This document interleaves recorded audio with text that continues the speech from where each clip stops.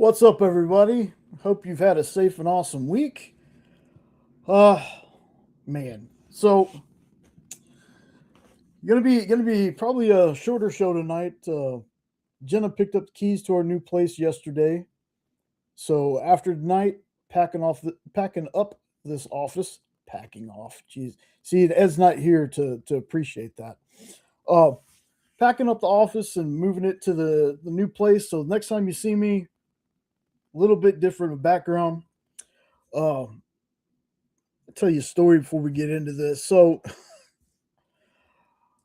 Wednesday, our backyard, the neighbor was good friends with my parents, and decided he was gonna redo the whole fence on this one side, and he left this little cutout part and has a grate over it to where my mom and the dogs that they had at the time could talk to, mess with his dogs in his backyard. They could just talk back and forth. Well, Hand, our dog, is kind of a bully. He means well. He's not being overly aggressive, but he terrorizes those dogs every time he goes out there. So took him out Wednesday before or after Comic Collectibles, and he starts taking off towards the fence. Jenna kicks me her fake Crocs. I put them on. I run across the yard. First of all, I should not be running. Maybe in place, but not across the yard, especially this backyard that's kind of bumpy. Okay, it's not a flat surface out there. And I took a misstep while I was running. I was fine. It sure does. What's going on, Triple B? Um, and I caught up to him. We brought him back over. I was fine. Was walking around the rest of the day. I wake up Thursday, and my foot won't go up. Like, I can point it down, I can put weight on it, but I can't walk on it very well. Like, it doesn't feel like anything's broken. It's a little swollen, but nothing. What's up? No. Uh, it's a little swollen, but nothing like too bad. I just can't move on it. So naturally, this happens when we're starting to move. And I'm usually the one that I take the freezer, I take the washer, the dryer. I'm the one that lugs the real heavy stuff, where we're going. So now I got to kind of slide along like I'm freaking Igor or Igor, depending on how you pronounce it. And yeah, it's terrible. Like it's gonna make the move a little bit harder. Now, fortunately, we have like a bit. We don't have to be out this weekend or anything like that. Not even by next weekend. We got some time. So hopefully, after we move my desk tonight, I sit and kind of rest a little bit. Foot will be good. Like I said, it doesn't hurt to put any weight on it. It's just when I try to walk, my foot doesn't want to lift up all the way. So, been dealing with that for a couple of days now. It's fine. Like I said, nothing broken. There's not even like any kind of bruising. I just probably pulled something because I shouldn't be running. Uh, but yeah, so that's what we're doing.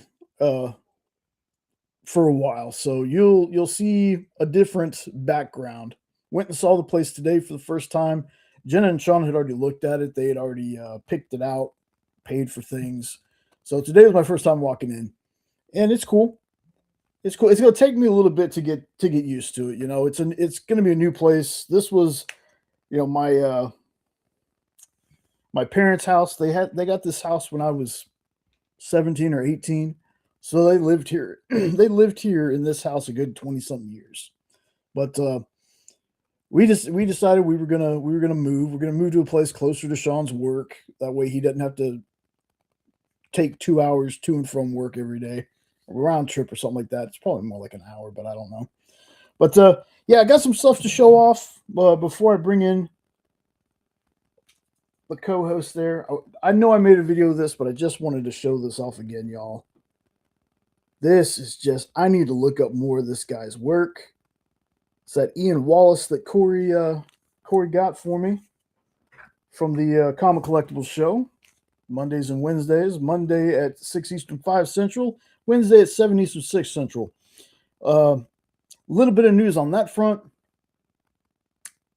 I don't have a whole lot in the specifics department, but we should be having some things show up on Wednesdays, and maybe a couple new show announcements coming here soon in the future. So that'd be a lot of fun. Make sure also,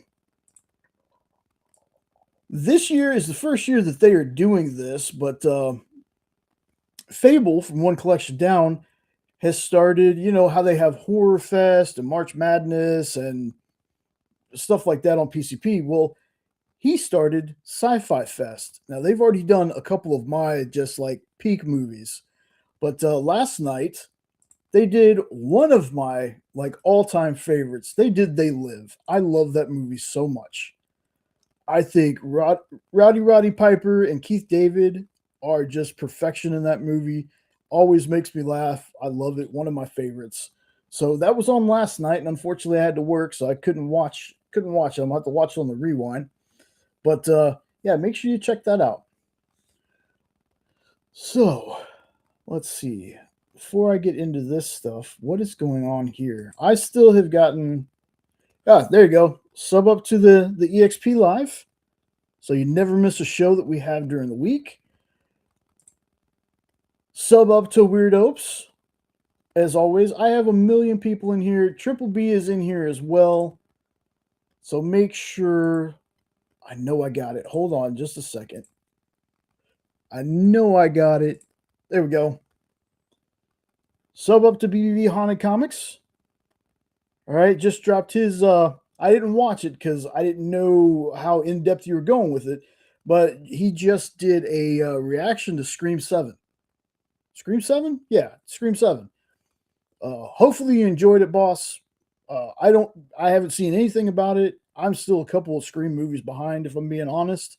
I think it's the newer ones, the last two I haven't watched.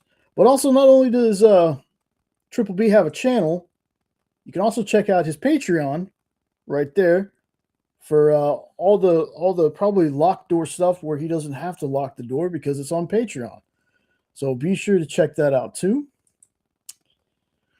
And let's go ahead so he doesn't get too bored and maybe fall asleep on me back there. Let's go and bring on Nope. Nope, what's going on, brother? What's happening?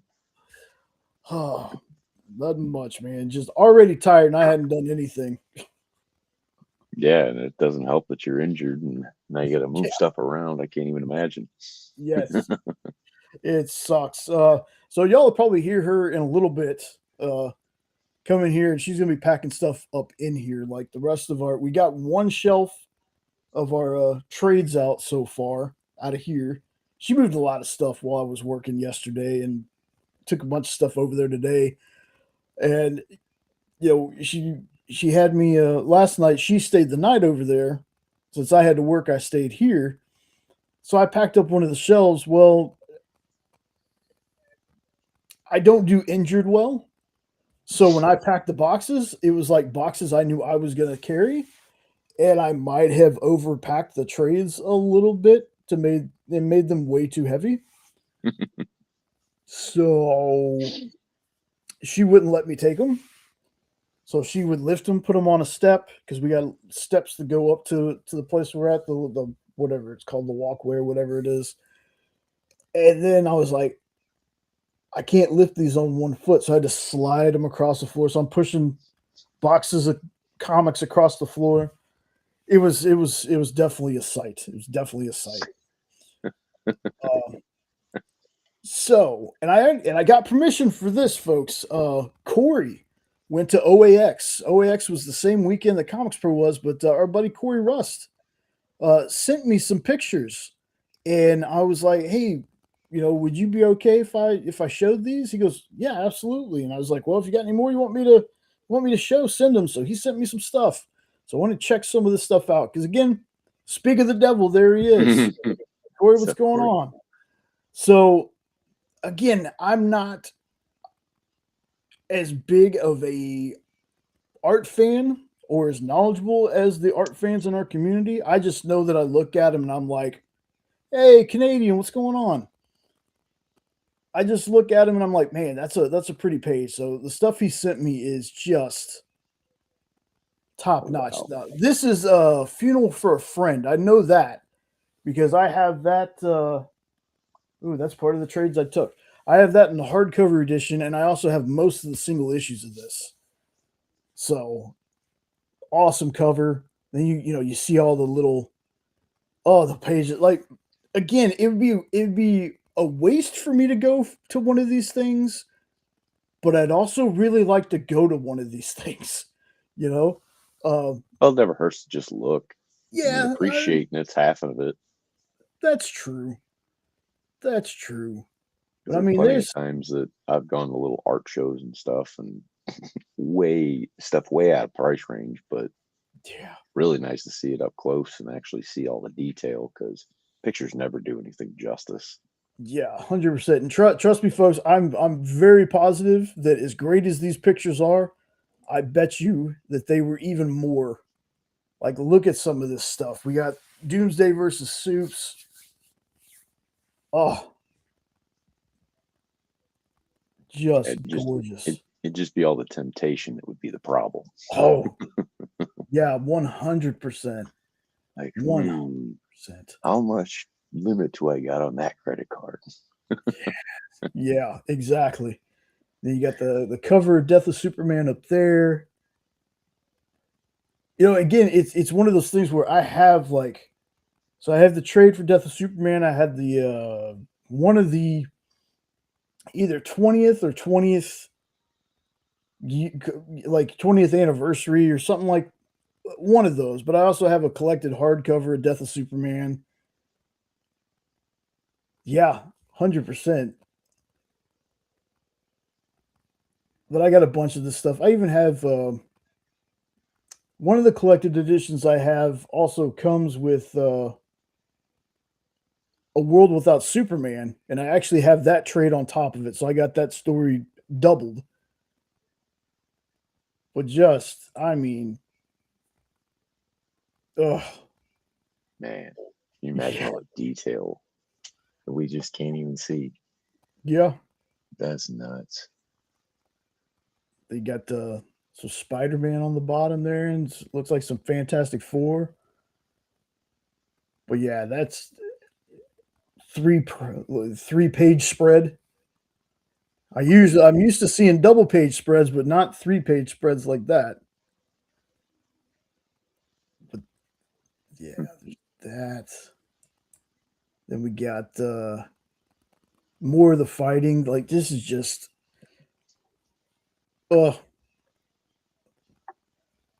stuff is so good.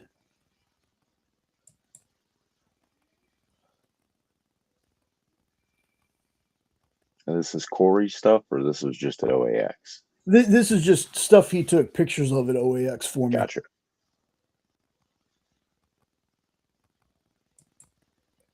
Or he sent them. He didn't take them specifically for me, but Right.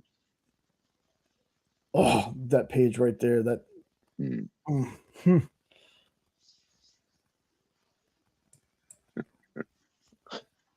Like it's just so.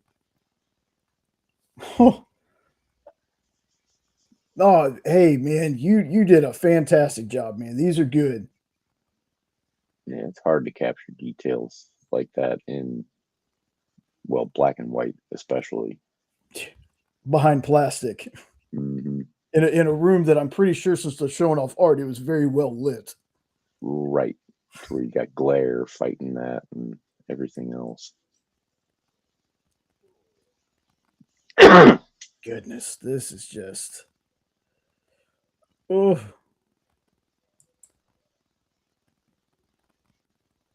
And then that shot of Lois holding Clark at the top.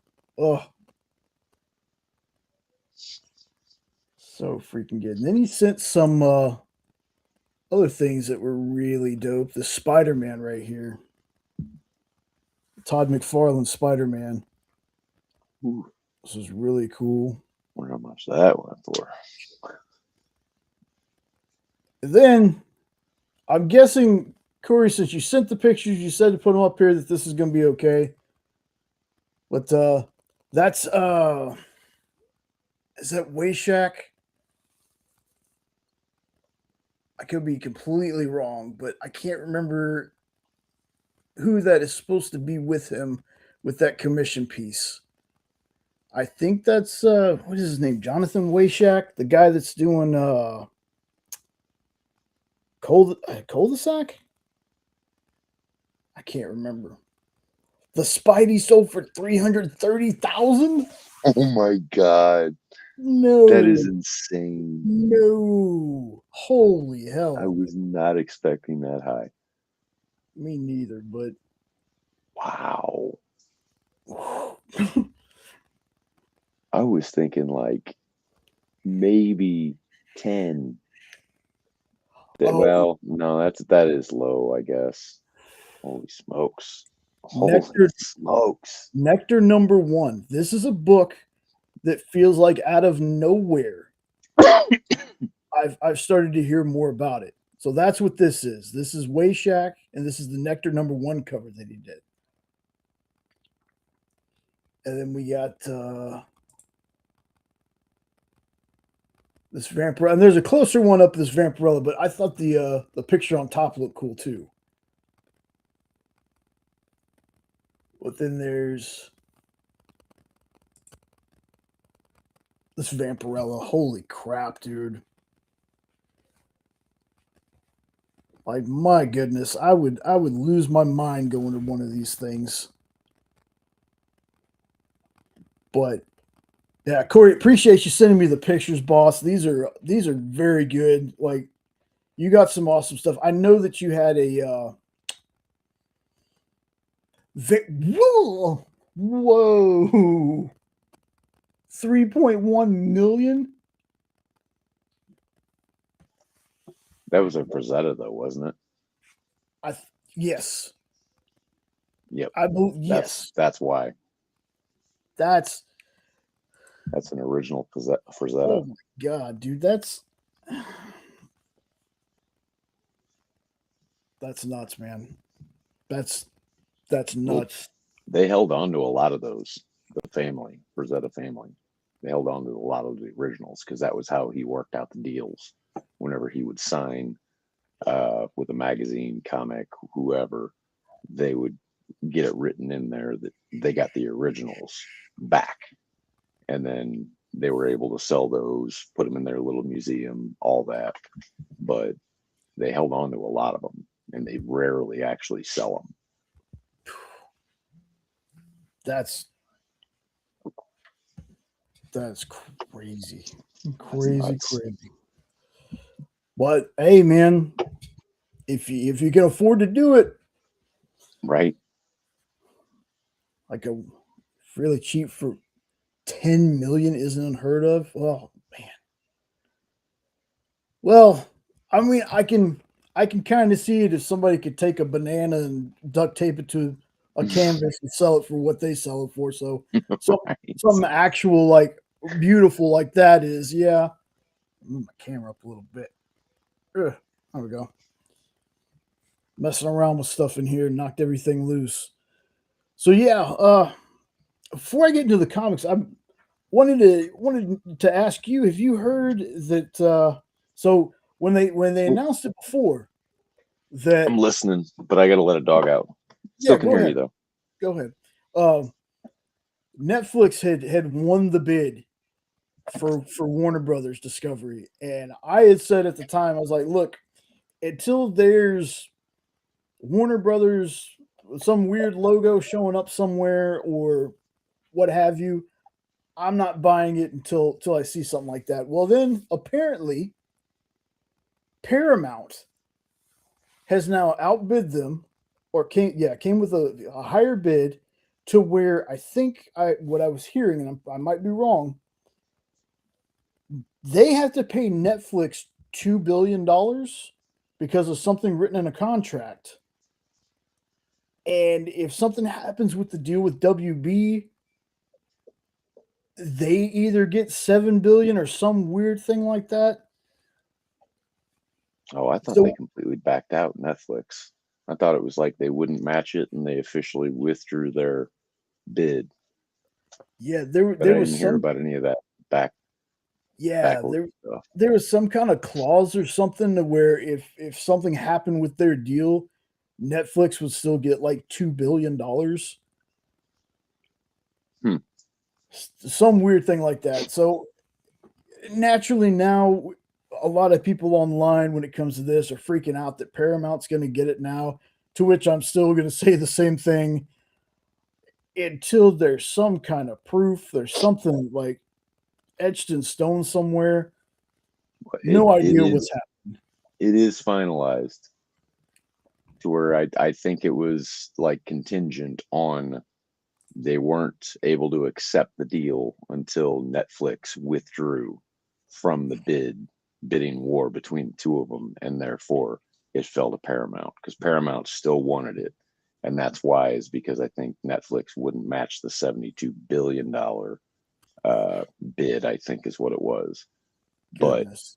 all the stuff that is incorporated in that it is like it has the most networks, like literally your whole childhood when it comes to cartoons to networks and all that stuff, it's all there, and then you also got CNN, you got Warner Brothers, Discovery, Internet Investigative Discovery, Yeah, all ID. the stuff that comes with all that. It's just like a laundry list of companies.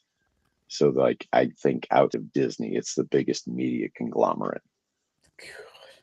So, but So if it is finalized, do you have any worries? Because to me, I can't figure out why anybody's worried about anybody owning any of this stuff other than having the monopoly. political, Oh, political, mm, just because of who the actual owners are of Paramount Plus and where they actually, you know, sit politically or biased or whatever, friends wise, all that. And, agendas. Everybody's worried about what agendas each network might have going forward with the brands. You know what I mean?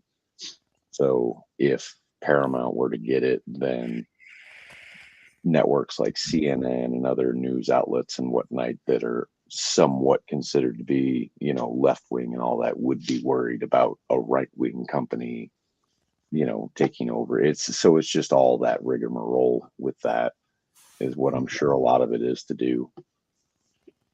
hmm. But and I I've and I could be wrong. I've never dug. That's the only thing that I can think of. Yeah, I've never dug that far into the political leanings of the people that own these companies, so I had no idea that's what it could be. I just want my movies and my shows, man. Yeah, me too. That's Me all I too. want. Just don't just go ahead and go forth with what you're doing right now. Don't cancel it. Don't do anything like that. Just stick with the plan for now. And if the plan works, cool, it works. If it doesn't, let's not try to overly course correct like we did with the previous stuff. Because I think that was a Right. big part of the problem was the people that were in charge then would see something working and be like, all right, we gotta, hey, Richard, what's going on, boss? Um, they were like, oh, this works, so we got to lean real heavy into this. Well, this kind of didn't work, so we need to correct the ship, and it made for a lot of disjointed, just messy stuff. So I'm hoping that we Or they'd stick to just one be plan. Yeah, or they'd be just too afraid to take a shot on things, yeah, you know, yeah. because, they are on such uh, a tight line as far Yeah. as that they were walking a lot of times that, it was either a big hit or it was a big flop. There Mhm. was no in between, no cult following later and all that. So they're worried about taking that chance on some movie that may or may not be a thing and might cost a little bit more, but we're going to stick with the little franchises like Jurassic Park and stuff like that and come out with number 7 or whatever, you know? My So, goodness.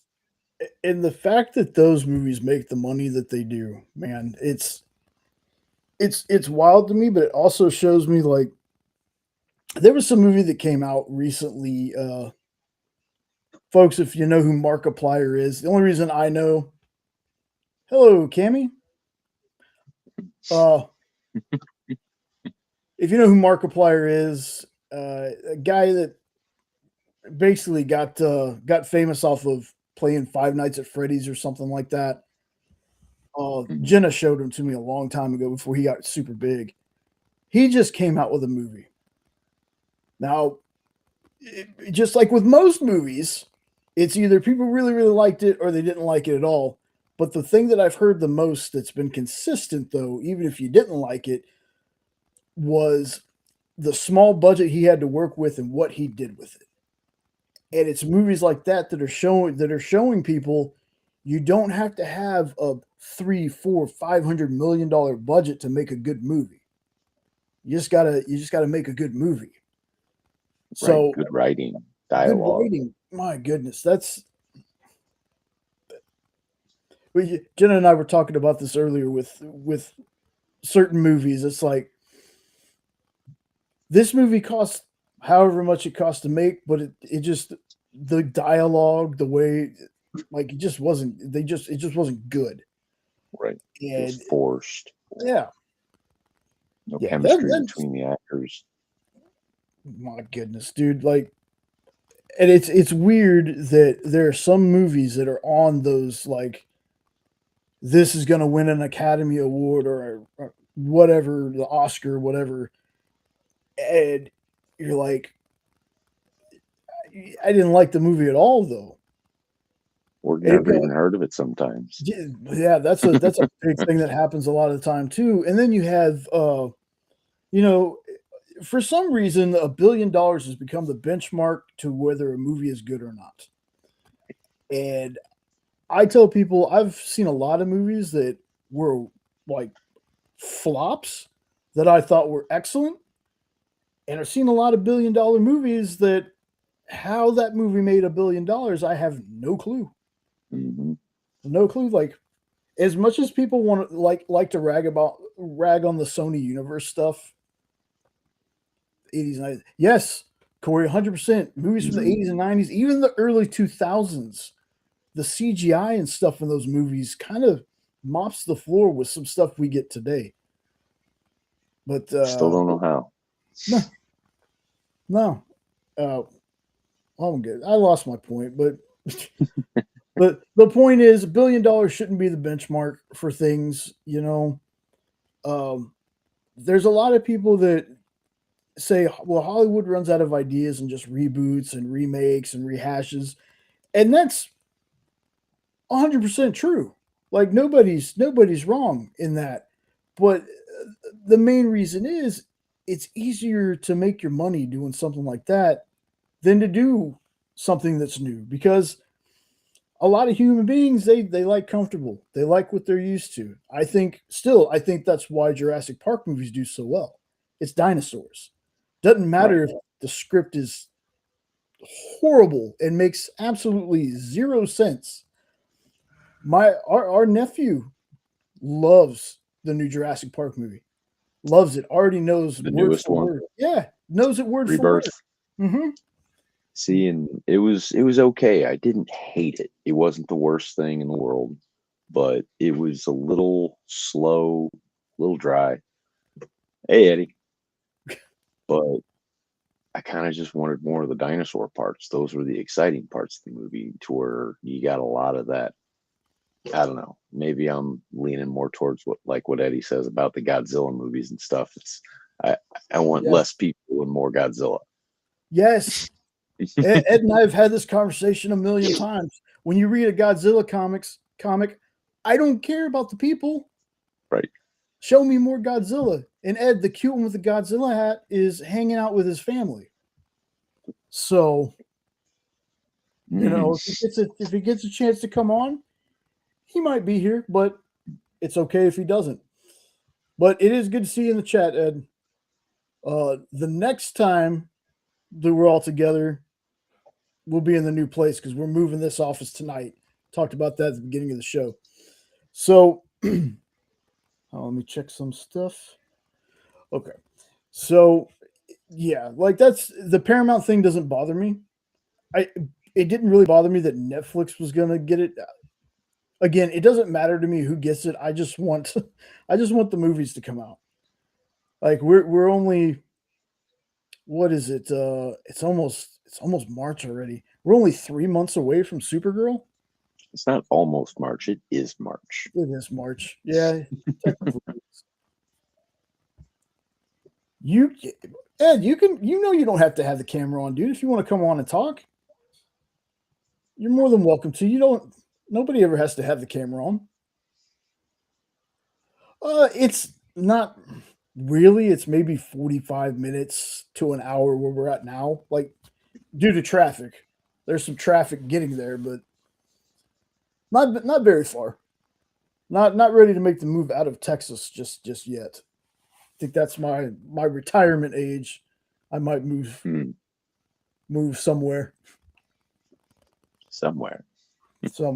Maybe someplace that I know and have family at, and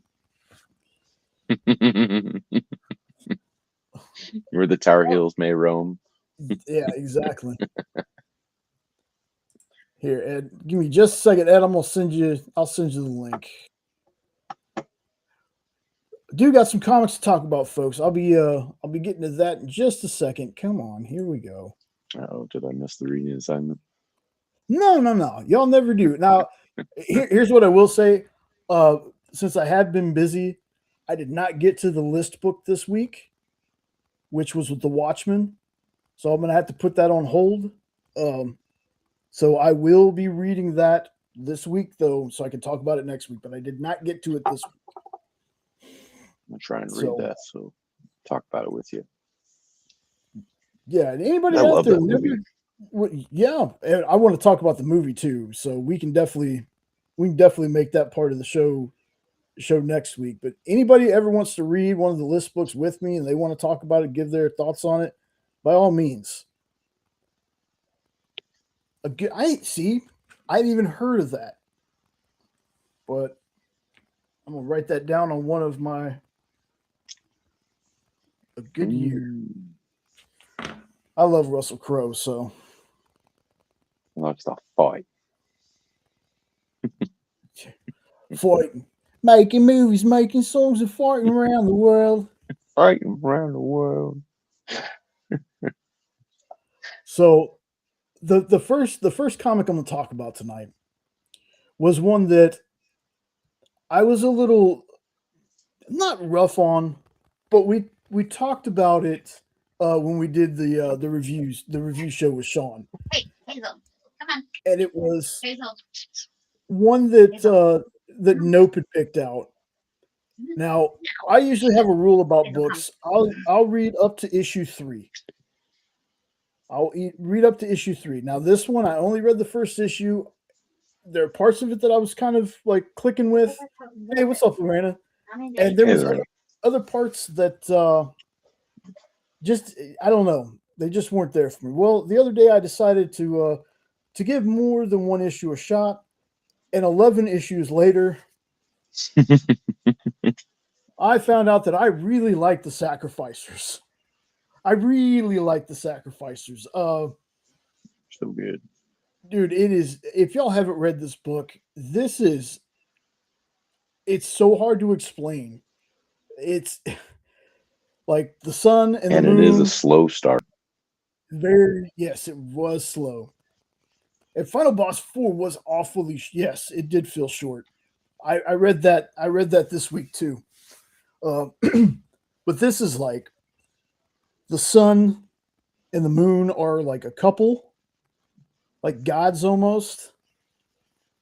And there's these. I don't want to say kids, but like most of them are kids, right? The Yeah. sacrificers, yeah. Right. So Because it's basically innocence. yes. Well, there are different viewpoints when it comes to how the sacrificers feel about themselves and what's going to happen to them. There's a lot of them that think, they're just gonna kill us. There's others that believe, no. There was one in particular, a character in particular that was raised that she's like divine as a sacrifice. She's divine. She's to be worshipped. They're going to get to this place and they're going to have a seat along the rest of the gods. I won't spoil you what happens in that book, but when it takes its turn, it takes its turn. And I was like, what? And then I kept reading. Mm-hmm. And That's the hook. Pigeon is my favorite character already. Pigeon, who you see on the front cover near the Sacrificers logo, they didn't even give him a name. They knew he was going to be the family knew he was going to be their sacrifice, so they didn't even give him a name. He's just named They just call him Pigeon. He ends up being a dope character, y'all. This is a book. I do not do this book justice by any means.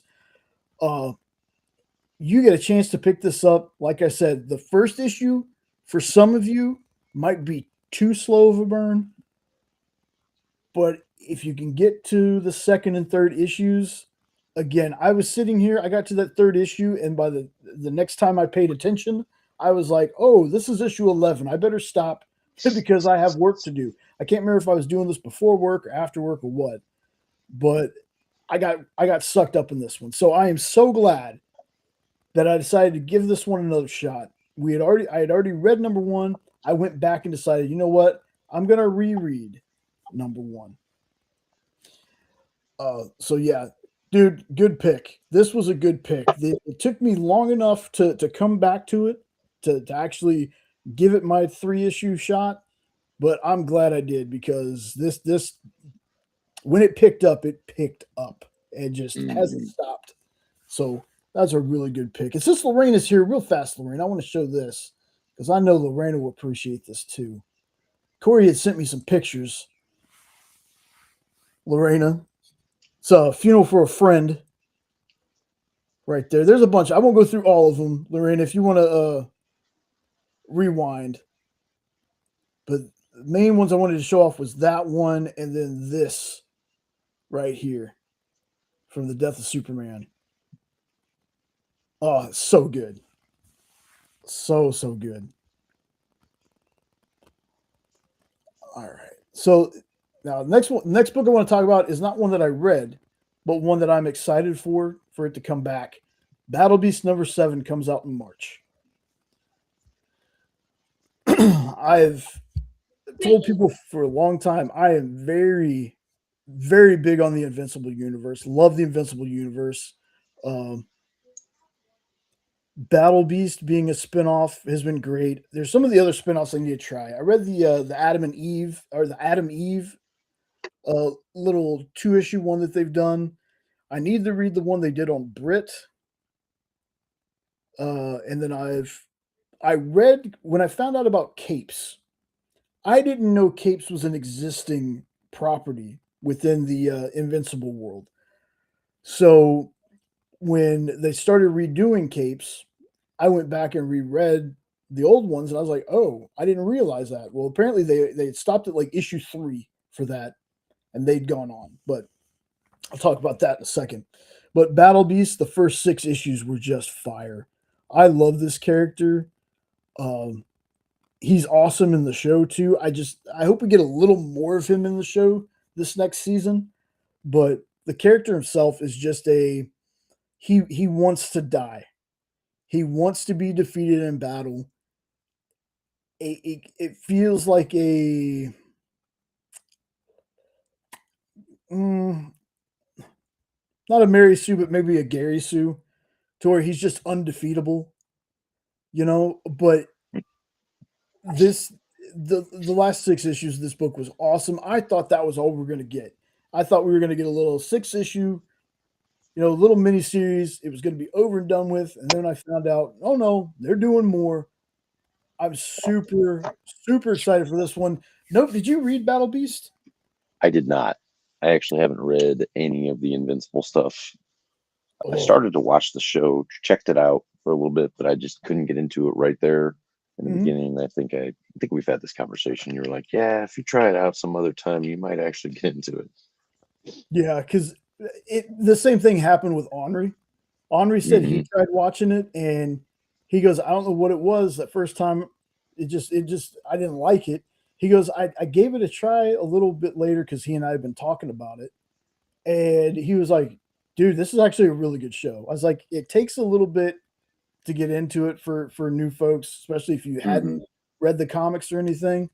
But after that, it's really Yeah, good. because So I've seen shorts of, clips from the show, and I'm like, oh, okay, well, maybe I'll check this show out. And then I just never get around to it.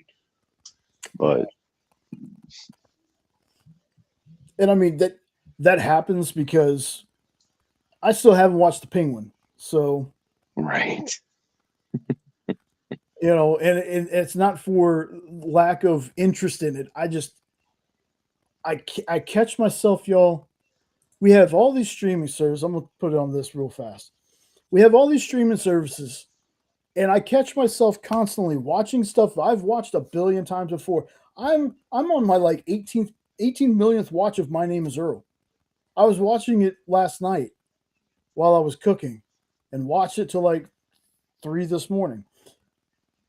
I've seen that show so many times, but I'm like, you could watch Wonder Man, you could watch Penguin, but no, we're gonna watch My Name Is Earl or Darkwing Duck or Gargoyles or 100 million other new things out, and they're like, nah, I'm gonna watch this. So And that same thought the other day because I just finished watching House for the first time all the way through. yeah, But we were talking about How I Met Your Mother, you and I, at the one time. I'm like, okay, we'll finish this. Maybe I'll start watching this. I go, wait a minute. We've watched that through like three, maybe 4 times. What else is going on? Because I don't want to watch Tracy die again. yeah, for real. You know, Spoiler alert, folks. right. It hasn't been My long Little enough Pony. yet. Hey, you joke, Ed, but I watched that My Little Pony show. Okay. And what happened was, and how this happened was, Jenna's cousin watched it. He loved it. He thought it was hilarious. He loved it. And we're talking they're about the same age, right? She made fun of him so much for watching that My Little Pony Friendship is Magic that was on Netflix for the longest time. She decided she was going to watch it ironically. Ended up loving it. She is Pinkie Pie. Most of you out there that know that reference know that. And the thing is, though, too, even before this newer stuff that's come out, I watched My Little Pony when I was younger. My Little Pony, Rainbow Bright, Rose Petal, things like that. Because I also have a little sister. So my little sister watched that stuff too. But yeah, I got lucky. My sister wanted to watch SpongeBob. Shoot. I ain't ashamed to say I've watched the My Little Pony Friendship is Magic show all the way through. Don't bother me. I thought Care that was Bears. hilarious. Care Bears, dude, I love that movie. The Care Bear Stare, Care Bear Countdown. Yeah, come on. Speaking of cartoons, though, in case folks haven't heard this, apparently Tubi just got what was it? Most of the Cartoon Network shows that relapsed Really? on some streaming services. Yeah, apparently Tubi got them now. A bunch of cartoons are coming to Tubi. So I wonder if like a lot of the old Boomerang stuff, I think that was kind of up in the air. But I did see that part of the deal when it came to the Paramount and WB and all that. I did see that on the list. Let's see. There's being part of the sale, anyways. Animaniacs, Powerpuff Girls, Teen Titans, The Batman, Ben 10, Pinky and the Brain, Justice League, Batman Brave the Bold, Dexter's Laboratory, Ed, Ed and Eddie, Courage the Cowardly Dog, Tasmania, Foster's Home for Imaginary Kids, Codename Kids Next Door, The Mask Animated, Yogi's Gang, and that's just to name a few. That's most of them. The poster, I see like the Jetsons, Beetlejuice, the Beetlejuice cartoon, which was amazing. Oh, that was so good. Yeah. Beetlejuice. Ladybug and Cat Noir. I think that might be one of them too. Like there's hundreds. Like Tubi is adding 100 Cartoon Network and Warner Brothers shows to its library. And wow. there's a lot of folks Samurai we've been Jack. conditioned. Yeah. And we've been conditioned to like streaming. You don't have commercials, but I got to be honest. When I go to bed, I put on Tubi. They have Ghost Files with Ryan Bergera and Shane Madej, who used to be on BuzzFeed. They did like BuzzFeed Unsolved and BuzzFeed Supernatural. They have their own Watcher network. So I go to sleep listening to Ghost Files, watching them do Ghost Files every night on Tubi. Commercials don't bother me. Sometimes it gets a little ridiculous because they got like 6 commercials in a row. Their little block is 6 commercials, but most of the time I'm asleep before I get that far into it. So commercials don't bother me. Make 2, it is awesome to see you, boss. So yeah, like, and Tubi's free. Free, it has commercials, but I watched good variety over there too. Men in Black, the series, a great cartoon. I remember that. Yep. It's like an alternate universe of the movies, though. Right. Like they tweaked the little things, they kept a little bit kind of hold on, my dog is cracking out. He's so afraid we're gonna leave him here. He thinks we're gonna leave him here and we're just leaving. He's so far up your ass. He is. He's just like, whoa. You're not leaving, right? Yeah, we're leaving, right? Leaving, right? Y'all left earlier. You were gone for like a year. But yeah, folks, if you haven't checked out Tubi, just like I said, if you can stand having commercials, which again, when I was a kid, commercials were just like a thing. There was no TiVo, there was no DVR at the time. We couldn't just skip commercials or anything like that. You had to sit through them, or you went and made something to eat or got something to drink while the commercial was playing. So went to the bathroom. Yeah, exactly. But things that you pause stuff for now. Yeah, barks, cries, just whimpers like this poor dog, but not really. So yeah, folks, if you've been missing those cartoons in your life, check out Tubi. I don't know if they're on there just yet, but I know they're coming soon. But Tubi just has a bunch of great stuff. Not a sponsor, of course, but very fun stuff. So getting back to the comics. Ed, did you get did I send it to the right thing? Yeah, I think I did. Okay. Getting back to the comics. Speaking of also in the Invincible universe, capes. So like I said, I found out the original series was only 3 issues, which they pretty much, kind of wrapped it up in that original one. The new one, the first 3, it's updated art. So I read this, and this is really, really good. Yeah, I have that on my save list, Ed. You haven't gotten anything. Hold on. Sent it to that one. Let me try the you and me, the 3 of us one. This link was made for you and me.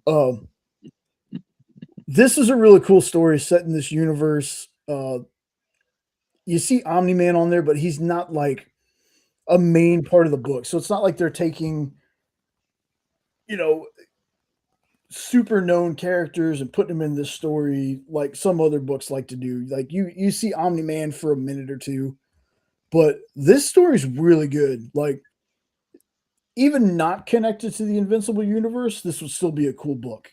Like, it's basically the heroes in this work for a company where they get paid by the hour to be heroes. They have a night crew, they have a day crew, they clock in, they clock out. If anything handled off time, they have to add it to their hours. Speaking of added to the hours, that was a terrible segue. What's up, Ed? Hi, I'm Ed, long-time listener, first-time caller. How's it going, guys? No, hey, Make Two, real fast, Make Two. You're so much good. for them sleeping. It's Restream. Our Restream chat. somebody could message me like a minute ago, and it'll just now pop up. It's not you. It's restream, how Restream does YouTube. So you're good. Hopefully, you don't think that I'm ignoring you if you pop something up and I don't say anything Right. to it. It takes a while before it gets to my screen. So you're good. You're good, boss. So Ed, how you doing, man? Yeah. Doing good. Had a very good family day today. It was nice to be together again. Back here. We went to Domino's and got their special 7 toppings for $10 large pizza today. So Dang. yeah, they do that a few times a year. My lady And scoffed at me when I told her that. She's like, 7? I'm like, no, I know, but I'm not lying. Yeah. Up to 7. Really? You don't have to have 7. Really? Really? 7? Really? Right. The That's what best I was part is I getting. tell Nope about the deal, so then they go to Papa John's today instead. That's Good. awesome. That is good. Ed, did you ever read I Saw Santa? Nope. Oh man, that was the one set in the Spawn universe with Santa Claus. First issue had Sam and Twitch, the detectives that are usually with Spawn. It's only Yeah, I've never read a Spawn comic. I don't know anything about him. I saw that god awful movie in the 90s, and that was a turn off for me. You no. shut your mouth. Dude, I'm sorry, but when that goofy ass fat short clown thing came out, I'm like, what in the hell am I watching? That's the guy. He was spot the fuck on though. Yeah, Like he he was was. spot I on. know. yeah.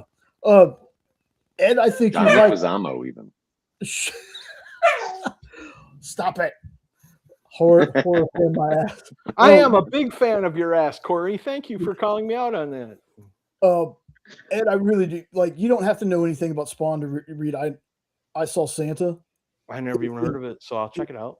Yeah, it's one that it's newish.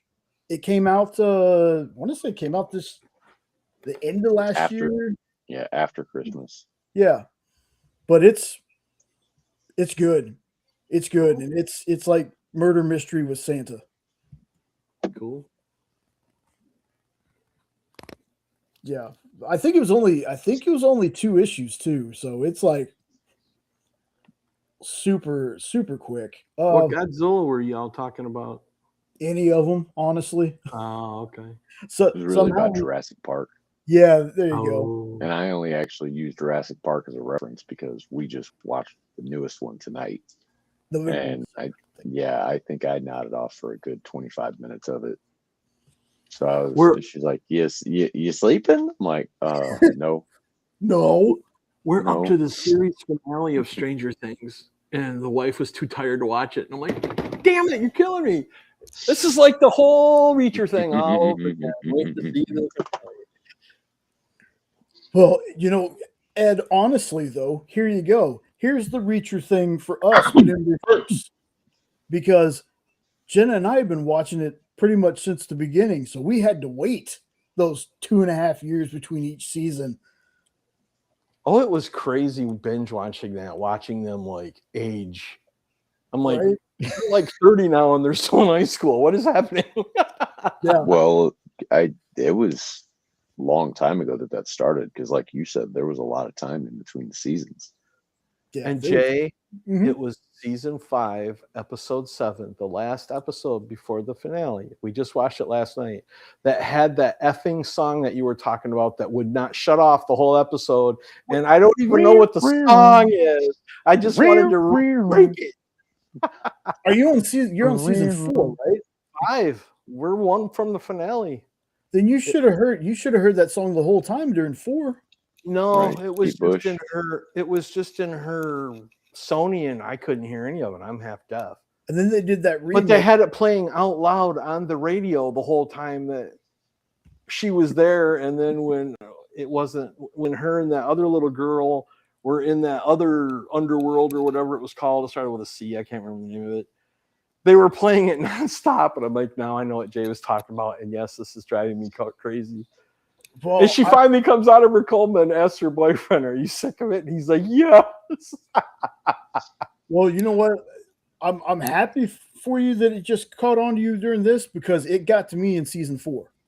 Season Mhm. 4, I I don't- was tired of the song. I don't even think I heard it in season Oh, 4 because I you heard mentioned that, and I'm like, I don't remember that at all. I heard it many times, and then but one thing Stranger Things does that I really love, especially with their trailers and everything, is they remix songs very well.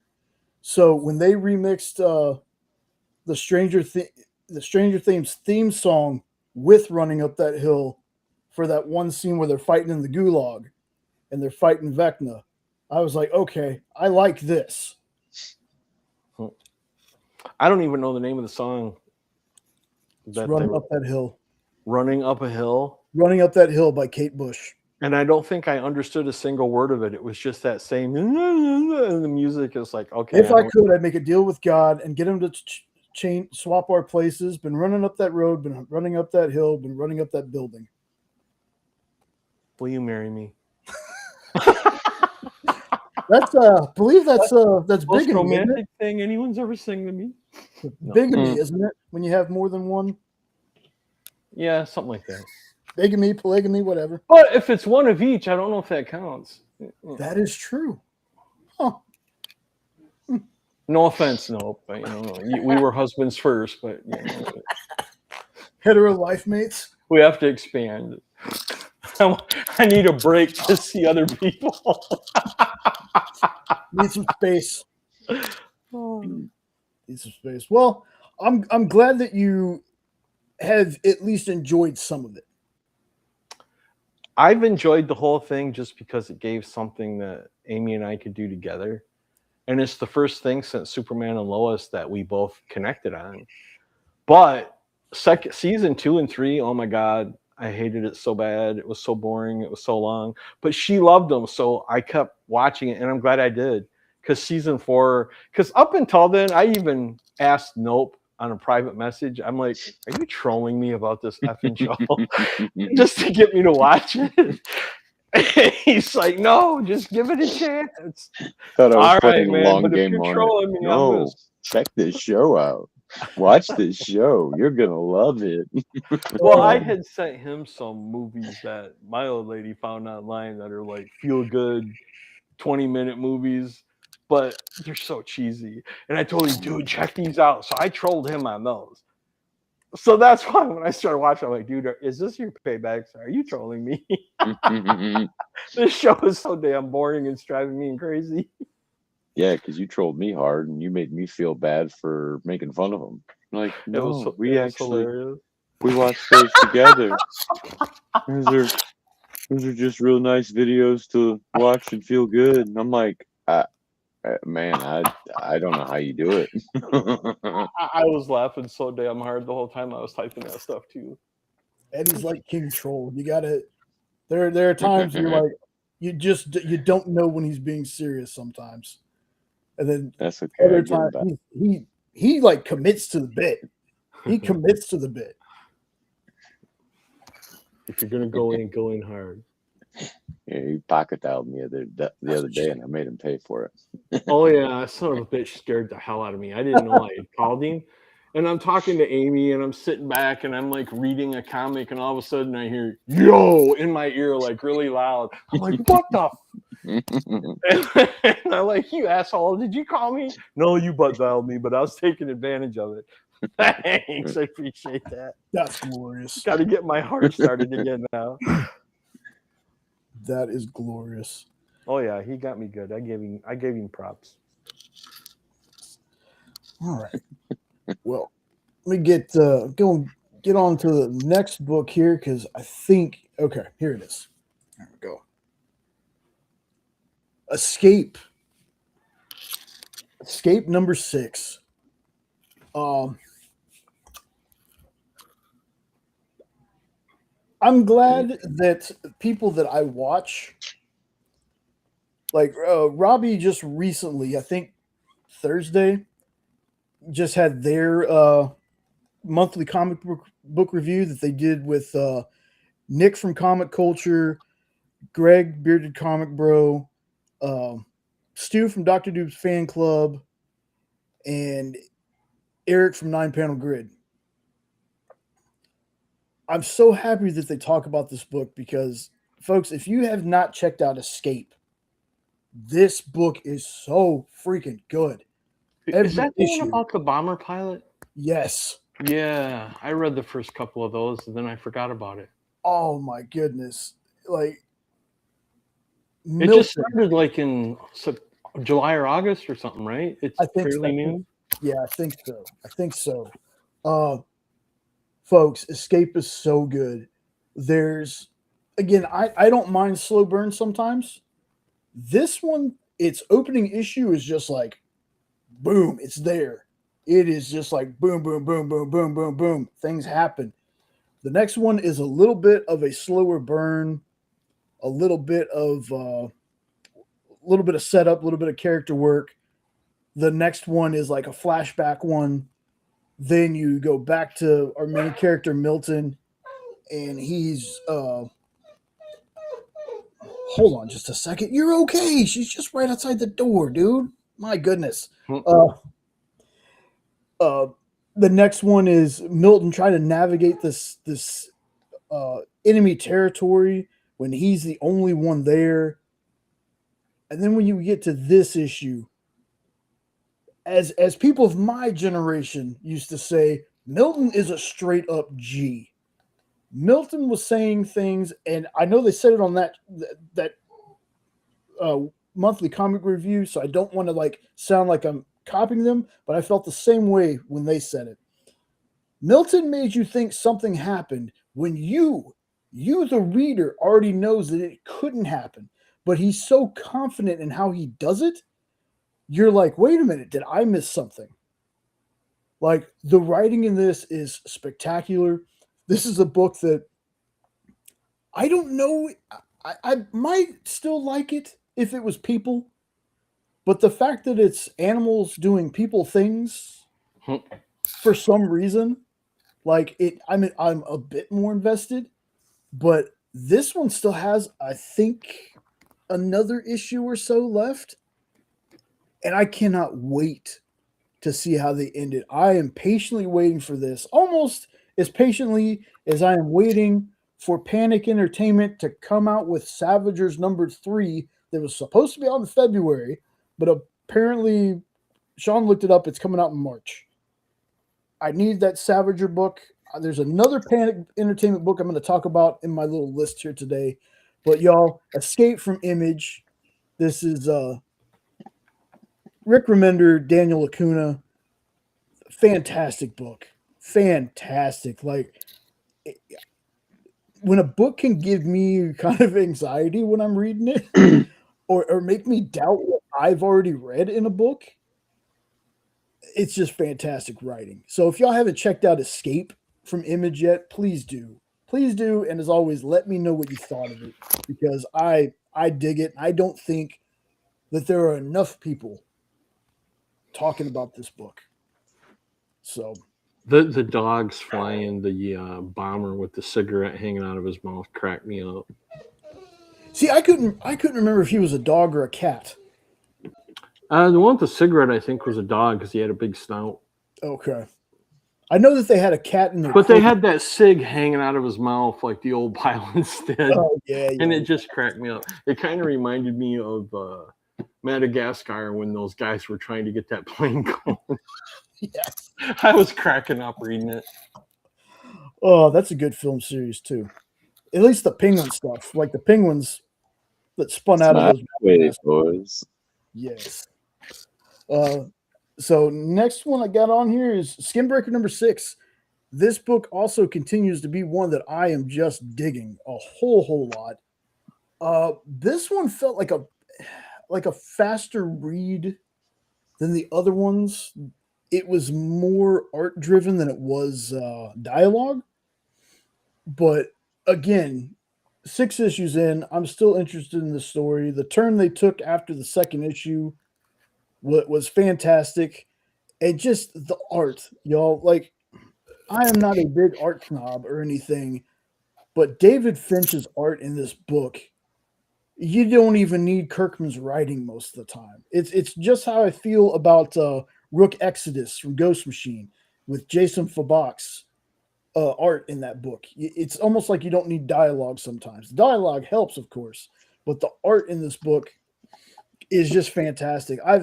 It was a quick read, but I went back through it again just to look at all the art, because the art is, again, I can't say enough good things about this one. This world is being built. I don't know how long they want to take this one, but I've had such a good time reading Skinbreaker stuff. Very interesting lore, very interesting story. Kirkman will drag you along for 12 years and then all of a sudden pop a final book on you. Prick. I'm still not over The Walking Dead. Because the jerk, to throw everybody off, had already released like the next 4 months worth of covers. And ta-da, surprise, there ain't no more. Just, oh, you prick. That's just rude. Yeah. Battle Pulp bastard. Battle Pope. Oh, that was fantastic. Like, I'm glad finding you more and brought more. There's nothing Kirkman writes that I'm not a fan of. So, next one I got on here was the one that I the only reason I read it is the synopsis at the time sounded pretty dope. And this was a newer company. And this is Tama from Panic Entertainment. Now, like I said, I'm waiting on Savager number 3. I read that it was supposed to be out in February. I cannot find it anywhere. This makes you think that it's just a normal like horror version of Pokemon. And while that plays a little bit of a part in it, the book was a lot more to me than the synopsis kind of gives you. This is very, very brutal, very violent. There are things that happen in this book that I was like, that's going to be a fake out. No, that it wasn't a fake out. This is one if you're looking for a horror story. Again, it's not going to be for everyone, and I get that. But for me, the story was pretty good, but it's the violence. This kind of scratches my itch for violence. If you're a fan of Gremlins, you'll love this series. It's a hardcore R Gremlins, kind of. Yep. That's what I thought of. But there's also evolutions, and it's one of those read it for yourself and let me know. I thoroughly enjoyed it. It could stop here. Like the 1 through 6 could be that's it. They're not doing any other like series or anything. They could stop with this and I'd be good. But Panic Entertainment, I've read this, Savagers, and I need to read the other one that's on there, but I can't remember what the name of it is. I had a lot of fun with this one. There's some gnarly kills in this one. Hey, Johnny Dome. Yeah, I'm not, and I'm not speaking on any of that because I don't know. Like I was curious if people were like freaking out because of something like I didn't know about Paramount or what have you. But again, as long as we're getting the movies, man, it doesn't really matter to me who's the head, the head person. As long as the movies come out. Did you read the Black Diamond one that was like about the Wendigo? That's the one we tried. That was the one I was trying to remember. That was a really good one. Okay, so that one's going to be next that I read when it comes to Panic. Those are the only 3 books I know they have out. So, they have one called The Accessories. Okay. I need to look that one up eventually. I haven't read it, but it kind of looked like a, it had Igor Renfield and Mrs. Hyde, not Mr. Hyde, are like the main characters, but I haven't read it. I just know about it. I haven't been able to find it. Okay. And it's just called Accessories, I think. Accessories. Accessories, I think. There might be a "the" in front of it. I think there is. It's been a minute. Yeah, popping on to Panic's worth checking out though, dudes. If you guys haven't, check them out. No, hey Johnny, you're good, man. We talked a little bit about this earlier. So, yeah, and the other thing about it, I know Netflix releases some things on physical, but I know they don't do a whole lot of stuff on physical. But I'm thinking maybe Paramount having it, that they'll be more inclined to put physical things out. Um, but again, to me, it's like, well, if Netflix got it, we'd still get movies. Paramount has it, we're still going to get the movies. Like that's the only thing that's the main thing I care about is let me have the movies. I'm tired of waiting. We had to wait a couple years in between the last. Like I don't even remember the last. It was the Flash, I think. Are you talking about the Warner Brothers buyout or whatever? Yeah. Has that gone back to Paramount now? Yeah. Oh, I hadn't heard that. Was it Blue Beetle the last one? Was it Blue Beetle? Blue Beetle. I think that was the last one because it was the only one that was like may or may not be around for the next step. It should have been because I don't. That's another one of those. I don't care what anybody says. I like the Blue Beetle movie. I thought that movie was great. And Black I haven't Adam was seen the it. one before that, and then And I the Blue like- Beetle. And I liked Black Adam too. I'm still mad about Black Lightning. You're still The mad TV about show. Yeah. I'm still What mad that every about- black superhero He has got to have cut the word off? black in his name. Or he has to have lightning powers. Well, that too, but they ended his show. I think what was it? Right after the crisis? Yeah, right after Crisis. Because they brought the actor, they brought Black Lightning into the crisis so what was thing. happening in Crisis? They were actually supposed to be brought into the mainstream, kind of like the League was, like into everything. Mhm. Because at that point they were still separate. Right. They were still Jefferson considered was though. members. Yeah. So they were supposed to be brought into the main universe. I'm Right. sorry, Nope. What did you say? Yeah. No, Jefferson did come into the main Yeah. universe there, Yeah, or but the like the Arrowverse, should I trying say? to play it off wasn't right.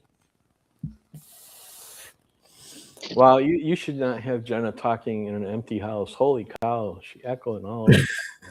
It's not I well. love you, Jenna.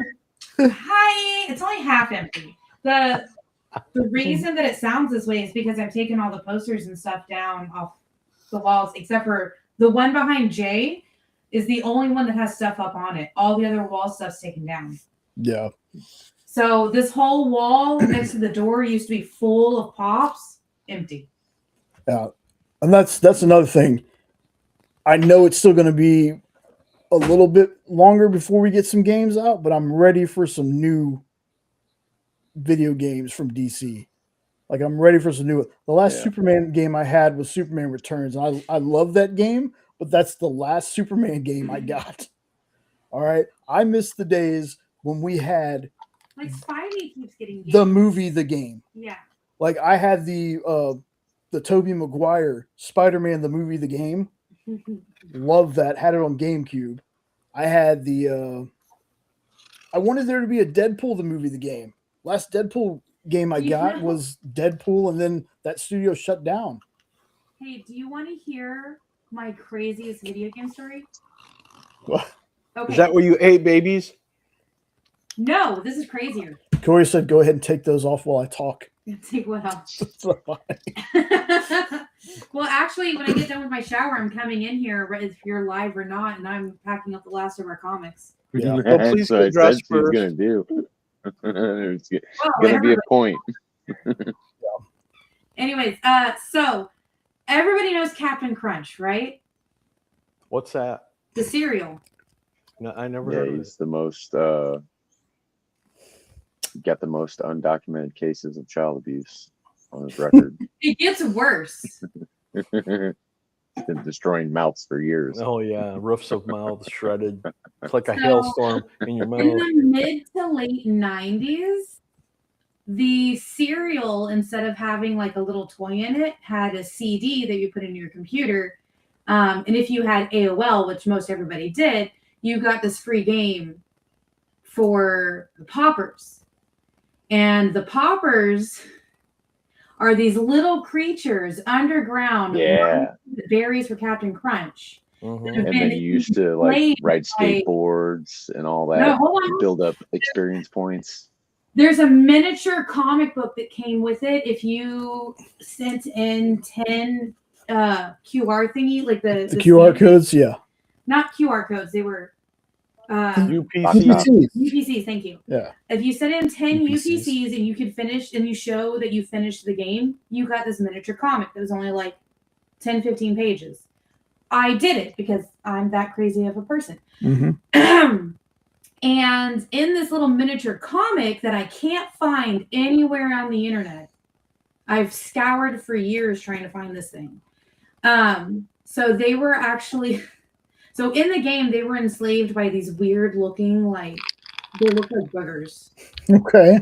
To mine the Captain Crunch. And then you go down there with Captain Crunch to save them in the game. Mm-hmm. And then you're friends with them. However, you pay them with regular Captain Crunch to mine the berries for Captain Crunch in the comic.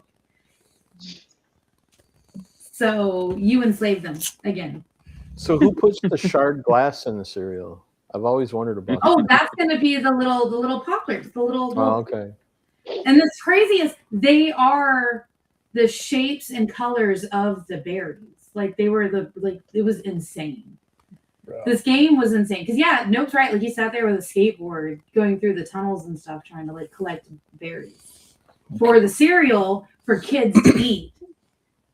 But that's why there was like a few months there in the what was it, the late 90s or mid 90s? I can't remember, where there was no berries in Captain Crunch because you had to they were enslaved. And then So- they released like a whole box where it was nothing but berries. And they said Oops. still coming out. Oops, all berries. Oops, all berries. But you don't see anything about those creatures ever again because they used to be on like all the boxes. Like, can you help save our friends? It was crazy. Where are the berries? Save our friends and get us some more berries. It was insane. And I can't find it. I can't. It's like a 10 or 15. It was like one of those like little miniature books. Remind me after the show. I'll find it. You won't though. We'll see. I have a feeling Ed or Nope will probably find it here in a minute. And yes, comic books are big. And the Ninja Turtles comics, yes, that shows they care. And I know that they're releasing a new game too, and that game looks awesome. I don't know if y'all seen the new Ninja Turtles game.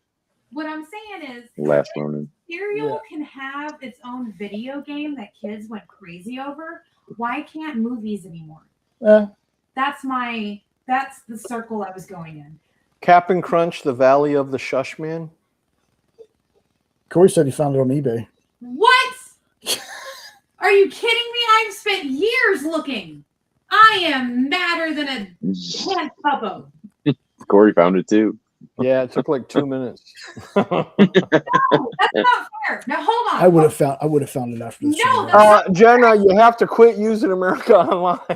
We don't have dial-up anymore. Okay, we got No, that's faster. not hold on a minute. There is something that me and you have been looking for years and years and years. And What? neither one of us have found it. I can't remember what it is now. I'll remember later. Okay.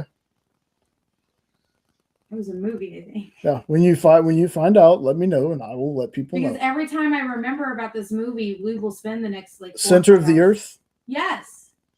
What?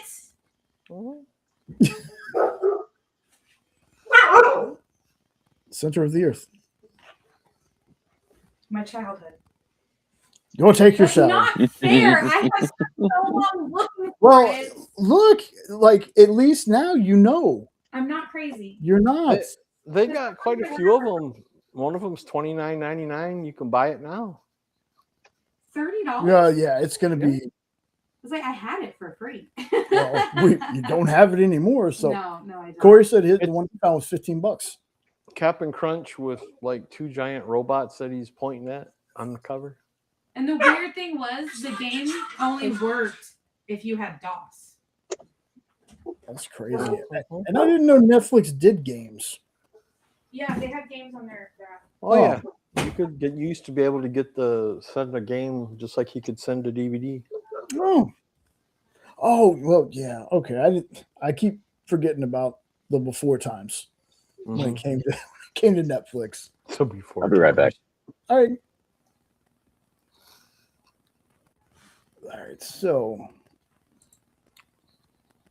get on to the next one. So, it's been a while since I've outside of DCKO. We were collecting World's Finest for a bit. I can't remember where I stopped, but when I heard from the Geek Chat on Thursday about this one, I had to read it.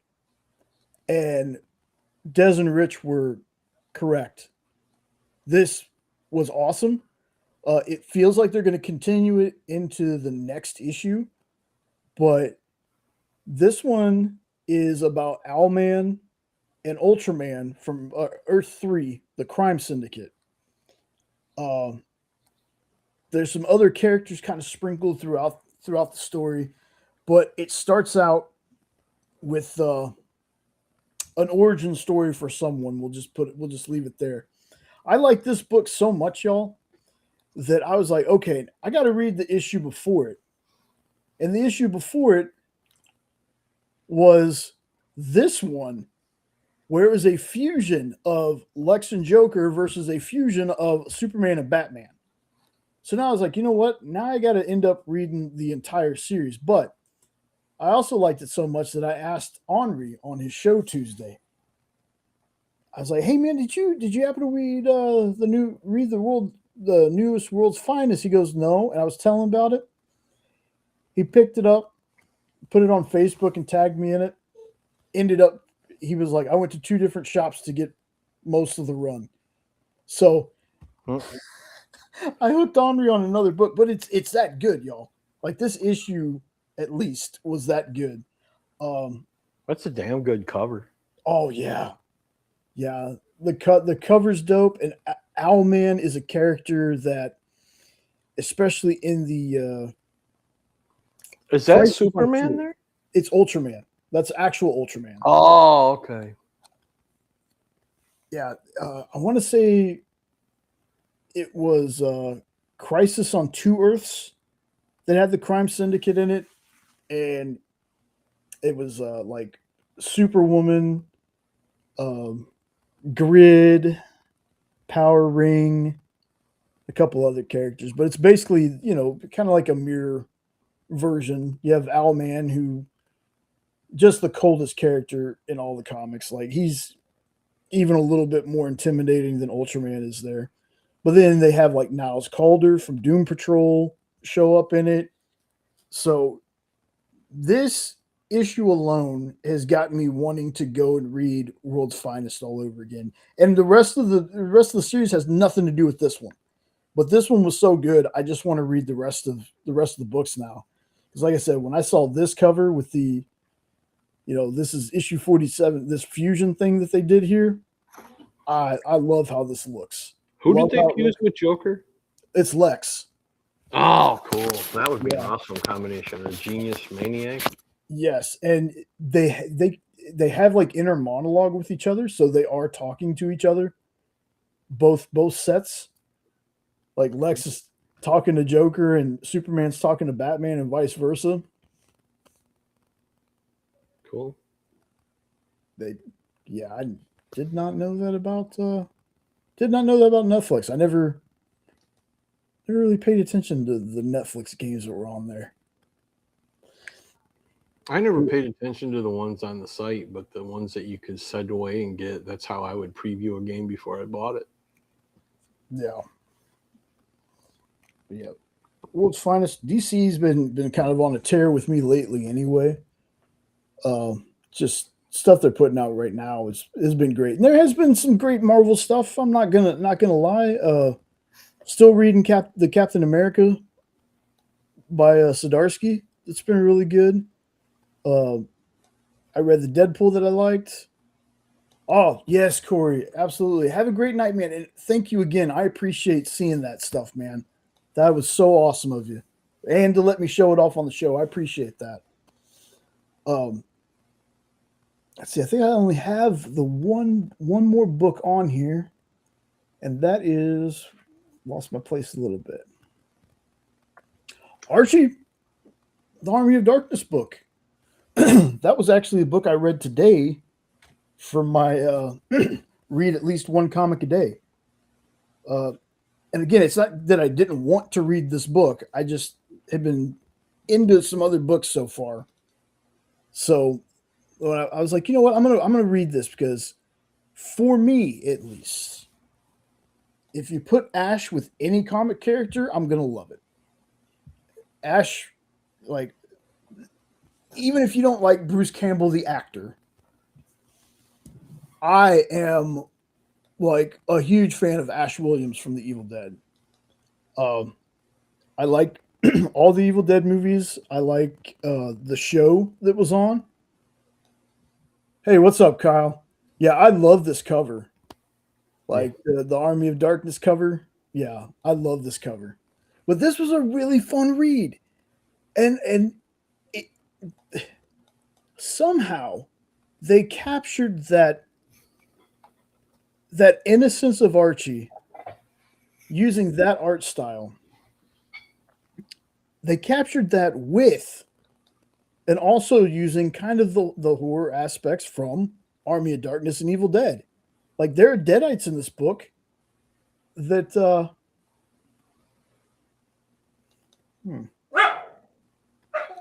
there is stuff in this book that, oh my goodness, buddy, you got to stop. You got to stop. That sounded like he said, why? There's like Moose gets his heart ripped out. Like, Literally? yes. Wow. Like, I was not expecting what I saw, like the violence I saw in this book. So I was like, okay. That's what we're gonna get with this one. So folks, if you think you're just gonna get like a happy, whimsical Riverdale story that just happens to have Ash in it, you're very wrong. This book was a lot more violent than I thought it was going to be.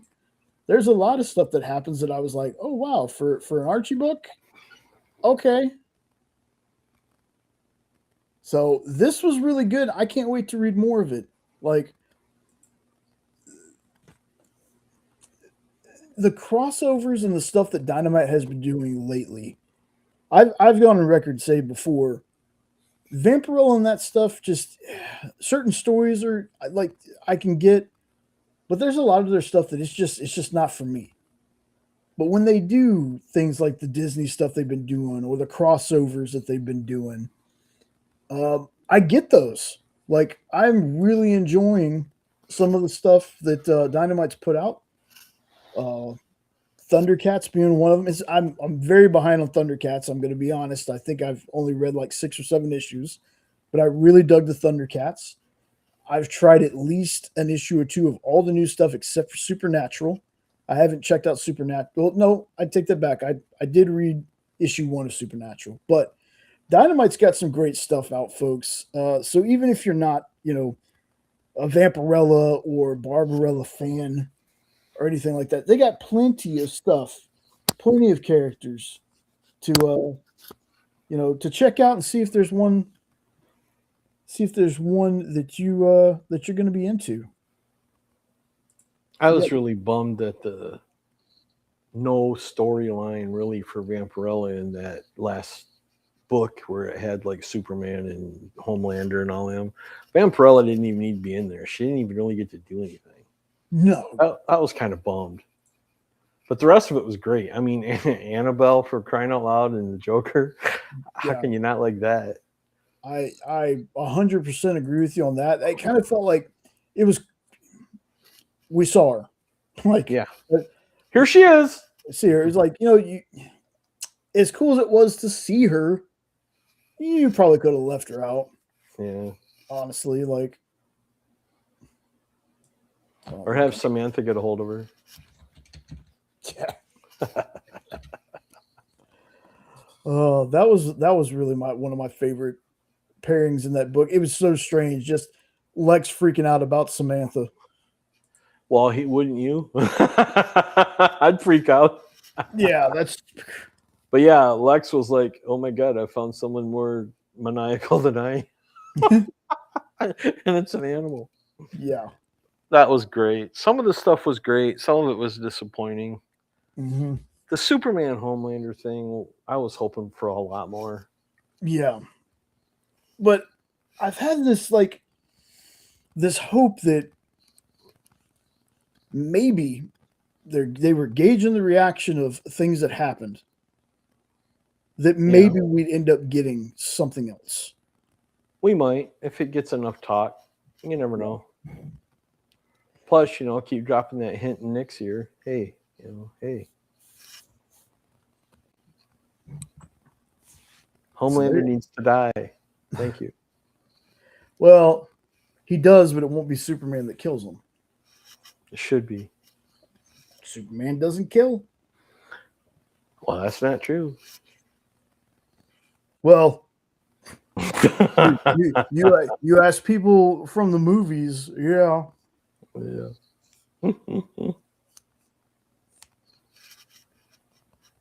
Yeah, but that needed to be that whole thing should have been like 4 or 5 issues. But again, I don't know how that stuff works. I can say I want something from comics all I want. I don't understand.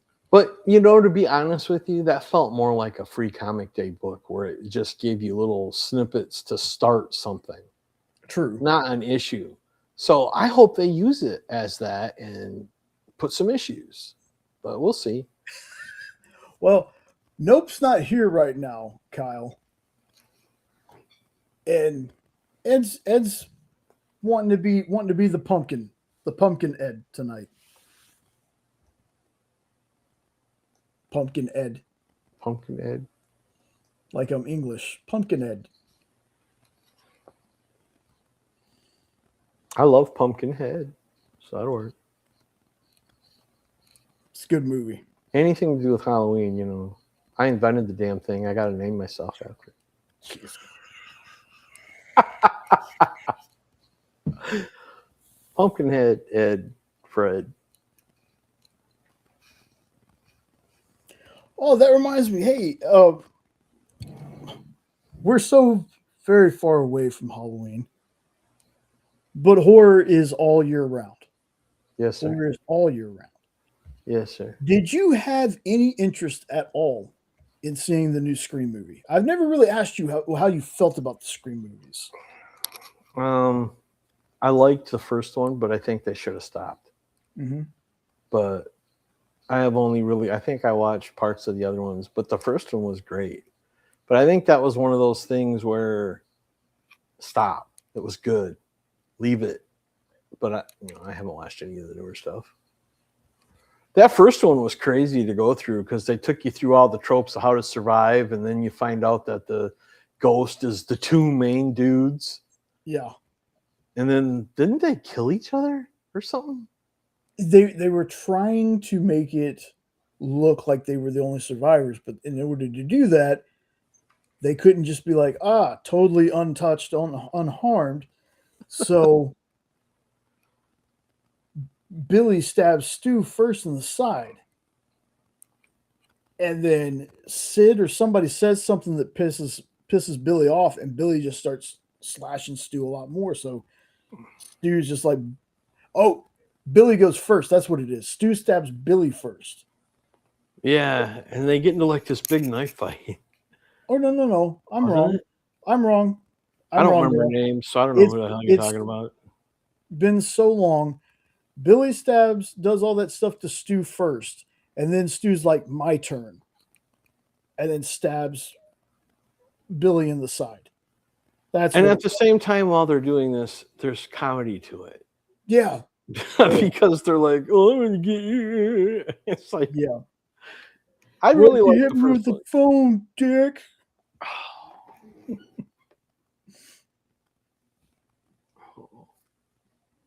That was really good. And then there's a parody movie called Screech. I haven't heard of that one. I just heard a scary movie.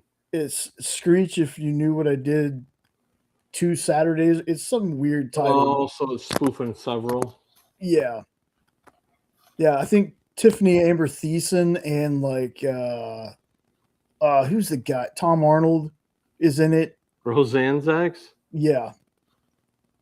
You had that, and then you had Saturday the 14th, if anybody's ever Yep. seen that. Yeah. And then I didn't pull up a picture, but there's something else I'm really excited for. Maybe not as excited as I am for Battle Beast, but something I am personally excited for is The Greatest American Hero coming out from Amp Comics. I am so stupidly excited for that. I still watch that show. I think it's on Prime. I still watch it. It's so bad. I understand that. It's so bad, but it's so fun. William Catt is amazing in it. Ralph is like my dude. I love the character. If you've never seen or heard of Greatest American Hero, folks, a school teacher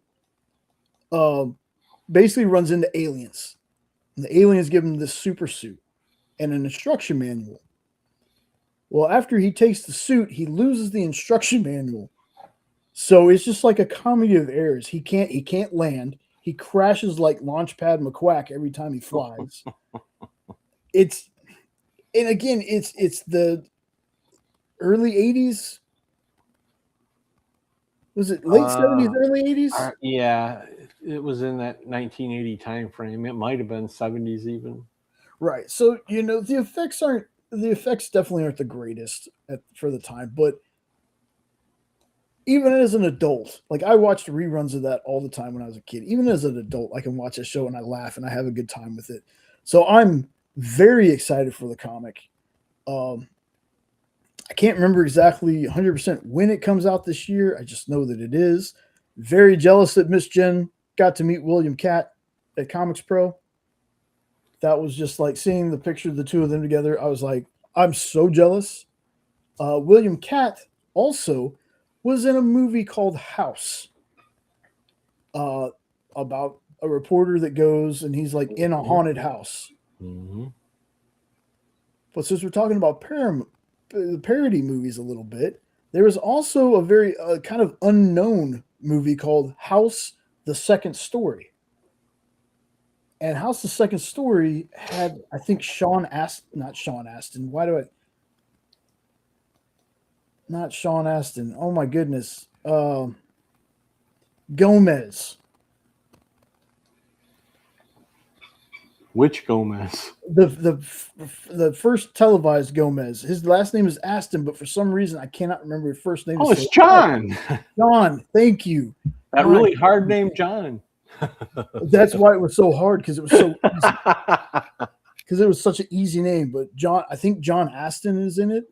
So like House is like a horror movie. House: The Second Story is like a parody horror movie. But it's not parody. It's just a funny movie. Like, if that makes any sense, it has the name House, but it's a comedy. But it's not like a straight up, hey, we're gonna parody every other movie out there like some of these other movies are. But a lot of people don't remember this too, but William Catt was in Carrie. Yep. He was the nice guy. Yeah, the king of the prom or whatever. That asked her out because he really did feel bad for her. John. Oh my god, John. The name just went out my head. I had it. His character? No. John. Oh my goodness. I'm gonna kick myself in the head because I cannot believe. You're talking John Travolta? Yes. Because he was in it too. That's what I was trying to, like, I had his name right there and I'm like, why am I blanking on names? Welcome to my world. This is weird, me giving you names for a change. Your forgetfulness was rubbing off on me, but my remembering names was rubbing off on you for some reason. Well, I'm in the underneath. The underneath.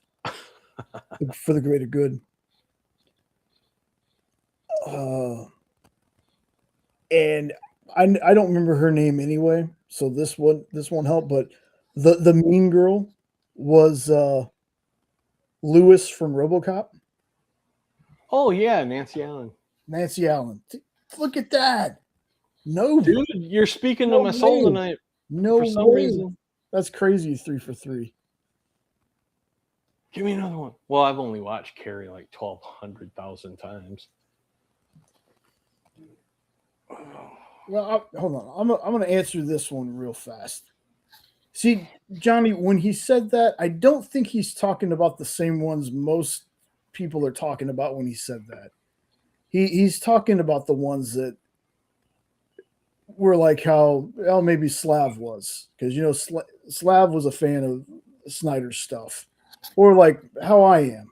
I'm a fan of Snyder's stuff. I would never go so far as to some of the other folks out here that, and if they see this and they decide to attack me, go for it. I don't care. I like the Snyder stuff. Snyder stuff is over. If they want to bring it back by way of comic books or animated stuff, I'm good with that. It doesn't have to be live action. If they decided for whatever reason, hey, we're going to do it in live action, absolutely, I'll take that. But going after people because you didn't get your way just isn't the thing to do, you know? That's just so old. It is. It gets tiring. And the other thing that I see is it feels like every time that somebody has a problem with something, it's always, well, this is going to drive the Snyder fans crazy. And my issue with that is it's not only people who love Snyder that don't like stuff that's going on right now. There are people that genuinely do not like Snyder, but also don't like Gunn at all. And they don't think either one of them is good for what's going on with the DC stuff. What I think the best part of all that crap is all that fighting and all that bickering and all that nonsense and all that stupidity. And Gunn and Snyder are friends in real life. Yeah. It's like, if they can be friends, why can't we like them both? Yeah. But I get the ones that go out and they bully people, and I have seen it. I have seen people go way too far with this stuff. And Johnny, I've seen these people go after you, and it's been way too far. So I get your, you know, the way that you feel about it. Like, I understand where you're coming from with that. I think though that we live in an age now that especially when you're in the spotlight like Snyder or like Gunn is, unfortunately, you have to be 1,000% on with what you say. Like, if I said people should be able to live their life however you want, I mean that, but I shouldn't have to put the caveat of, you know, if you're going to hurt people or hurt kids or anything like that. You should just know that I mean that, you know, good people should be able to live their life how they want. I shouldn't have to put a caveat. And for me, Snyder saying something about my fans aren't toxic, he could have said, except for the toxic ones. I mean, he has called out toxic people on his side before, but I don't know. It feels like, just like when Gunn's on under the microscope, everything that he says, people have to like dissect it and pick it apart. Mm-hmm. It's just, if it's not you, it's not you. You know, if he's got the toxic fans out there, and there's toxicity on all sides, and that's the horrible part about it. This is already a hard enough hobby to be into. Yep. And I'm not just talking the movies. The movies, you know, the movies are the movies. This is a hard enough thing to be into without all the infighting we've had lately with anything. Like, you said you've said yourself before, you're just not a Snyder fan, and that's cool. That is totally fine with me. I don't berate you for not liking Snyder, and I don't think anyone should berate anyone because they don't like a. Well, then I guess I'm Toxic from Toxic Avengers, Kyle, because I'm a fan. But there are those ones that take it too far. And again, I am not a fan that thinks, oh, well, we shouldn't have anything because we're not getting this. No, I want my movies. I don't care who's directing them. I don't care who's in charge. Just make them good. Make them entertaining. That's all I want. I don't care who has them. It does not matter one little bit to me who's in charge of DC. If it ends up these new folks decide they want to boot out Gunn, okay, don't care. I like Gunn, but if they want to bring in somebody else, they'll bring in somebody else. Mm-hmm. Bullies are bullies. Yeah. I mean, they have just as much right to like that movie as much as you hate it. Yeah. And just let them hate it, and you like it, and let it go. Yeah. It's just, it gets old. It does. Like the fans are more divided because, again, it's sometimes they take what people say, whether it's Gunn or Snyder, and I'm talking DC fan base. We're just going to take the DC fan base for right now. They're going to take what they say, dissect it, hear what they want. You can watch two different podcasters, two different YouTube people talk about the same exact thing, and it's completely different. Completely different views on it, especially because, oh, well, I don't know if it's something I did or what, but I can't see the chat anymore. oh, I took it off earlier. Because you're like reading all these messages, and I'm like, I'm not seeing I took it off. Oh, okay. Well, I'm a fan. I like Zack Snyder. I like what he does. Like, again, it's, to me, him and Gunn are the same side of, or two sides of the same coin. They just do, one of them does things that certain people like, and one of them does things that no matter what he does, people are going to hate it.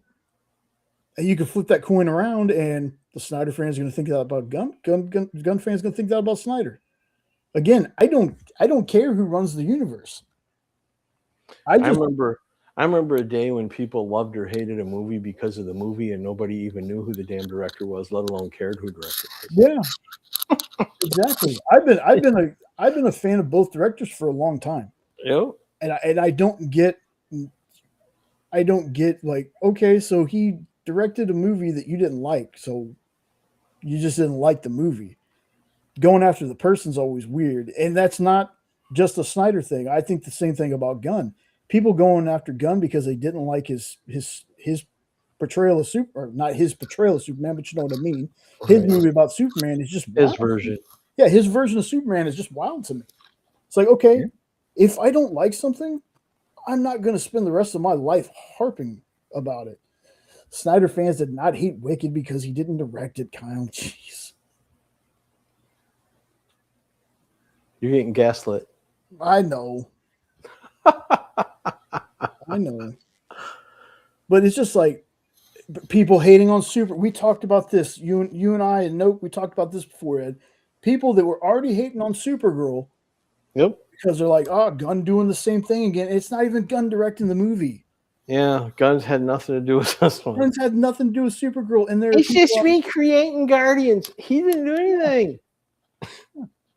And no, 100%, Johnny, because I'm the same way.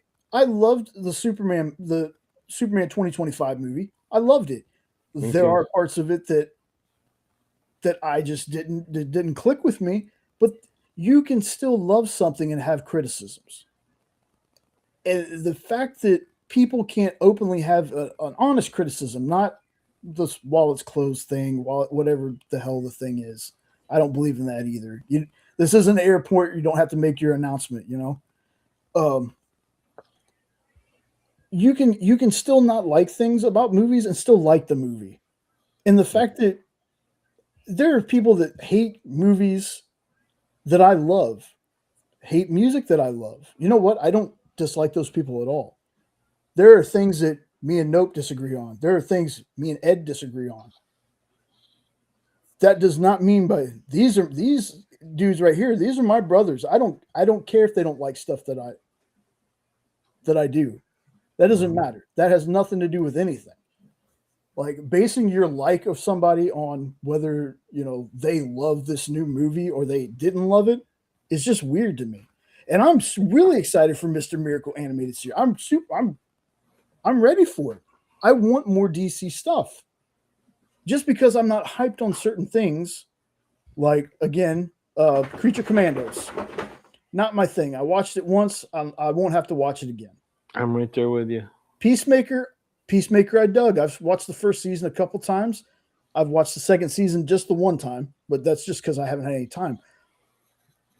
I like this stuff. Trust me, having the weird humor and the disgusting humor is kind of like my thing. That's Yep. yeah, and Kyle, that's 100% my point. I love Cavill. But even Cavill wasn't my favorite Superman. Like, Corn Sweat was fantastic. He was fantastic. And there's so many. Hey, what's up, Sean? The internet's imaginary friend. There are so many people. It drives me nuts. Corn Sweat will not be the last Superman that's ever been on screen. Henry Cavill wasn't the end-all be-all of Superman. He's one of a long list of awesome folks, or just any folks that have portrayed the character. Like, that's like being mad and being like, and I can't remember the radio guy's name. I think it was Bud something, the guy who voiced him in the radio. That's like being like, well, that's not my Superman because it's not Bud. Or that's not my Superman because it's not this guy or this guy. If it's not your Superman, then it's not your Superman. Let it be somebody else's. If you don't like David Corn Sweat Superman, stop trying to make people who love him not like him, because it's not going to work. It's not going to work. I'll catch a lot of hate over this, but Corn Sweat is now my new favorite movie, Superman. And before that, it was Brandon. And I got a lot of hate for that too, because I love Brandon's version of Superman. I just didn't like the little tiny shield. It looked awkward. It should have been bigger. No, I got you. And I still think that they really redeemed, like, and I love Superman Returns and Brandon Routh and all that. But when he walked out in that Kingdom Come suit and that crossover, that was awesome. That was, and he needed that. Yeah, and I ain't gonna try to change your mind on the Jesse Eisenberg, Nicholas Hoult. Nicholas Hoult was a much better Lex than Jesse Eisenberg was. Hold on just a second. Something else. Up, buddy. Did you get rid of your pooches? Yeah, that's what was going on. They had a little bit of a delay in their flight. You're really quiet, brother. Your mic is like really toned down or something. Hold on. I bet you know what's going on.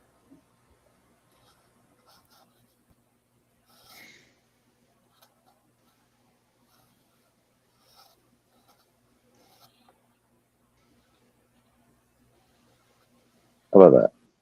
There you go. That's a lot better. Maybe that's better. Yep, that's a lot better. The other one, it sounded like you were 50 feet away. And it probably was. It was probably going off the camera microphone. But they were waiting on their plane up there in Iceland. And apparently needed brake work. So, kind of important. They're a little bit behind, but not too late. So, back down. So now you can finally get working on your recycler. Yeah, right. Have a little bit more extra time. I had the dog's bath. That's probably covered in slobber from the other dogs. How much they play. Lovely. Right. Okay, guys, I'm done stealing him. I had family drama tea to spill. Hey, you already made me cry once today. Go do your work. Hey, if that wasn't, I am really sorry. No, you don't need to be sorry. Go take a shower. Well, okay, so for everybody, the city of Houston and our part of Texas, we got a notice that this year we're supposed to look out for major hurricanes and major tornadoes. And for some reason, that kicked off on TikTok about the 2013 El Reno. Is that right, Nick? Yep. Is that right, Ed? Yep. Yes, ma'am. And how it was like it was what, 3 miles wide? At its widest point, it measured 3 miles. And the widest ever measured. On the outside, we're actually faster than the inside. and it was Yep. like one of the worst hurricanes on records, or not hurricane, sorry, tornado on record. Yep. Okay. But they also said that last year was going to be the most active hurricane season in the Gulf that we've had in forever, and there were 0. So take it with a grain of salt. That's true. Hmm. You're right. Okay. But yeah, we talked about tornadoes. Yeah, for quite a while, actually. It was fun. It was a lot of fun. I learned, like, they called it God's finger. Yep. And the then finger of God. the other thing I learned about was something called the dancing twins or something. Dancing. Yep, the twins. Yep. And then it's like they look like they're dancing. And then I also learned about the one where it's a single small spiral that looks like it's dancing. Did you see the walking twins? Yes, I did. Yeah. I looked it up. I can do tornado weather talk all night, so we got to walk lightly here. We talked for almost an hour while I was packing up the first bookshelf. It was great. I loved it. It's been a long time since I got to talk about Tim and that night. So Yeah. Which I Don't be meant to sorry. bring up to Jay if you wanted to talk about them tonight. I think I sent Jay the picture that you sent me. Not the bad one, the good one. Oh, with the GPS? Yeah, the GPS. I actually sent that. I ended up talking to Kyle for a minute about, kinds of things. And I was like, how did they do that? I just sent it to you again, just in case on Messenger. Speaking of that real fast, let me cut you off. Black suit wasn't the healing suit, but the suit was dope. Now going back to the Superman, hating the Superman because it wasn't just another guy. Yes, but that wasn't just Snyder fans that didn't like Corn Sweat. That's the issue that I'm having is anything against Superman or the DC stuff. It's always Zack Snyder fans don't like it. I know people in our chat that aren't Snyder fans that didn't like the Superman movie at all, and they're not Snyder fans either. That's my main issue with what's going on. Is everything is Snyder fans losing their minds, blah blah blah. It's just using the scapegoaty thing. It is my issue with that.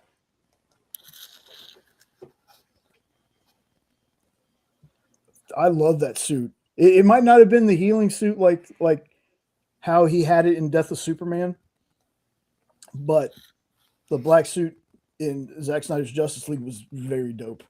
I really dug it. Dude, in that scene in Zack Snyder, not impressed. Mm-hmm. I love that. Yes. You guys have a good night. I'm finally going to shower. Okay. Love you too.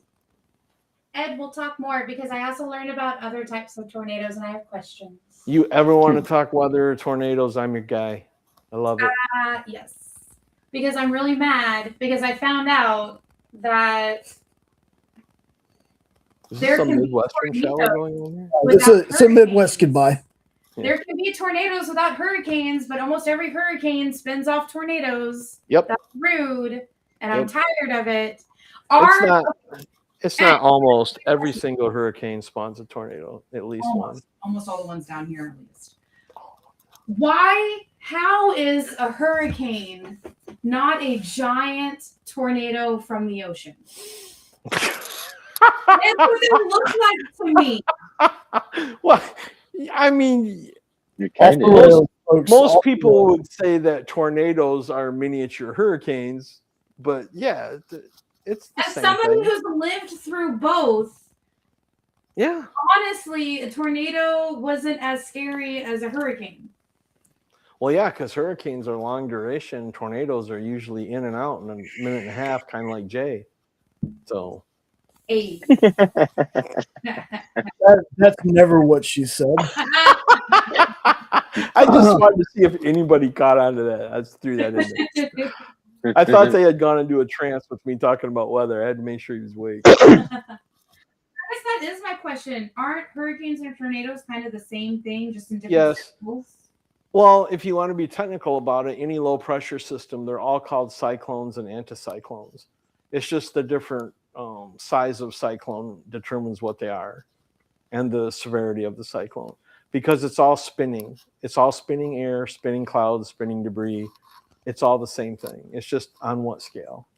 Okay. Like I told you, that El Reno, when it took off and went 3 miles wide, it looked like a tornado or a hurricane over land. Like the pictures I saw of it, I thought it was a hurricane. Mm-hmm. I had never seen one that impressive.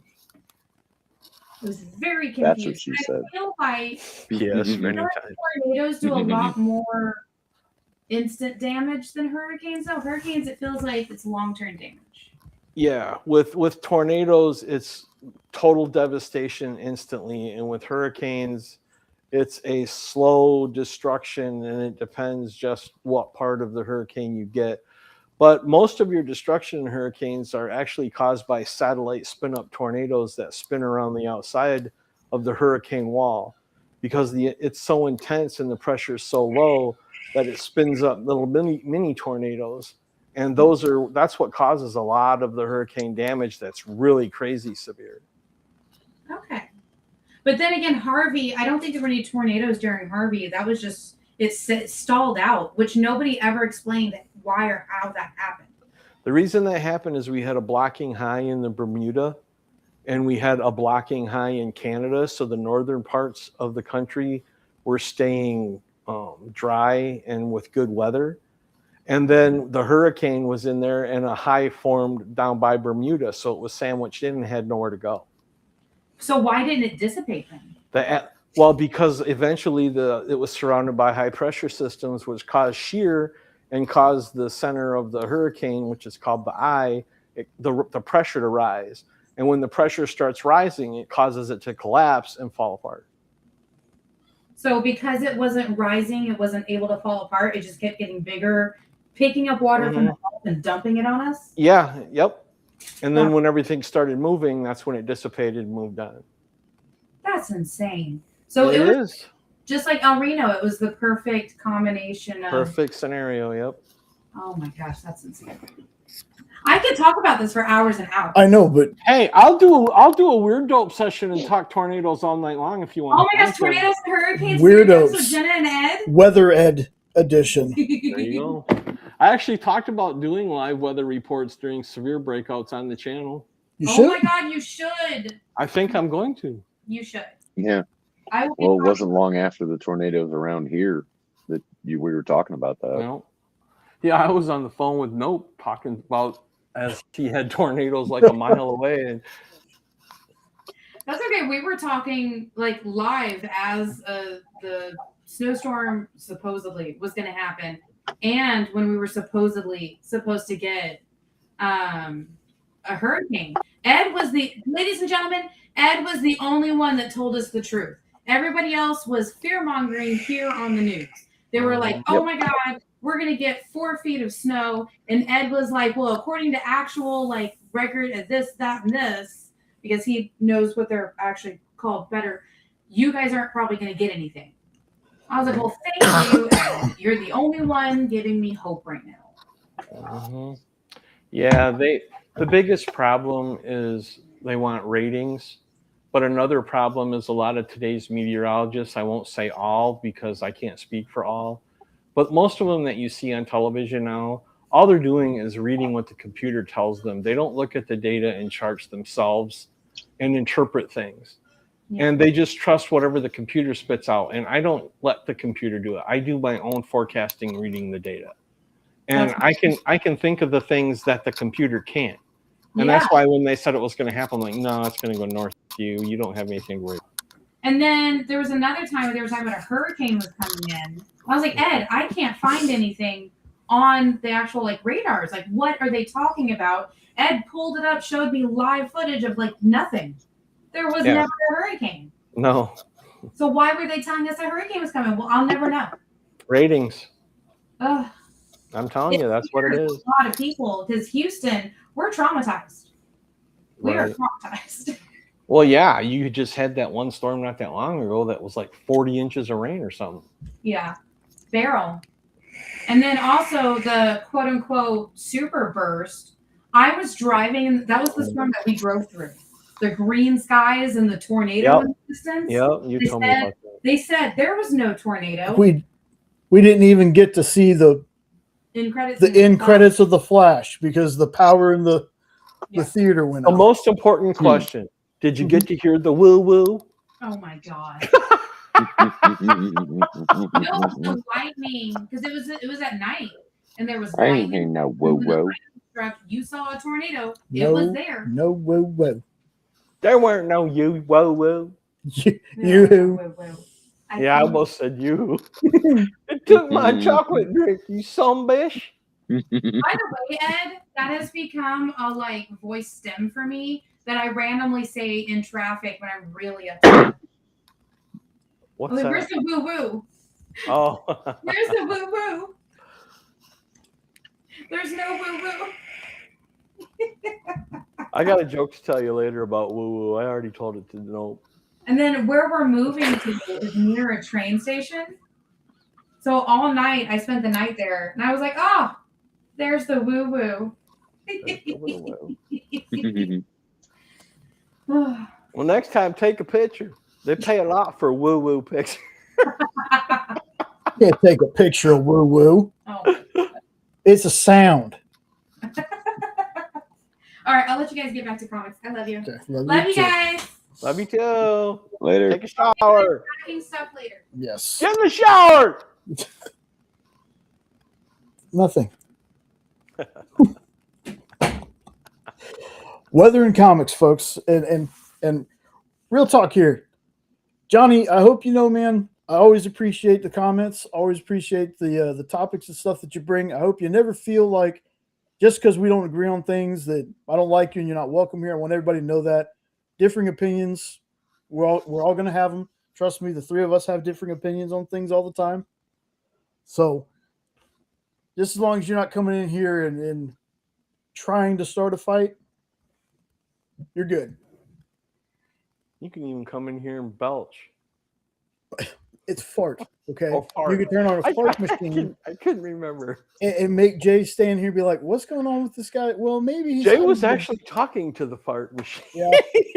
That was the best part. Folks, I got trolled because somebody from the chat that I didn't know, and I will never make this mistake again.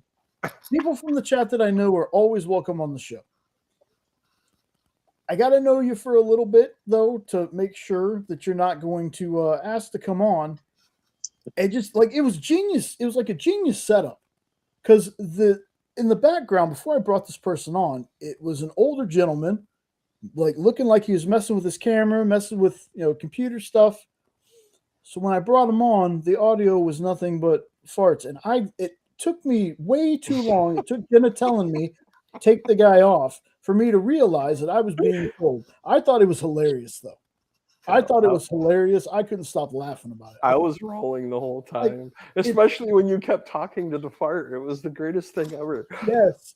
I thought there was a problem with the audio for some reason. It wasn't clicking in my brain that this maniacal genius that had trolled my show did something like that. Like, kudos to him, man. I can't be mad at it. Like, what was that? Was that the Mad Gasser or something? Nope. Earlier today that you found the superhero or something.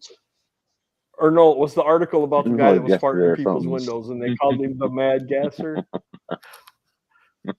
I had dumbass create a picture of the Mad Gasser and I sent it to Nope. It was great. That's wild, man. That's wild. That's the last time I would be trolled like this. I have to actually at least know who you are chat wise for a little bit before I just randomly bring people on the show anymore.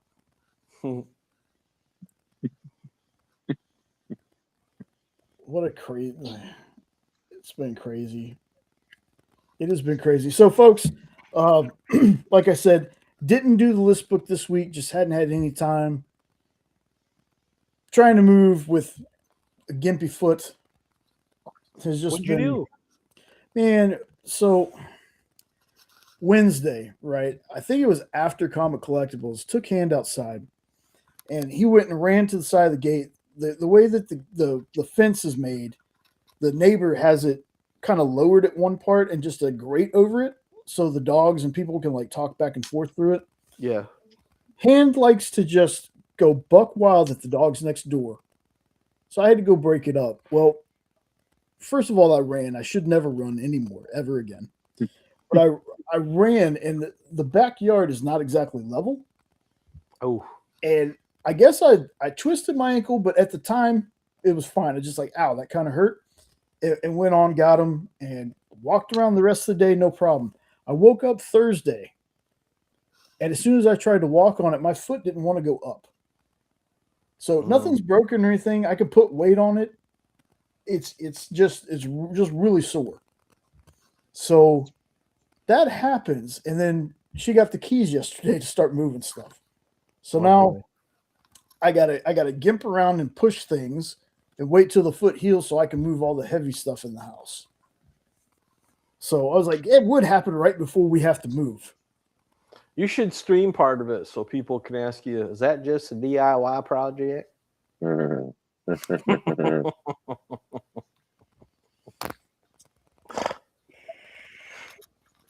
Sorry, I'm in a good mood tonight. Good. I'm glad you're in a good mood. But I am up to, let me double check. So I don't know what happened, but I released a short the other day. It was 5 best comics with talking weapons. Didn't do anything for about 2 or 3 days, and then today just randomly shot up. So that was awesome. But as of today, I am. Now, last couple of days, I've only done one comic, but it's been one comic a day. I am up to 191 books, I believe, for the year so far. Nice. Now, that's not including books I read for the list, because like I said, those don't count until after I talk about them on the show. After that, anything I read after, then I'll add to what I've been reading. So technically, it's been more. That's like an average of 3 comics a day, man. Yeah. I'm sticking to, I'm like, I haven't read anything because we've been binging the hell out of that show. yeah. No, I get you. I was like, this is the thing, because I love reading comics. I really do, but there's sometimes I need some kind of motivation. It's one of those, it's almost like exercising. Don't ever want to exercise. The minute you start, though, you're good. It's just getting started. So when I did this resolution spun from me doing the list books to make sure that I'm reading books that I've been wanting to read. So then I was like, well, you know what? At least one comic, or in some cases 11 in the same day. At least one comic a day for the entire year. So I'm really curious to see how many books I end up reading by the time we get to the New Year's Eve show of what we're doing here. Was that 11 your sick tick thing that you went through? No, it was actually I talked about it a little bit earlier. When we did the review show with the 4 of us, we read The Sacrificers. Now, while I wasn't like, I don't like this comic at all or anything, it was kind of a little too slow for me. I have this thing where I give a book at least 3 issues. Well, by the time I got to the 2nd issue of Sacrificers, it had already started sucking me in. And before I knew it, I was on like issue 11. And I messaged Nope. I was like, dude, you were right. This book is actually really freaking good. You just got to get past it. For me, you just got to get past that first issue. If the first issue isn't for you, you just got to get to that 2nd issue. Because once it starts going and you find out what the story is really about, it's almost a Soylent Green kind of thing going on there. It's almost like there was just too much stuff to put in the first issue. Yeah. That, to get all of it, you need to get through the end of the 2nd one. Yes. To really make a judgment on whether or not you want to keep going. Yeah, because like I said, by the time I got through the 2nd issue, I was like, okay, this is getting better. Got to the 3rd issue, I was in all the way. And then like I said, I think I was reading before work or something. I was like, okay, I got to stop because I got to work here in a minute. So that one is definitely one of those. It surprised me. It turned around for me. Like I was gonna read eventually the 3 issues of it, but the first one just was like, I don't know if it's exactly for me. Like it's not bad, but there wasn't anything really that pulled me into it. But sometimes you got to be in a mood too. Yeah. Certain headspace for certain books. after that, I couldn't stop. Like I had to make myself stop reading it when I got to issue 11. I was like, okay, I got to stop. There's been some great books that have come out in 2026 already. Yeah. But my favorite one, People Just Snark, came out just last week. I love that stupid cocaine hippopotamus, whatever it is. I've read that thing like 3 times already. I love it. It just, that humor speaks to me. And there's got to be a cocaine bear hippo. There has to be. It has to happen. No, and like I said when I talked about it, it's not that I didn't like the book. My thing that was getting to me was I didn't understand how it blew up like those other 2 books Right, did. yeah, for sure. Like, it was a good book. It was a fun read, don't get me wrong. But the fact that, again, it's already sold out and gone to second print, I was just like, out of those 3 books, that's the one that I would have never guessed was going to do that. Right. But again, it was fun. Trust me, one of my favorite parts was the same thing Robbie said, because they talked about that book on their review show too, is the scene with the soldiers going in, being like, I'm going to, propose to my girl. And have you seen pictures of my kids? And the guy at the end is like, we'll be okay. We have what did he say? We'll be fine. Be careful. We have everything to live for, something like that. And then just randomly shouting out like karate and using another person as a zip line. I mean, like it was absurd and funny. Just, I couldn't believe how it just blew up like that. Me either. But it's fun. Like if you're into absurd, just super meta. It was super meta too. Like you're into that stuff. The Florida hippopotamus cocaine massacre from Mad Cave, folks. Check that out. They're doing lines during the attack. That's the best part. I can save the world with this. Never mind, just dump it over the edge to the hippos. Oh. Now, really waiting to see the next Dork issue to see if it's still. If I know I'm going to enjoy it because I enjoy Brett Bean's work and I enjoyed the first one immensely. White Sky I really liked, but again I need some more issues with that one.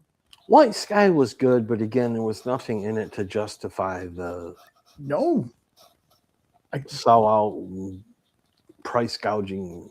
Yeah. I mean, it was okay. It ain't no $50 book, but it's okay. No, exactly. Like I said, when it comes to Dork and some of these other books that are just, I'll wait till I can get a reasonable print. Or if I like it that much, I'll just wait till it gets traded, and I'll just get the hardcover, the trade, or whatever.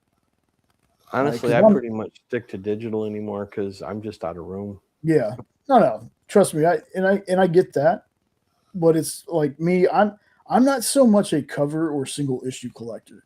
Like I'll get 2 or 3 issues, and if I dig something, I'll just do trades from then on out. Just because. If I see a cover that has anything to do with Universal Monsters or Halloween, I buy it. I don't care what the story is. I even have the Care Bears Halloween because it was a Halloween book. I don't care. I just want to read it because I love Halloween. Yeah. Oh, like I said, dude, look, if one thing that I have, and again, this is a Superman #1, okay? One thing that I've done cover-wise, this is like kind of my only cover thing, is all the different versions of Action Comics #1.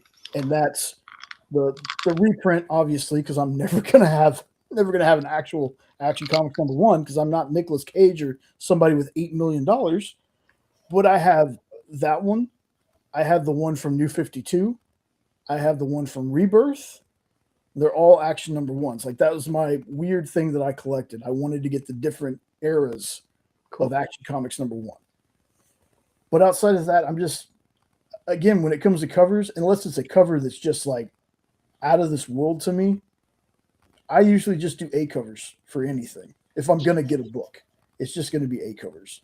The only non-indie books that I actually purchase these days are if Black Cat's on the cover. And I like the cover because I love Black Cat. Yeah. If I see a gorgeous Black Cat cover, I'm going to buy it, even though I don't have room for books. But, because I want to own it. Yeah. So. And the Universal Monsters, like the Mark Spears stuff that he put out. I love those covers. But like we said, it's not the greatest story in the world, but I love the covers of the Universal Monsters just because the Universal Monsters don't get any love anymore. True, and I'm glad that you brought up Mark Spears, because I want to say this, because I didn't say this last time, and I hope it was kind of implied, and I hope it kind of got across to people. I didn't like the book. I'm not a big fan of the art. That in by no way, shape, or form means that I don't want people to enjoy this book if they enjoy it. I want That's to how make, I took it. like, I love the fact that, yeah, I know you. I love the fact that Mark Spears blew up. I love that. I love that for him. Even if I'm not into it, anybody who gets into this business and has been trying for years and gets a break like that, hell yeah. That's all. I don't have to enjoy their art to be happy for the fact that he's doing so well. Like, I love hearing about him going to cons and just having lines wrapped around buildings. I love that for him. So just know that even if I'm not a fan of the art myself, in no way, shape, or form means that I don't like. I hope the guy fails or anything. Like, I just want to make that. I just want to make that clear. It's not for me, but I'm so happy that the guy is just like incredibly hot right now. Like, that's awesome. What What cracks me up is that the people who are been bitching in the last couple of years about digital art and AI art are all over this Mark Spear stuff. And I'm like, I hate to tell you people, but look at those pictures. That's digital. That's not done with a pen and a pencil. Yeah. From what we've been told, yes, you're 100% right that it's digital. Mm-hmm. Mark draws it out and then does a 3D mapping or something in the computer and colors it that way. Because there are a lot of people that they thought 100% it was just AI stuff. Like, well, he draws it out first, and then he uploads a 3D model. That's what I meant to say, and that's how he colors it. Mm-hmm. Now, the art might not be for me, but I do like the colors he uses for some of the things sometimes. Like, I like interesting colors on comics, like the Wonder Woman annual that just came out. That weird, I know, pink highlighter things sometimes, but the pink and green on that cover work so well for me. Like, the cover looks dope. When you say you don't care for Mark Spears art, are you talking about just the interiors, or you don't like the covers either? I don't. Because the covers are amazing. I'm not a big fan of the covers either. Oh, okay. But again, I'm happy that the dude's doing so well. Like, I'm happy somebody's giving Universal Monsters another try and putting a spin on it. Yeah. Try to get them going again. That's what I love. Because exactly. I grew up adoring the Universal Monsters, and now when you get laughed at, I mean, you still like those corny little things? Yeah, I do. Yeah. Again, and I'm pretty sure Mark isn't crying about one jagoff with a small channel saying how he doesn't like his art. Pretty sure he doesn't. He's not crying about it. But for me personally, it's like, I hope that when people see me talking about stuff I don't like, I explain that just because I don't like something, I'm never going to be that person to be like, you shouldn't buy that because I don't like it. Because that's dumb. Everybody should know that by now, Jay. I know, but that's how my brain is with things sometimes. I didn't think anything negative of it at all, and I'm the one that's been bragging about the covers. I had no problem with anything you said. But yeah, again though, it's kind of like there was something I talked about outside of Stranger Things. There was a book that something I really, really liked.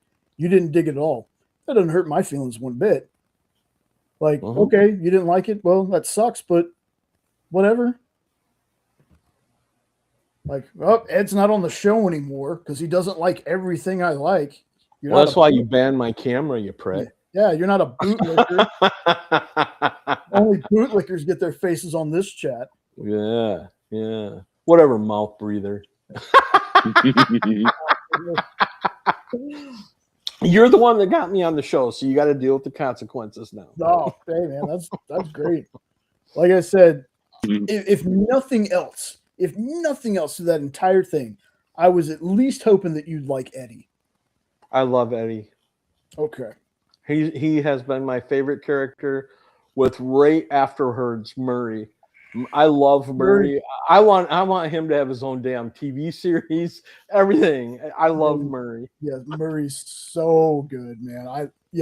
Those are two of And my when the teacher just came back and where we are watching, and Snookums, and he just would not let that go. He kept calling him Snookums because his wife came out in her bed said, "Guys, Snookums, is everything okay?" Yes. I love that because that's the kind of shit I do. Hi, Snookums, how you get? He cracks me up and calls himself Santa Claus. And he puts all that padding. He goes, "What if you're going to kidnap children? At least make them comfortable." I love that man. He absolutely cracks me up. Yes. And I have to admit it. I love Hopper, but I hated him in that Marvel movie. Yep. But I think Nope made a good point the other night. He's like, maybe if you just saw him in Stranger Things before, you would have caught the comedic aspect of it more instead of just hating the character. I'm like, you're probably right. I can't remember Hydra. Fancy. Yeah, fancy. Fancy. I can't remember who does the Stranger Things comics. I think they were Dark Horse. Dark Horse. So I was gonna say, so he's been in the Dark Horse universe kind of two different times because he was also Hellboy. So you got Hellboy, you got Hopper, then you have I confirm it was Dark Horse. Okay. It was then you have Alexia Marvel, but a lot of people don't remember that he was in Suicide Squad. Not the James Gunn one. The first one. He is the guy who says, "What if Superman came to the White House, ripped the roof on the building, ripped the roof off the building and kidnapped the president? How would we stop him?" That was him. He was the dude that made that speech in Suicide Squad. Never saw it. Such a minor character, but I was like, hey, he's also been in the DC universe now, or as well. So he's been in three different. And you're talking about Hopper? Yeah. Cool. Yeah. So he's been in three different comic book universes now. When you get settled in your new place, we're gonna have to have it doesn't have to be on here, but we're gonna have to have a Stranger Things conversation. Once I get the finale out of the way, and I need to do a rewatch of it. I've been wanting to ever since I finished it. I don't think you could pay me to watch season 2 and 3 again. I'm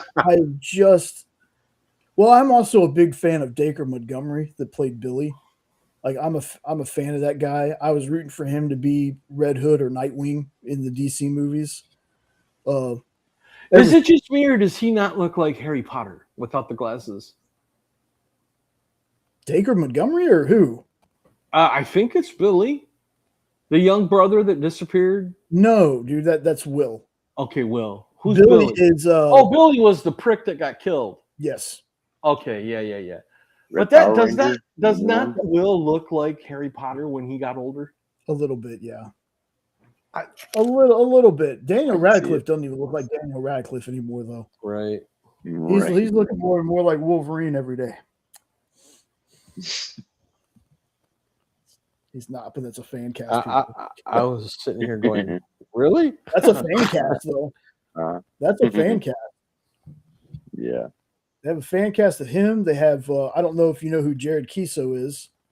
Jared Kiso, see, that's a show that I think, again, it's one of those I think Ed would like, but I don't know if he would. Letterkenny and Shoresy, just from all the crap talking. Have you ever seen Letterkenny or Shoresy? I haven't sat down and actually watched them, but I feel like I've watched a couple of shorts, seen some of the Amish episodes, but haven't actually watched full episodes. Wasn't that Jared Kiso? The name sounds familiar. Wasn't he in the legendary Godzilla movie? He kind of looks like a really young Matthew McConaughey with a beard, kind of. Or am I like way off? I'm trying to think of. The name sounds familiar, but He was in the Don Cherry movie. If you know who Don Cherry is. oh yeah, come on, man! I grew up in Michigan where we watch hockey all the time. He played Don Cherry in the The Grapes of Wrath. Yep. Or Wrath of But Grapes. I'm pretty sure he was in Legendary's Godzilla too, unless I'm totally remembering wrong. Is that the one that also had Bryan Cranston in it? Yeah. No, that was Aaron Taylor Johnson. You're gonna make me look it up. Kick-Ass, Kraven the Hunter, Yeah. Quicksilver. All right, now I have to look it up. My mind is remembering him in that movie. You did not see that coming? He very well could have been in that movie, and I just missed him. He was in an episode of Smallville and never realized it. So, Yeah, he was in it. He was the jump master. okay. Yeah. It's been forever since I've seen that movie. So, Gotcha. when I think that movie, I think how That's another thing that just blows my mind, and I didn't mean to cut you off, but No, go ahead. Legendary did such an amazing job on the first Godzilla, and such an amazing job on Skull Island, and then they shit to bed in Godzilla versus Kong. How did that happen? That movie was terrible. Isn't there a sequel to that one too?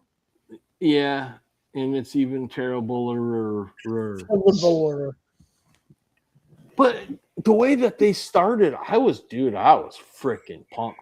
Skull Island is one of the best monster movies I've ever seen. If you've not seen it, please give it a try. Andy Serkis in that one? Yes. Okay. Yep. That's the one with ScarJo. So is Samuel Jackson. He's in it too. Yeah. Adam Brody. Yep, he's in it too. And Scarlett Johansson or somebody else? Ooh, I don't remember Scarlett Johansson. Or Margot Robbie. I'll tell you in a second.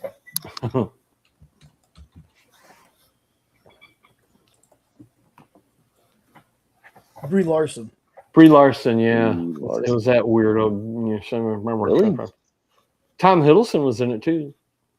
And so was like John Goodman. John C. And Reilly. John Riley was in it.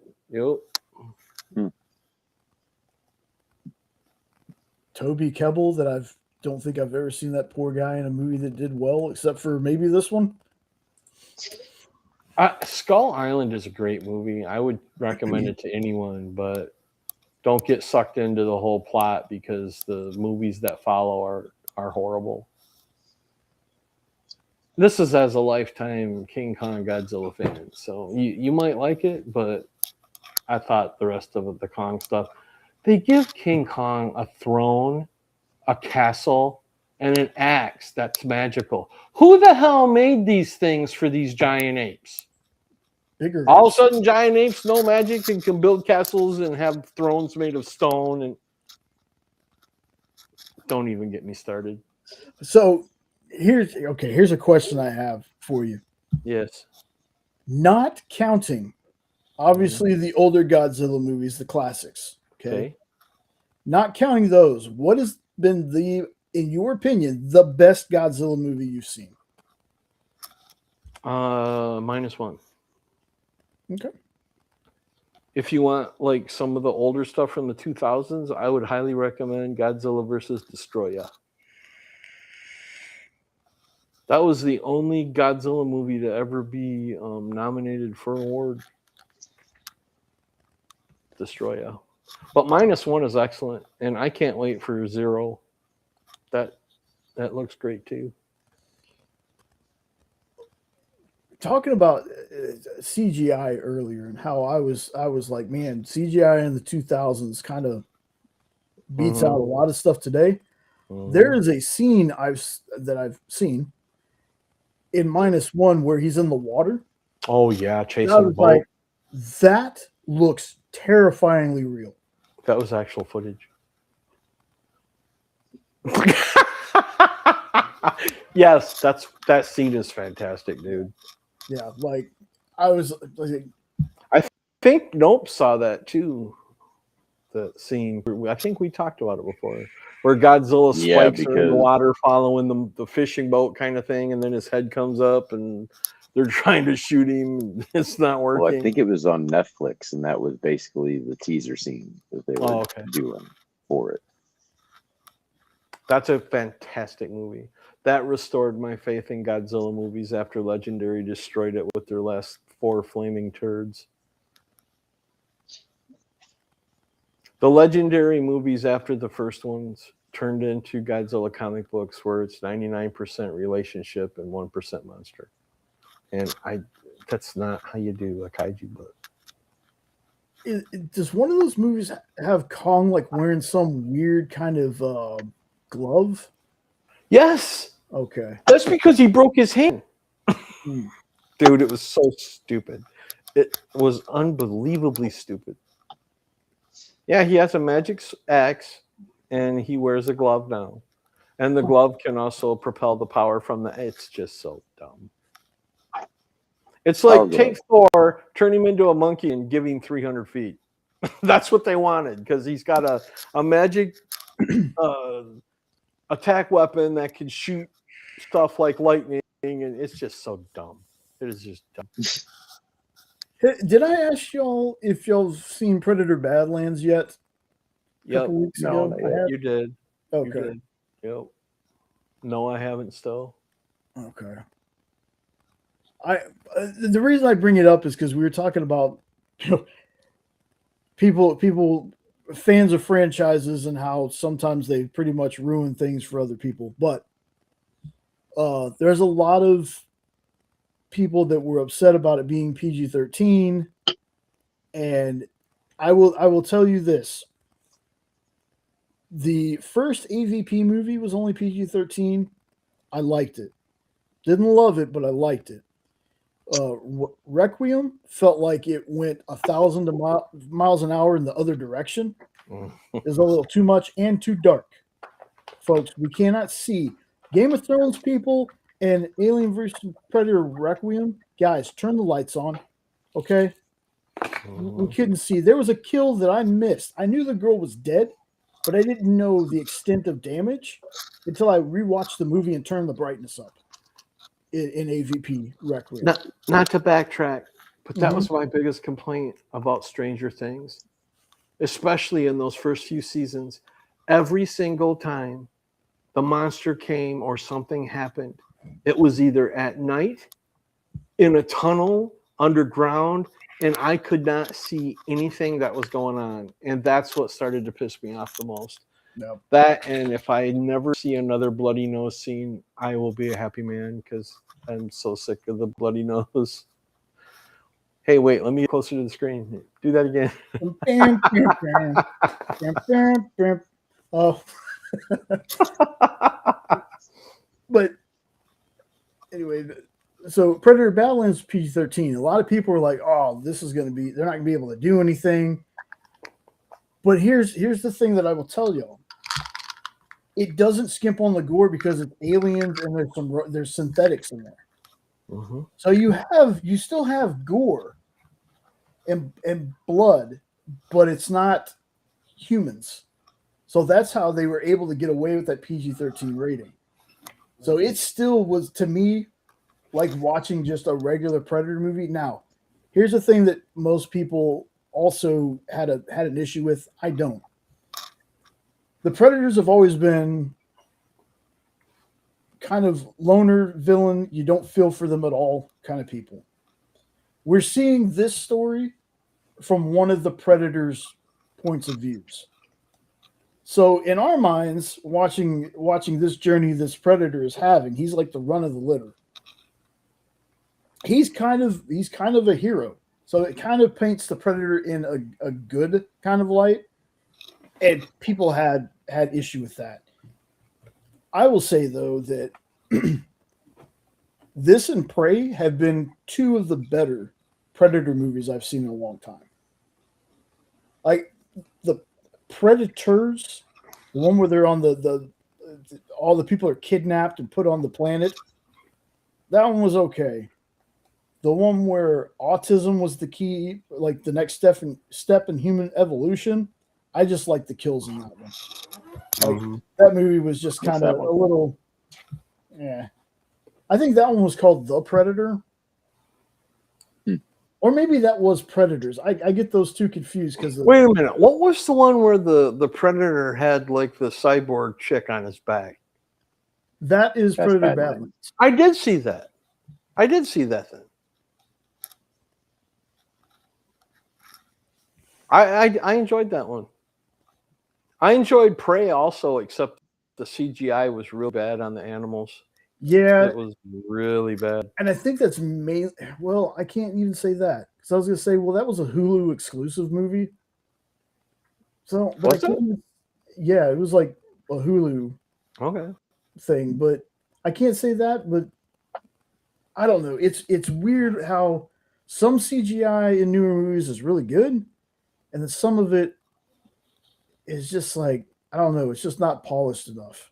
Dude, And when that lion is climbing that tree and when the predator is fighting that bear, it is the most fakey, cartoony, stupid looking thing. That's the worst CGI I've seen in a long time. But at least, thank God, they used practical effects for Predator. It was still a suit and it was still, thank God, because that CGI was terrible. The movie itself was not bad. I liked it. Right. But yeah, Can you Badlands see is good. Amber Mid Thunder clearly the whole time. Then I'm in. Yeah, that's true. That's true too. That reminds me, she was in that movie with because Jack Quaid kind of has definitely blown up since The Boys. That movie Novocaine, I have not watched it yet though. She's in that movie. Where he can't feel pain or something like that. Mm-hmm. Yeah, I remember seeing previews of that, but I haven't seen it yet. I need to watch that though because she's in that and she's also in that Legion show. Have either of you seen Ever The After? FX. The Three Little Pigs, Big Bad Wolf movie that came out in November of last year. Oh, Look it up. It's a trip. I was going to say the only Ever After movie I remember is the Drew Barrymore one. 98. Yeah. That's what's pulling up when you type it in. You know no, this is 2025. It's 2026, Ed. The movie, you dork.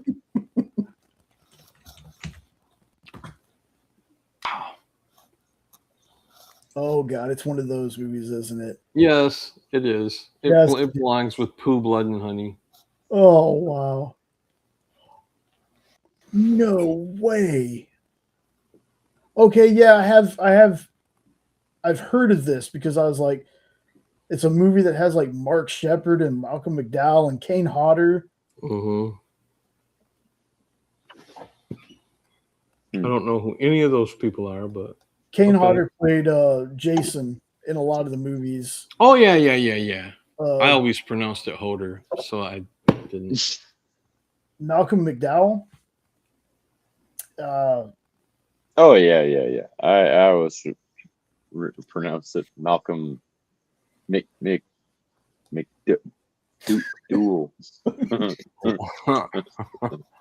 Okay. Was I think he played Dr. Oh my goodness, Halloween, Dr. Loomis. Dr. Loomis. He played Dr. Loomis in the Rob Zombie. Rob Zombie ones. And then Bonnie Aarons was the nun from the Conjuring movies.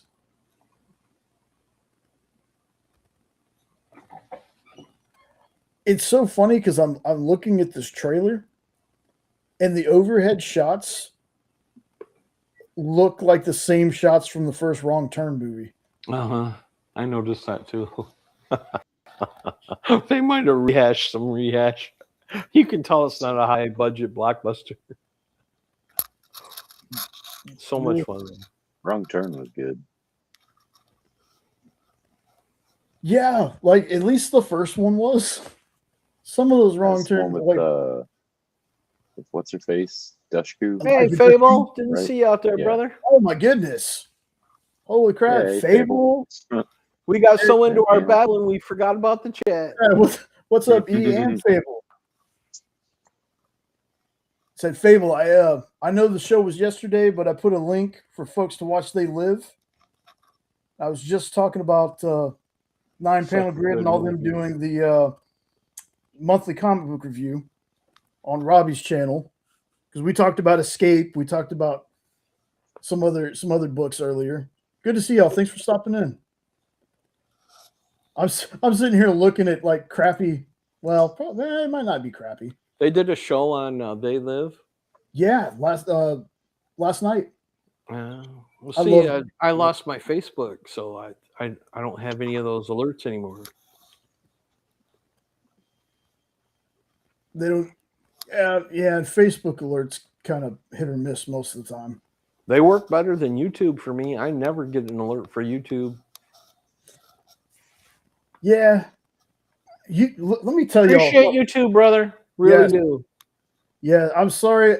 Like, trust me, dude. If I wouldn't have been working, that and Starship Troopers was two of them that I would have loved to been on. I wouldn't have provided anything new or fresh or outside of what anybody else was saying. But those two movies, I love them. Like Roddy Piper, Keith David in that movie, perfection. I love that movie so much. Me too. But I need to watch. I watched a little bit of it, but I gotta watch the rest of it. I started it, but if I wouldn't have been working last night, I would have. Oh, Anytime, Fable, I'd love that. yeah. Let's say so. What am I doing? So make sure, folks. I know some of you already have. Make sure, folks, we are streaming to not only Hydra Asylum's channel, but also Weirdo's channel. Make sure you drop them a like and a share and a sub if you haven't subbed yet. I can't believe that. And while these folks are in here, let me go ahead and grab 9-Panel Grid. That is our buddy Eric's YouTube channel. Does a lot of stuff with Stu from Dr. Doom's fan club and Nick from Comic Culture. They have their Ink and Insight show. Is that the Stu that's Kane's brother? Yeah. Oh, I didn't know that they had a show. Oh, yeah. Ink and Insights. I think they swap channels. Like sometimes they do it on 9-Panel Grid. Sometimes they do it on Stu's channel. That's usually Wednesday, I believe, for that one. And then and what's the name on 9-Panel? What's the name for 9-Panel Grid? What's his name? Oh, that's Eric. Oh, okay. Or E. I don't know that I know him. I might not. If you ever watched Robbie's, well, you've watched a lot of Robbie's stuff. Oh, yeah. Trying to describe him in the nicest way possible, because it always sounds weird when I say this, but he's the bald guy with glasses. I don't remember a bald guy with glasses, but okay. But he does that show with Stu, and on Sundays he has like his comic picks that he does. Like, I don't always get to like comment and watch everybody's videos, but I try to when I can. He's got a great list that he puts out every Sunday. I can't remember. Drops in the morning is what I from what I can remember. And then of course, you know, we got where's he? I mean that in the nicest way possible too, E. Trust me. Very, very soothing voice too. I'll throw that one in. His voice is very soothing. All right, now you're starting to creep me out a little.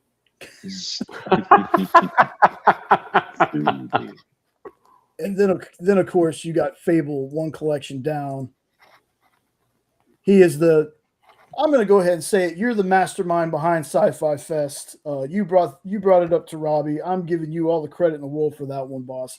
Great idea. I've always wished that there was like a sci-fi kind of, centric one, and that's perfect.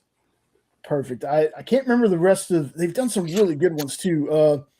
You got to do Robot Holocaust. I would love to see you guys do Robot Holocaust, and if you ever do, please invite me because I would love to be part of that panel. I have loved that movie for 40 years. What the ass, man? What the ass? Oh, that's a different one, but No, the blood worms. That makes me think the same thing.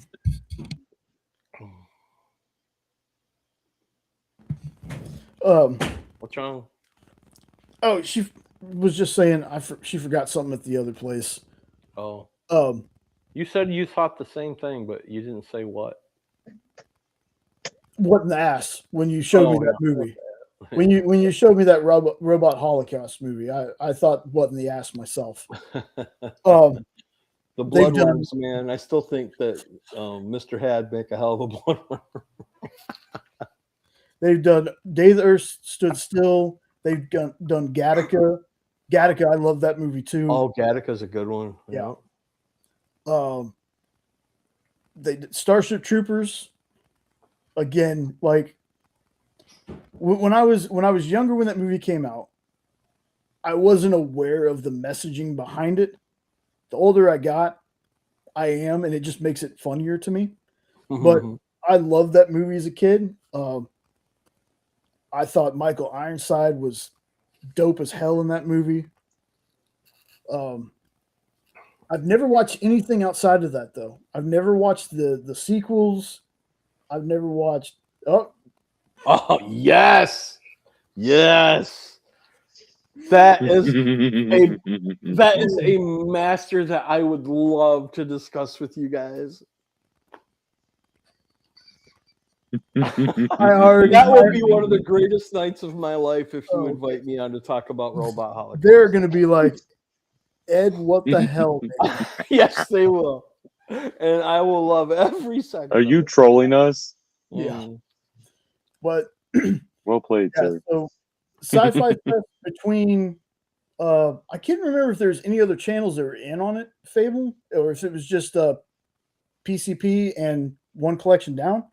But yeah, go back and watch all those folks. They covered some great movies. Like, hey, Phable, not to do a shameless plug, but if you go to our Weird Dopes channel, I actually did a movie review, just like a quickie on Robot Holocaust to give you an idea of what it is. So feel free to watch that and then decide. But I think you guys would love it. I know I would love to talk about it. Yeah, okay, it's just you and Robbie. Okay. I see this one expanding though, brother. I do. Like, I love the movie nights when I can watch them, but the sci-fi stuff y'all picked so far, been some good ones, man. I can't wait to see what y'all come up with for the next one. Even though this one, I think Friday was the last one y'all were doing. Again, I wasn't able to watch, so I didn't know if y'all had any more planned. But it's March, so y'all should be going into March Madness. So, you know what? I have messed up. I can see it now, folks. Hold on just a second. I have messed up the chat. Dun, dun, dun. Oh, you zoomed in. Yeah, I had it too zoomed in. There we go. That's right. March Madness starts next week. I just remember. I keep forgetting there's only 28 days this month. Oh, snap. Right? 28 days. Discuss some things there, Ed. What's that? It sounds like we need to discuss some things then. March Madness is coming. Oh, yeah. Get our brackets. Yeah, I forgot there was only 28 We days. should do like a live bracket show or something. That'd be fun. Hell yeah. I mean, I don't know sports, but I definitely Yay, watch sports. that. Yay, sports. Go past the blue line, put it in the goal, things. But it's also to do with like the hat you're wearing. Oh, college ball. Yeah. It's college. Yeah. Yeah, it's college basketball. I'm such So a dude. I'm such a phony. where When Jordan it comes played. To that, yeah, but I'm such a phony when it comes to that. I wear this because hometown. It's hometown stuff. Don't Right. watch basketball at all. But So you just root for the Tar Heels. That's all you do. yeah, like my baby They usually cousin do went pretty to good.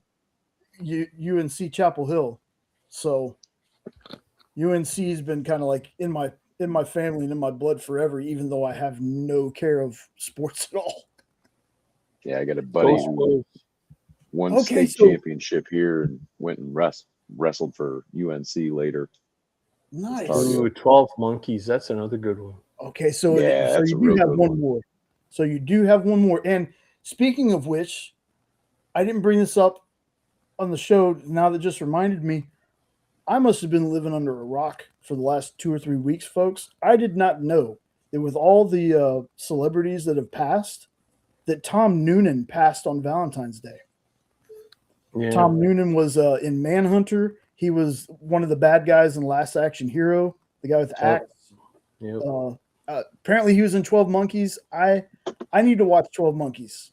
I don't know why I've never seen it, but or maybe I have and just don't remember. But so, yeah, so what was it like having Dwayne Johnson laying on you for the last 3 months? well, Did you smell what the Rock was cooking? I can't stand the smell of baby roll anymore. Oh, And that's hard to there's other lubricants you can use. He was a fan of baby oil. All right, that's the Rock smothered in baby oil. Okay. I'm getting nauseated. Plus, he's like 6'5", 6'6", so it was crushing.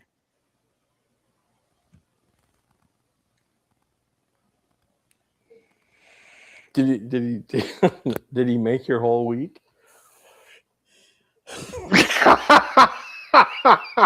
you can take that any way you like, my brother.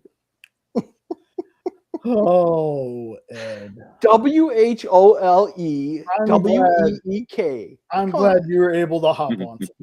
Well, that's good, as he swears at me under his breath. I'm always glad to be here. I love talking to you guys. You're my bros. Yep. My bros from different hoes. Although Nope and I have a theory that might not be true. We're going to have to trace our heritage back a little bit. Oh, that's hilarious. Distant cousins, at least. Twice Maybe. removed. The German side, maybe. Who knows? I think it might be. Yep. So, okay. So, folks in the chat, next week, next Friday, 9 Eastern, 8 Central, I believe. Phable, correct me if I'm wrong. I think it's 9 Eastern, 8 Central because that's when Friday Night Live starts. Make sure, folks, you stop by the channel, give him a thumbs up, tell him hello, give him a sub. He's getting up there in subs. Great, happy to see it.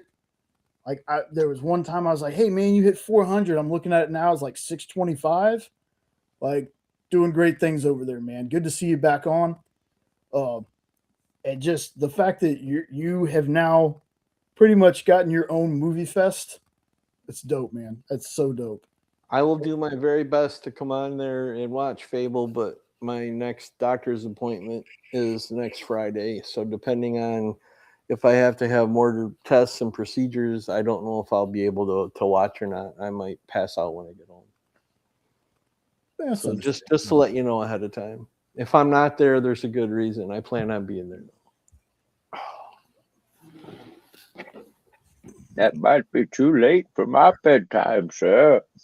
That's right. Well, if the doctor's putting fingers in places I don't want them, I might not want to, I'm just saying. Oh, so you just might be curled up in the shower, crying. Yeah. Yeah. Except I'd have to do it sitting in a chair because I can't bend over. I'm just trying to think of a place I wouldn't want a doctor to put their finger. I'm not thinking of it. Well, I don't mind if he checks the prostate, but I hate it when he goes for the tongue depressor right after. That's kind of gross. At least buy me dinner. I'm not into the centipede thing. You know, we don't do that. Buy me dinner. folks. Dang. Ugh. I'll take you to Taco Bell and then ring your bell and all that stuff. Yeah, why not? And folks, since I know also YouTube has switched everybody to their handles, just in case folks didn't know, I am Shields. That's Sean. Oh, well, I didn't know that. Yeah. And Hashtag who's I am Shields. Yeah. The reason I can always tell, like other than the fact that I know who it is, he's got the God Country as his the God Country cover as his avatar. Hey, Sean, didn't know it was you, brother. Hey, y'all, maybe by April we'll actually have Sean on one of these shows. Get out of here. I know. I don't make promises. Just saying there could be a slight possibility chance in a couple of months Sean might be able to get on the show. And You've we been might be able practicing to your magic, Shaunus reappearance and kind of stuff. Shaunus reappears. Yes, I know. She's right outside the door, and we're talking Poor about dog. Sean. Shaunus appears. He's like, you said Sean was here. I don't see him. Shut up. Hey. We can finally do another review show, and there's been so many freaking books I've wanted all of us to talk about. Well, just give me time to read them. Yes, as soon, like I said, we'll have plenty of time when I can find out when he can actually be on the show. Right. Like we would probably have a couple of months. We'll be talking about old books by the time Sean can get on. Which one? Shaunus reappears?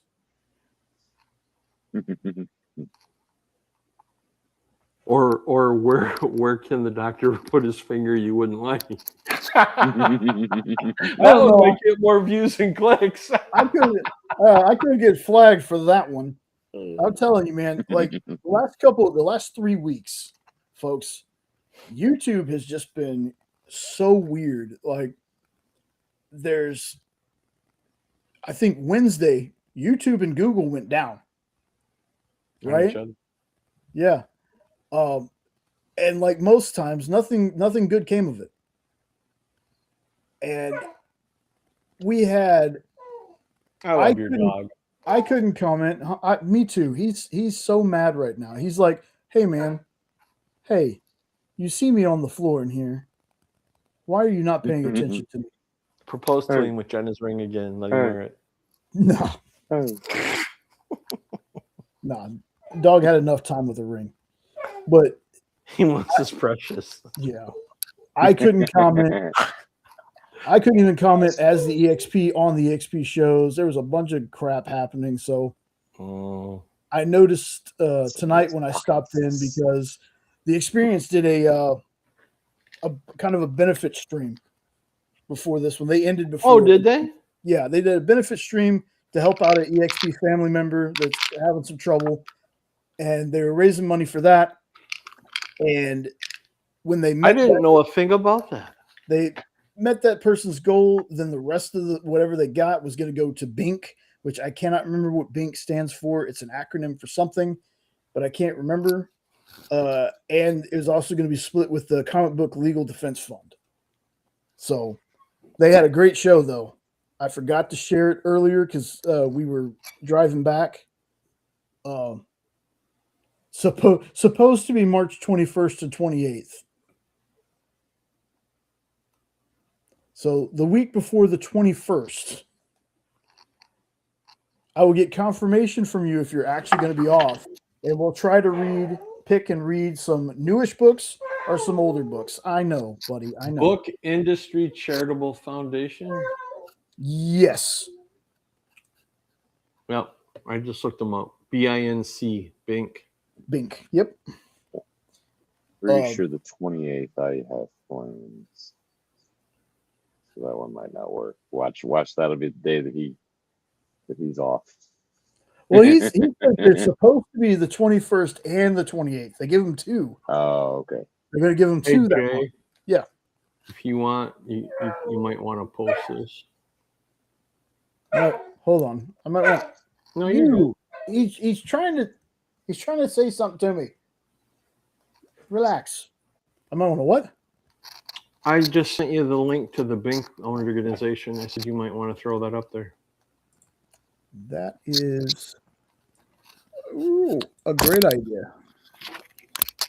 It says that they help comic writers and stuff pay their bills and live and stuff, their medical expenses.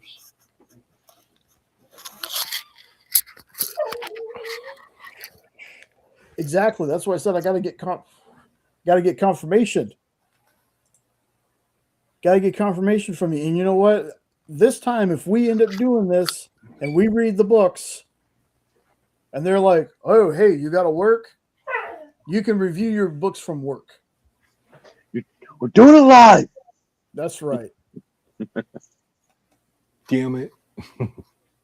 Yeah.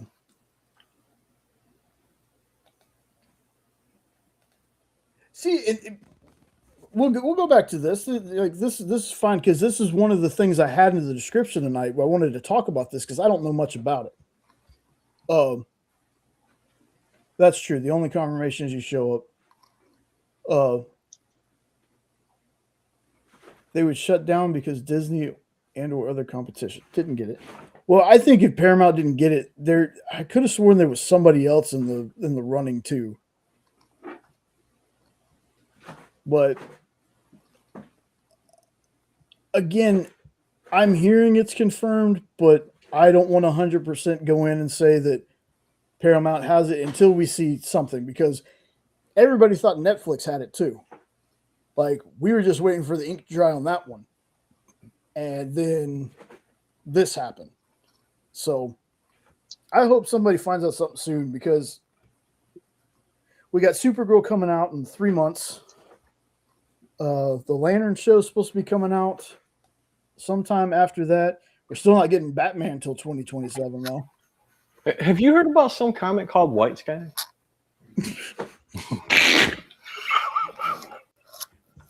I love you. No, what's that? I don't know, man. Sean I recommended heard it. Sean talking about it. Yeah. Comcast and Amazon. Yeah, but Sean, that's been a rumor since, like, I don't know, man. Since before the Superman movie came out. Yeah, I think if nothing else, he's gonna get a lot of this universe out, and then they'll decide what to do after that. I don't see him quitting.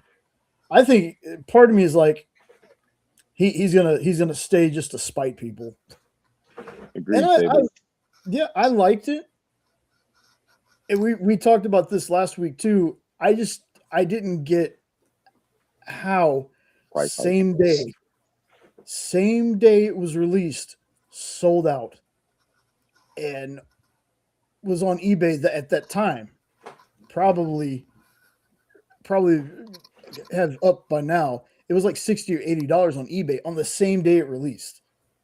Like, that's which is bullshit, which we already talked about last week. Yeah. Yeah. Okay.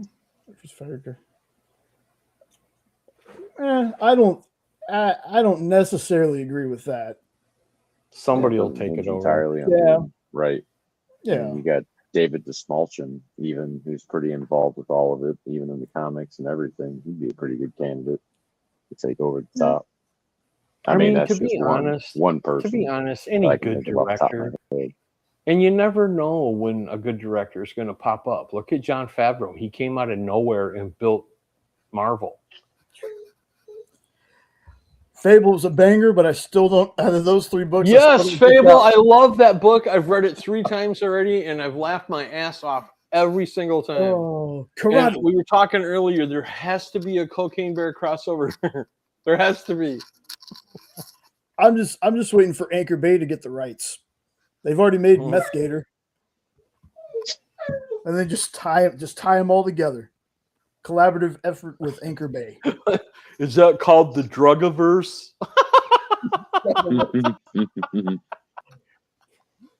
Into the Drugaverse, man.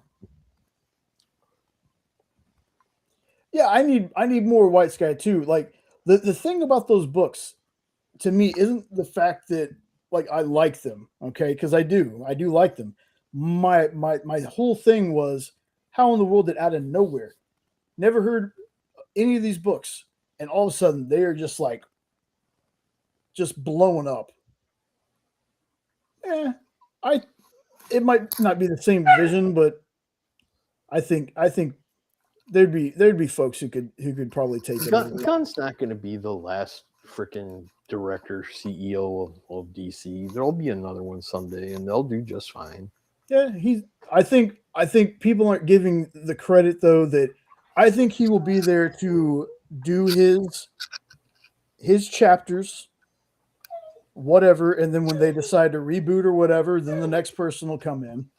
Like, I'm just saying, though, we've had how many Batman movies since the 80s compared to most of the other characters in the universe. Like he's their number one. Not to change subjects again, but we like tangents. Yeah. I'm going back to Stranger Things. I can't remember the name of Henry when he's the monster. Vecna. But tell me Vecna is not a Swamp Thing ripoff. Come on. He looks look just like Swamp Thing. Even the face and everything. And the vines that come on. Oh yeah. Come on. Come on.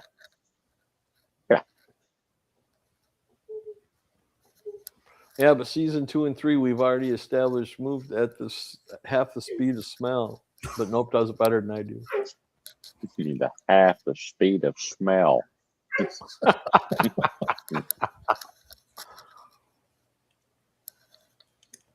There was a goose behind us, and he's like, "Go around, go around." I love Ron White. Sorry. Sean, haven't read the new Punisher #1. I just think, wow, we've had 3 Punisher runs. Like the Red Band one just ended, but we've had 3 different Punisher runs almost going on at the same time. Not to mention the Daredevil Punisher book that's out right now. Which Punisher Daredevil, I've always loved that kind of team up. Just the contrast of characters. So I haven't read that one yet. Yeah. Speaking of team ups, the Superman Spidey book that's coming out, is this going to be the DC one or the Marvel one? Shit. You know? I get them mixed up. I think me too. Superman, Spider-Man, DC comes out first. Then Spider-Man, Superman from Marvel comes out next. That comes out pretty soon, don't it? Isn't it March? I believe so. Might even be this next batch. Let me see. Man. Spider-Man. It's funny also that you say that. You say that, Johnny, because many years ago, when I was just doing test videos, when we were Triangle of Truth, I was doing test videos, wasn't it on YouTube. I had always said there should be a DC Studios. And I was like, put people in charge like Kevin Smith. Kevin Smith was one of them that I said. Because despite what some people think about Kevin Smith as a director, Kevin Smith is great at the comics. Now, I love Kevin Smith movies. I don't care what anybody says about that. But he is a fantastic comic book writer. And if you want to see a great adaptation of Kevin Smith's writing, watch the Masters of the Universe Revolutions cartoon. It is fan-damn-tastic. Came out a couple years ago. The comics were great, and that cartoon is great. Yep. Sean picked back up reading Something's Killing the Children.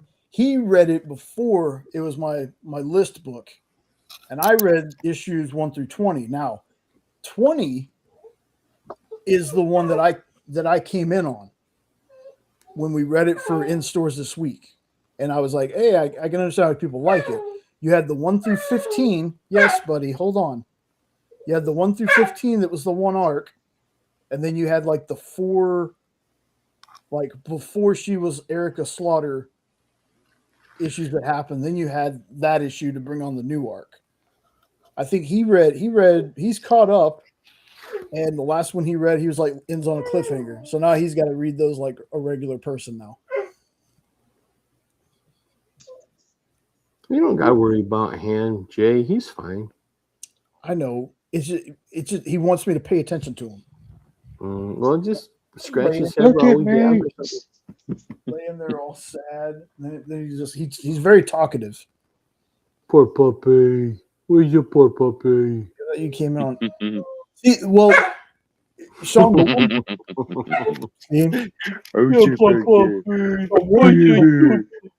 that I came in on, maybe it was 21, because the one I came in on was the young girl whose family just got killed. Yeah, now he's going to be even louder. Who's your good boy? Who's your good boy?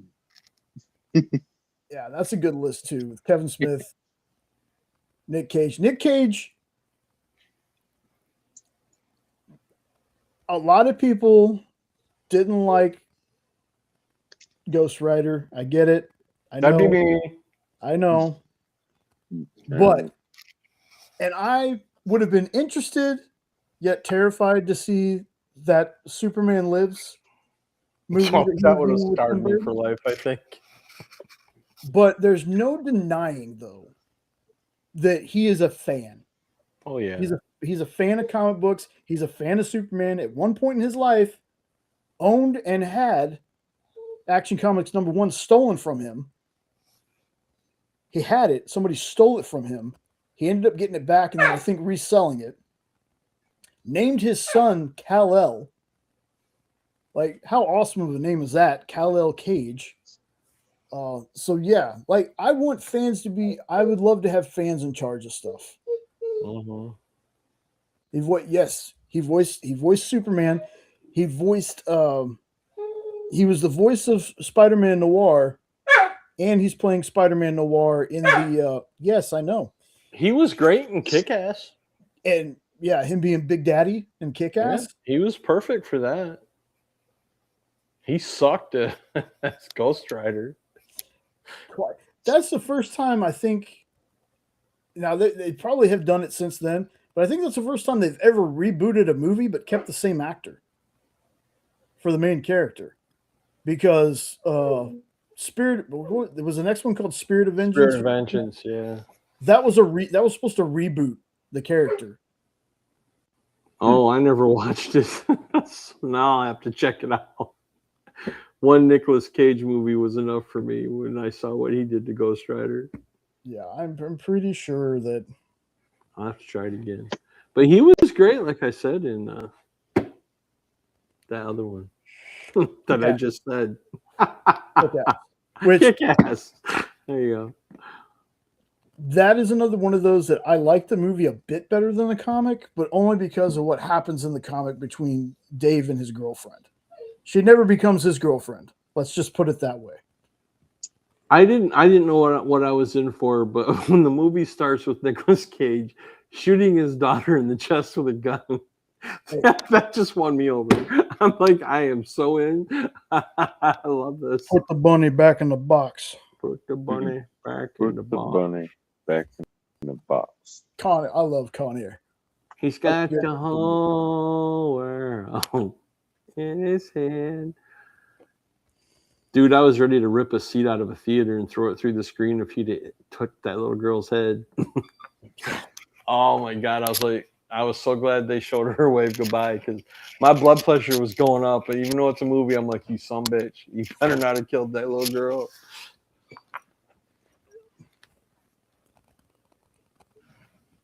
Right.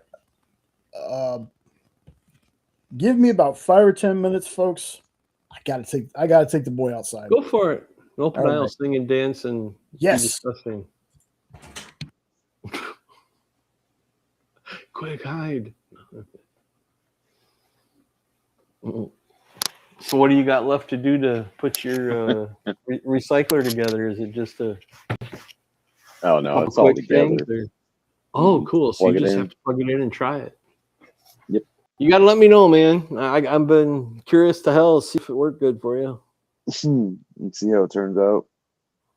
And how fast 'cause it does it. I got a shredder and all that all set up for it, but I haven't even tested that to see if that even works. So Cool. it'll be a combination of, does this work? Does this work? Does this work? Cool. Okay. Oh, all right, here we go. Cool. But yeah, we'll see. I still would like to think of a way to do some shows on your printing. I think that would be fun. You could talk about it. I could ask questions. I could show some of the stuff you made for me. I think it'd be fun. Yeah, You got to help me put that damn backpack, that battery pack in. Yeah, if that's even hoping that that's going to work out like a plan, but we'll see. Well, I hope so too. Now that your return window's closed. Oh well.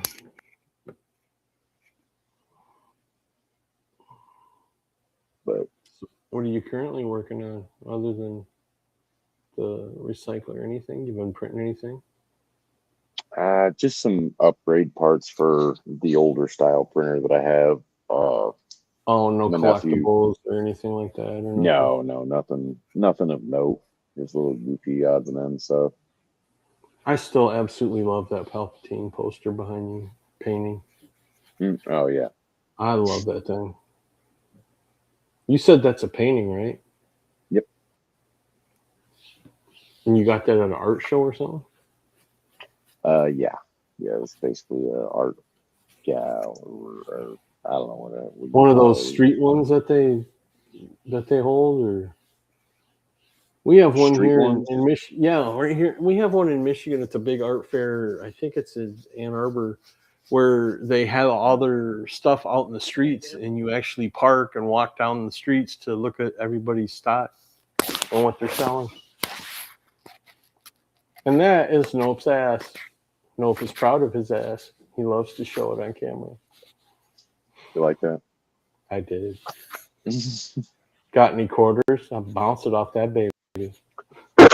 No, it was through something called Park West. So they basically go, and we originally seen it on a cruise ship. So they'll do all kinds of art displays and seminars and all that. Come down, buy these prints, for stupid amounts of money and whatnot. But if you buy things on a boat, sometimes they'll invite you to do these little weekend getaway kind of things, and then invite you along to do, another big auction weekend kind of thing where you're going to see all these different paintings, prints, all that. Some are original, some are, like I said, prints, but free alcohol, dinner, all that kind of stuff. Get you all sauced up, spend your money. Do you remember that? Remember that was one of them that we got. You remember that bit that Ron White does about coupons? Mm-hmm. That's the way the Ann Arbor Art Festival is. They don't accept money. You have to buy coupons to like buy your alcohols and stuff. Right, to where you're not walking around. I don't know why they do that, but okay. It's so there's no cash at the stands. So people aren't coming up and robbing the stands all the money. Gotcha. Right. Like, that makes sense. There's this fair that's been going on all day. They've been serving beer here. But they're still. Oh, I see.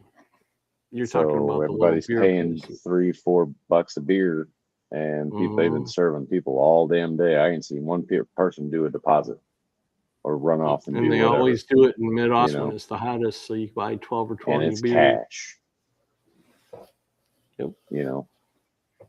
But that makes sense. I never really thought about it. Nobody's trying to roll the concession stands. They don't want to make their way they out don't of the steal your. They don't want to steal your coupons. Yep. Well, that's why they're going, cashless at all, like the sports stadiums and stuff.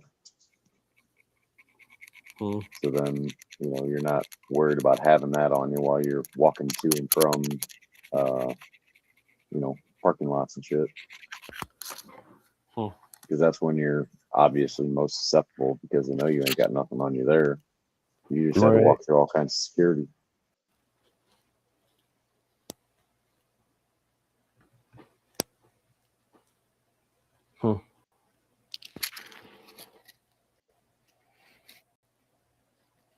Yeah. It's fun whenever you live in a crappy city that's got to be a thing that's on your mind. Yeah.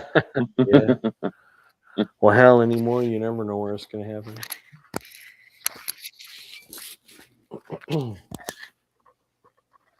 That's what I try to tell the wife and kid all the time. Be alert, be aware. I don't care if we live in the sticks. Be alert, be aware. No matter if you felt uncomfortable or haven't felt uncomfortable before, just right. And be if aware. you feel anything, trust your instincts and get the hell out of there. Yep. Don't mean be overthink scared. it. Just be aware. Right. Be aware. I want them to get their CPL. I've been offering to pay for it, and they haven't took me up on it. Yeah.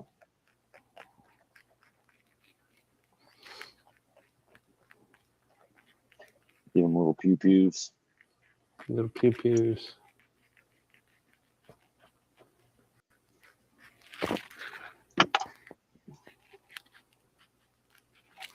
I got her a 22 mosquito to practice with. Yeah. And then practice with there ain't no recoil on those. Right. Well, if she was going to carry something, it would have to be something similar. I mean, a 22 will still do the job, especially if you have the laser on it, because once they see that dot, they're going to think twice. Right. You can't tell what the hell you got because that's all you're thinking about. And a 22 can be just as lethal if you hit the right spot. Yep. Which I don't know if we should be talking about this on Jay's show, but you know,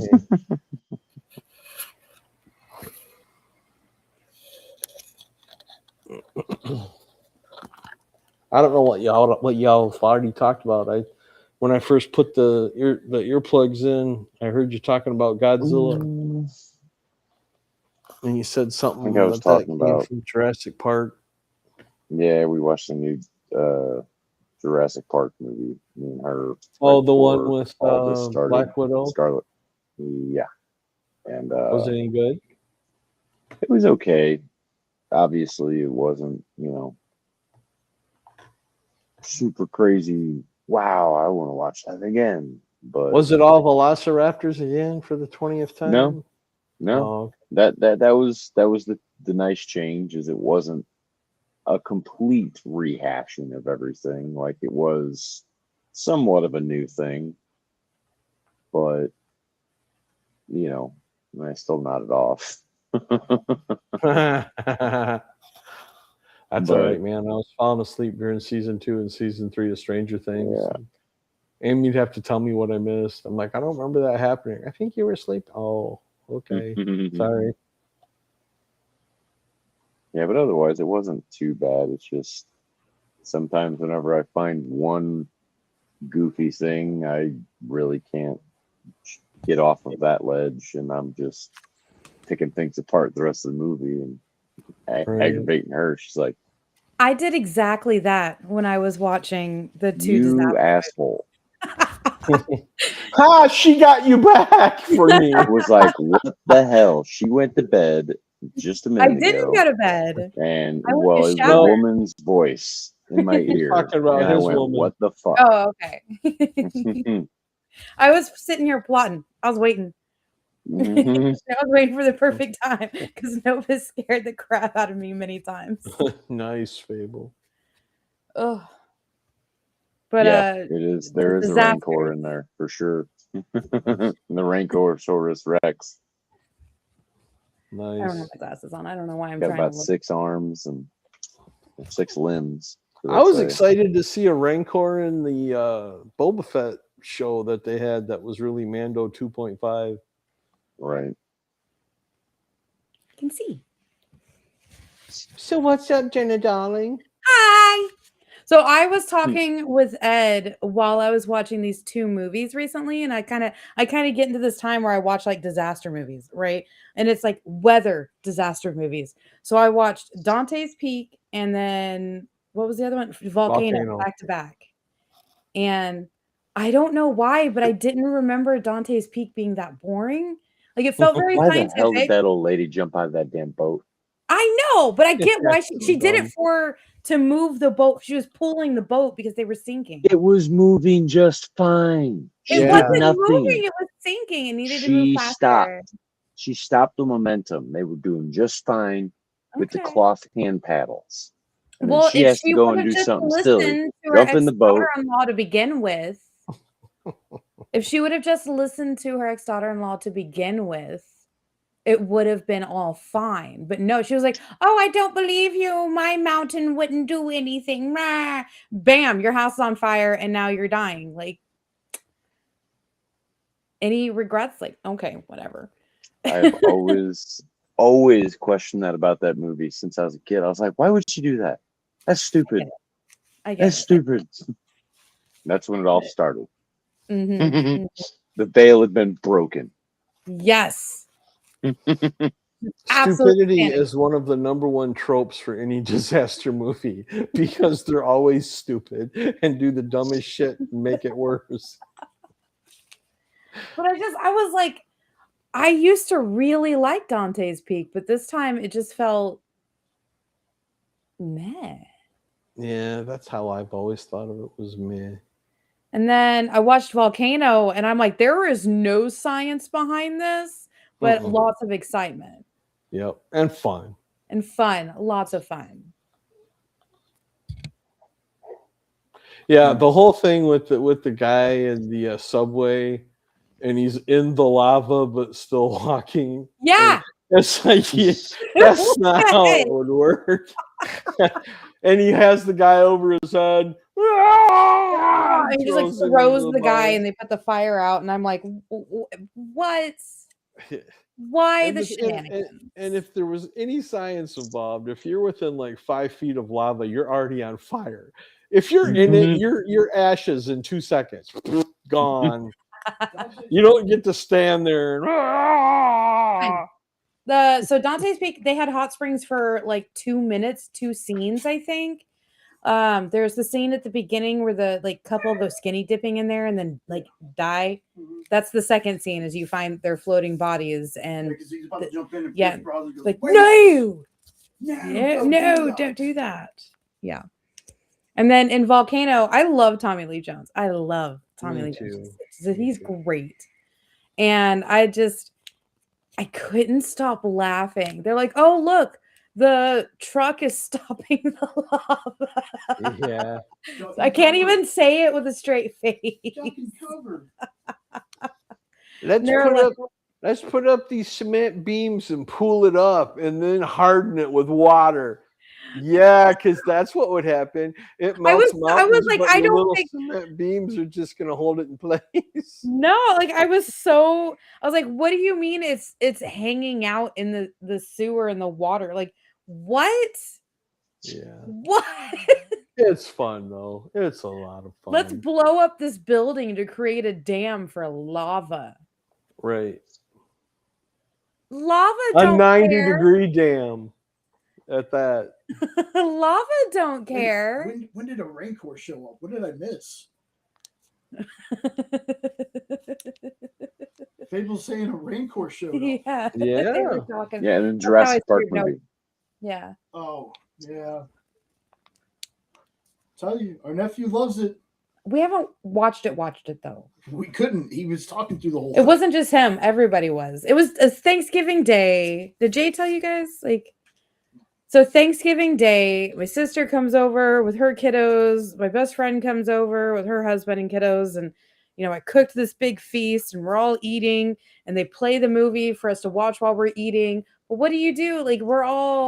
We're the type of people, we're all engaged with each other, having conversation and chit chat. And I was falling asleep. you were falling asleep. Take care So of it is true what they say about Southerners. Y'all get engaged each other. I mean, that's kind of how marriage works. Is getting engaged. Yeah, but now with family Want to hear the members at funniest thing Thanksgiving. that happened today? So, of all the craziness that we've been through today, there was one thing. I was talking with Kyle, and we were talking. We got on the topic of teeth because he was. Interesting. He was like, "Yeah, Jay's missing a tooth because Texas." He was like, "If you're in Texas, you're missing a tooth." I was like, "I'm not missing any teeth. I have implants." And he's like, "Well, you got fake teeth, so that's super Texas." Well, is Ohio the diabetes state? Oh, yeah. I was like, each state has its own thing. But back to what I want to say, there's one other like disaster nature movie that gets me every time, and I think you guys are going to know it. The Day After Tomorrow. Yeah. Twister? What? Sorry. Or nope. Mm. Don't bring up that movie. Neither one of them. What? Twister. Oh, Twister. He only does it to irritate me. It is aimed at me. say the title right though. I'm not going to call it that. That's what it's called. Oh my god. Okay, so Jay found the movie for me when it wasn't streaming anywhere, but the file reads The Day After Tomorrow instead of The Day After Tomorrow. And I tried. Is it a porn parody? No, I tried to fix it. She told me to fix it back. Yeah, he was like, "Okay, well, hold on, let me fix it." And I was like, "No, leave the A. That would have been great if it would have been a porn It's The parody. Day After Tomorrow." But there is no way possible that movie, like, okay, volcano, Dante's Peak. I mean, sure, there could be a volcano underneath LA. Why not? Like, it's California. You never know what's going on in California. Shut up, Jay.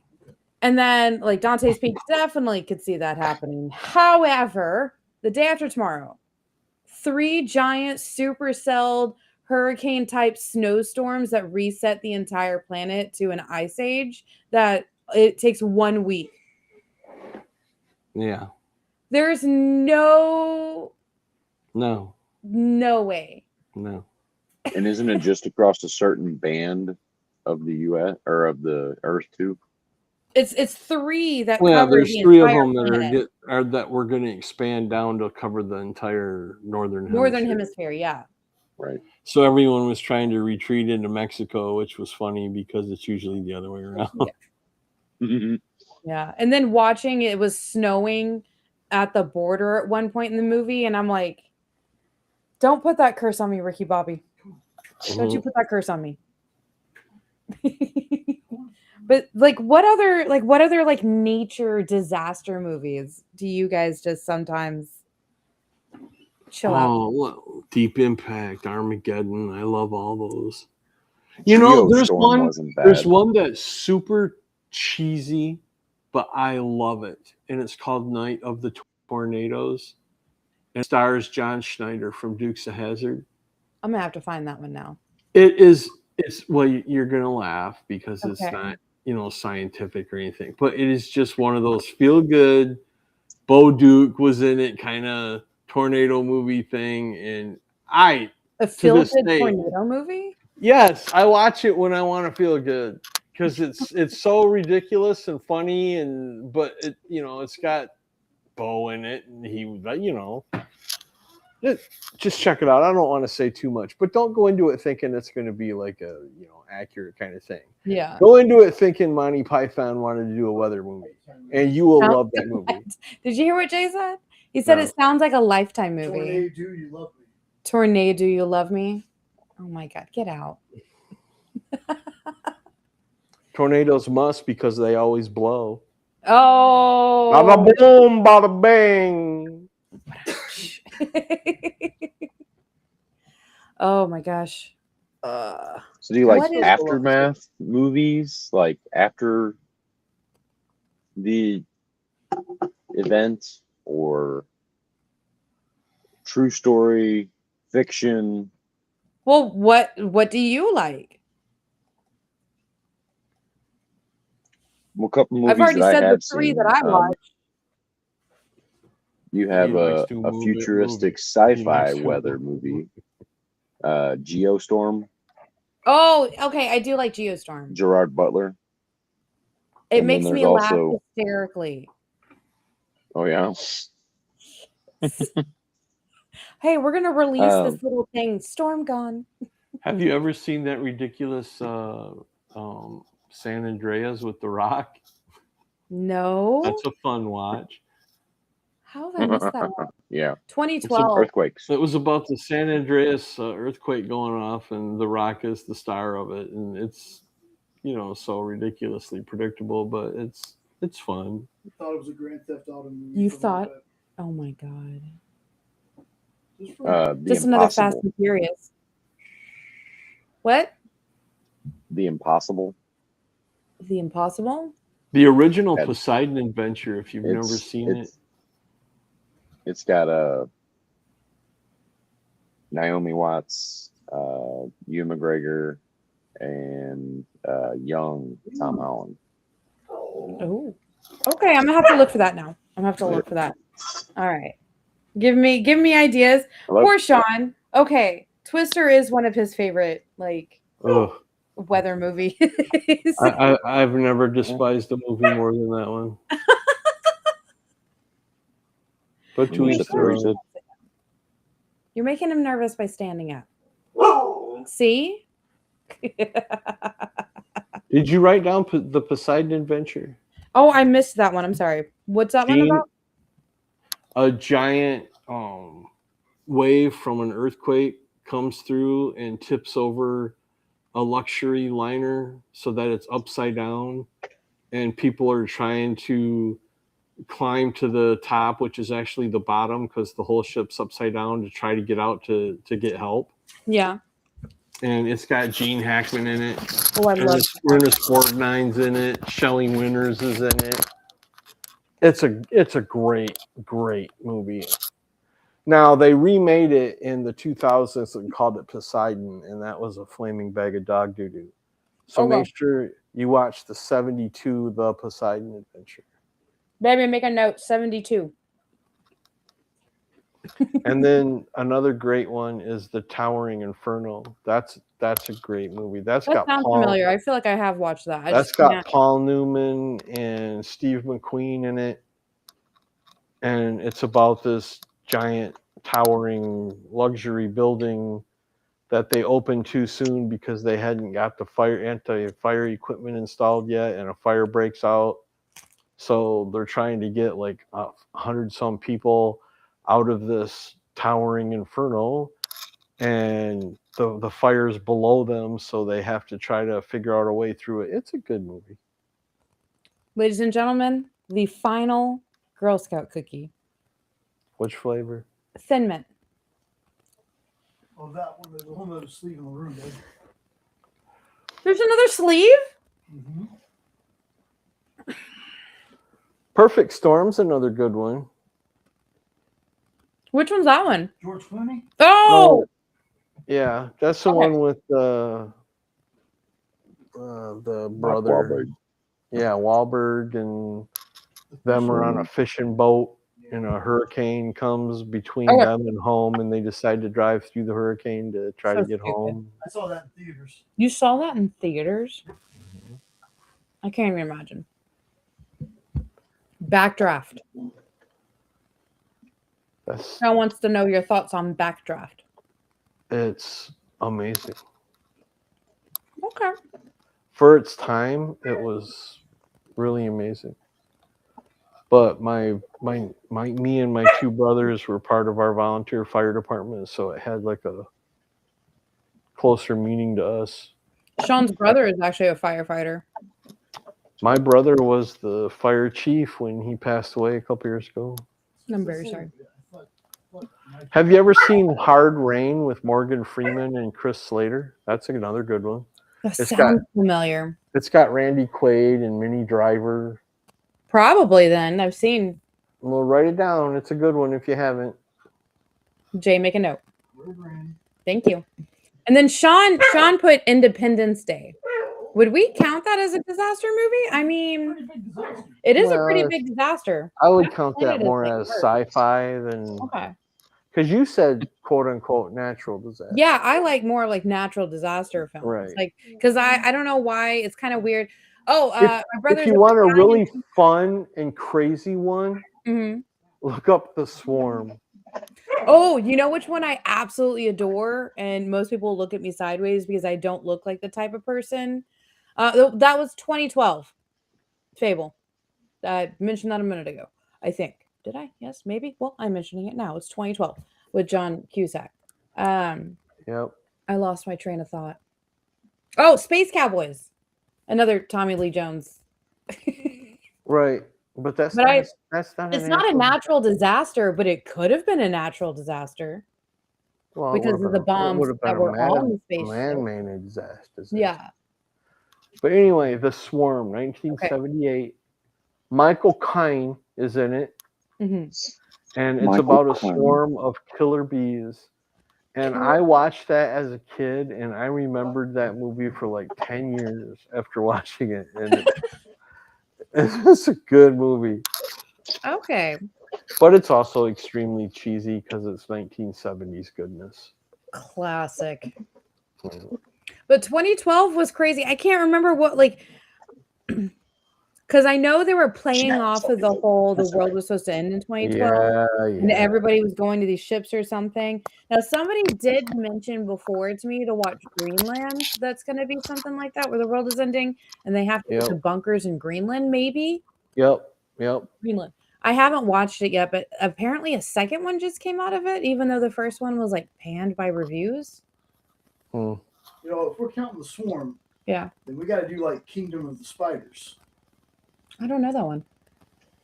It's a William Shatner movie about tarantulas. Yeah. You would. Tarantulas take over a town. Have you ever seen Tarantula? Tear out the chair for you? 1955, yeah.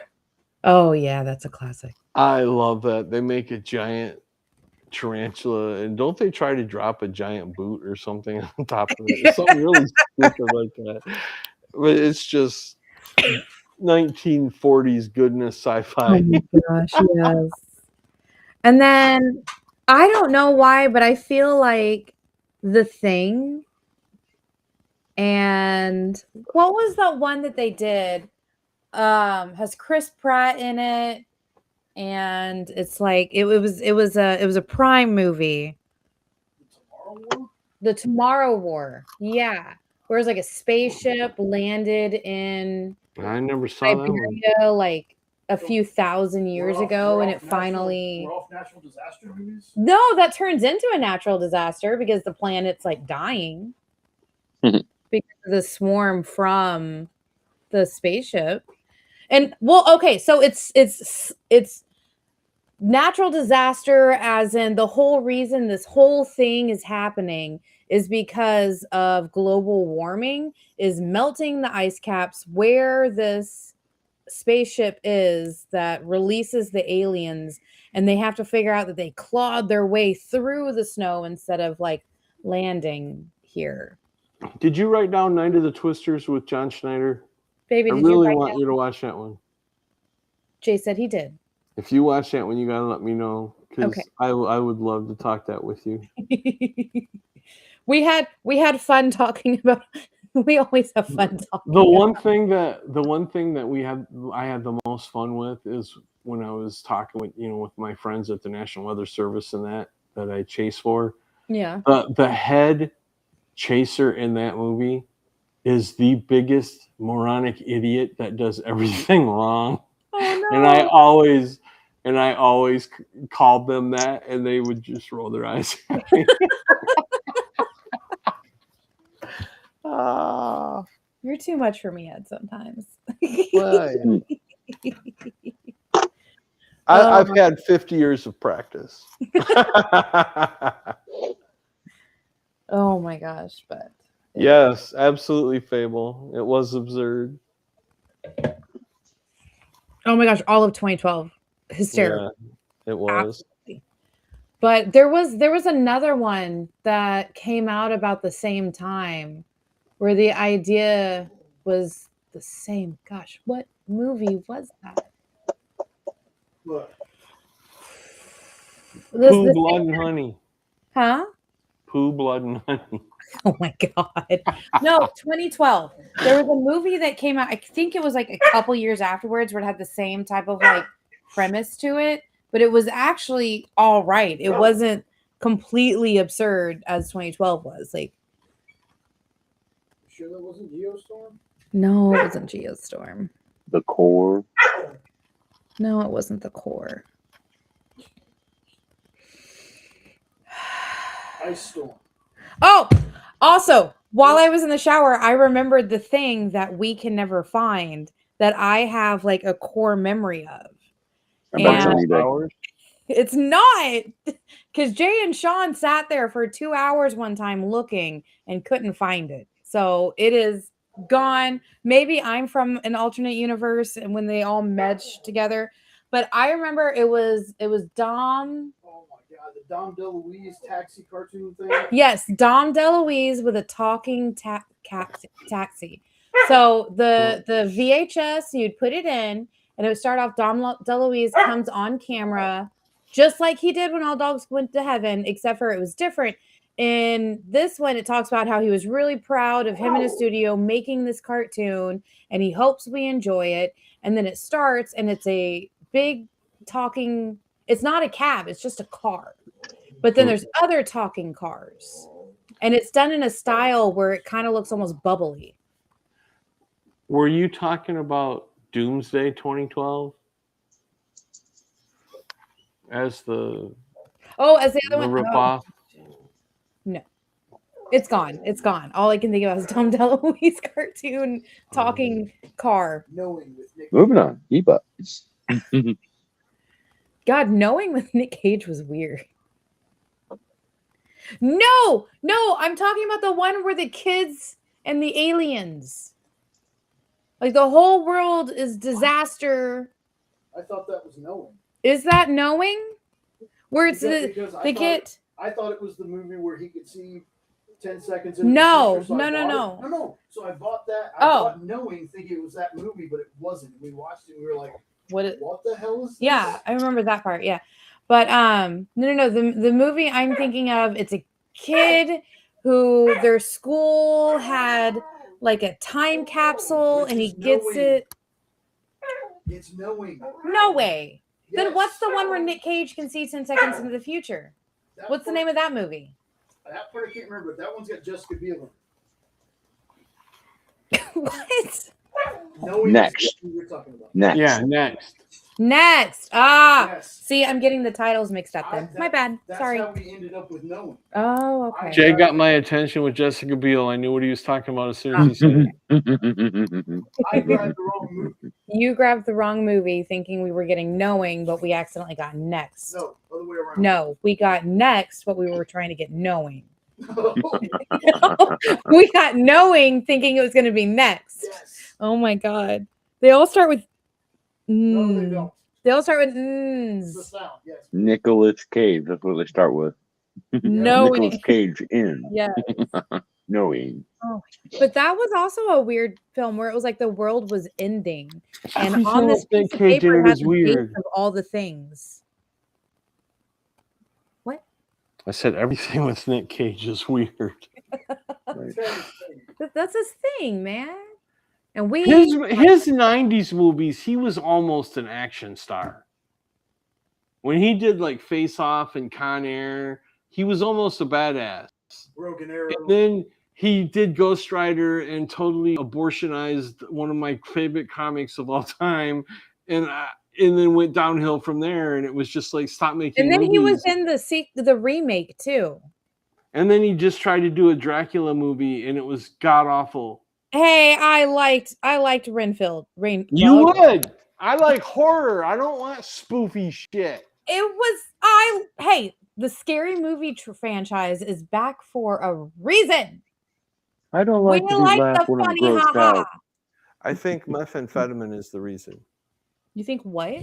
Methamphetamine is the reason that scary movies back. Oh, Too many people are stoned out of their mind. Scary Movie, the first one was funny. yeah. I like the first two. I don't think that I might have watched the second one. I don't know. Correct me if I'm wrong, but the second one is in the haunted house. Okay, yeah. Okay, I've seen that one. The first one was the Scream parody. The second one was haunted. Oh God, what was the name of What the Lies original? Beneath, that Kevin Costner movie where he kills Michelle Pfeiffer or something? No, it was after the other one where it was a house like haunted. Okay, well, the thing No, I'm What talking- Lies Beneath? That wasn't Costner. That was Gear, wasn't it? I can't hear you. Ham Puppo wants to talk.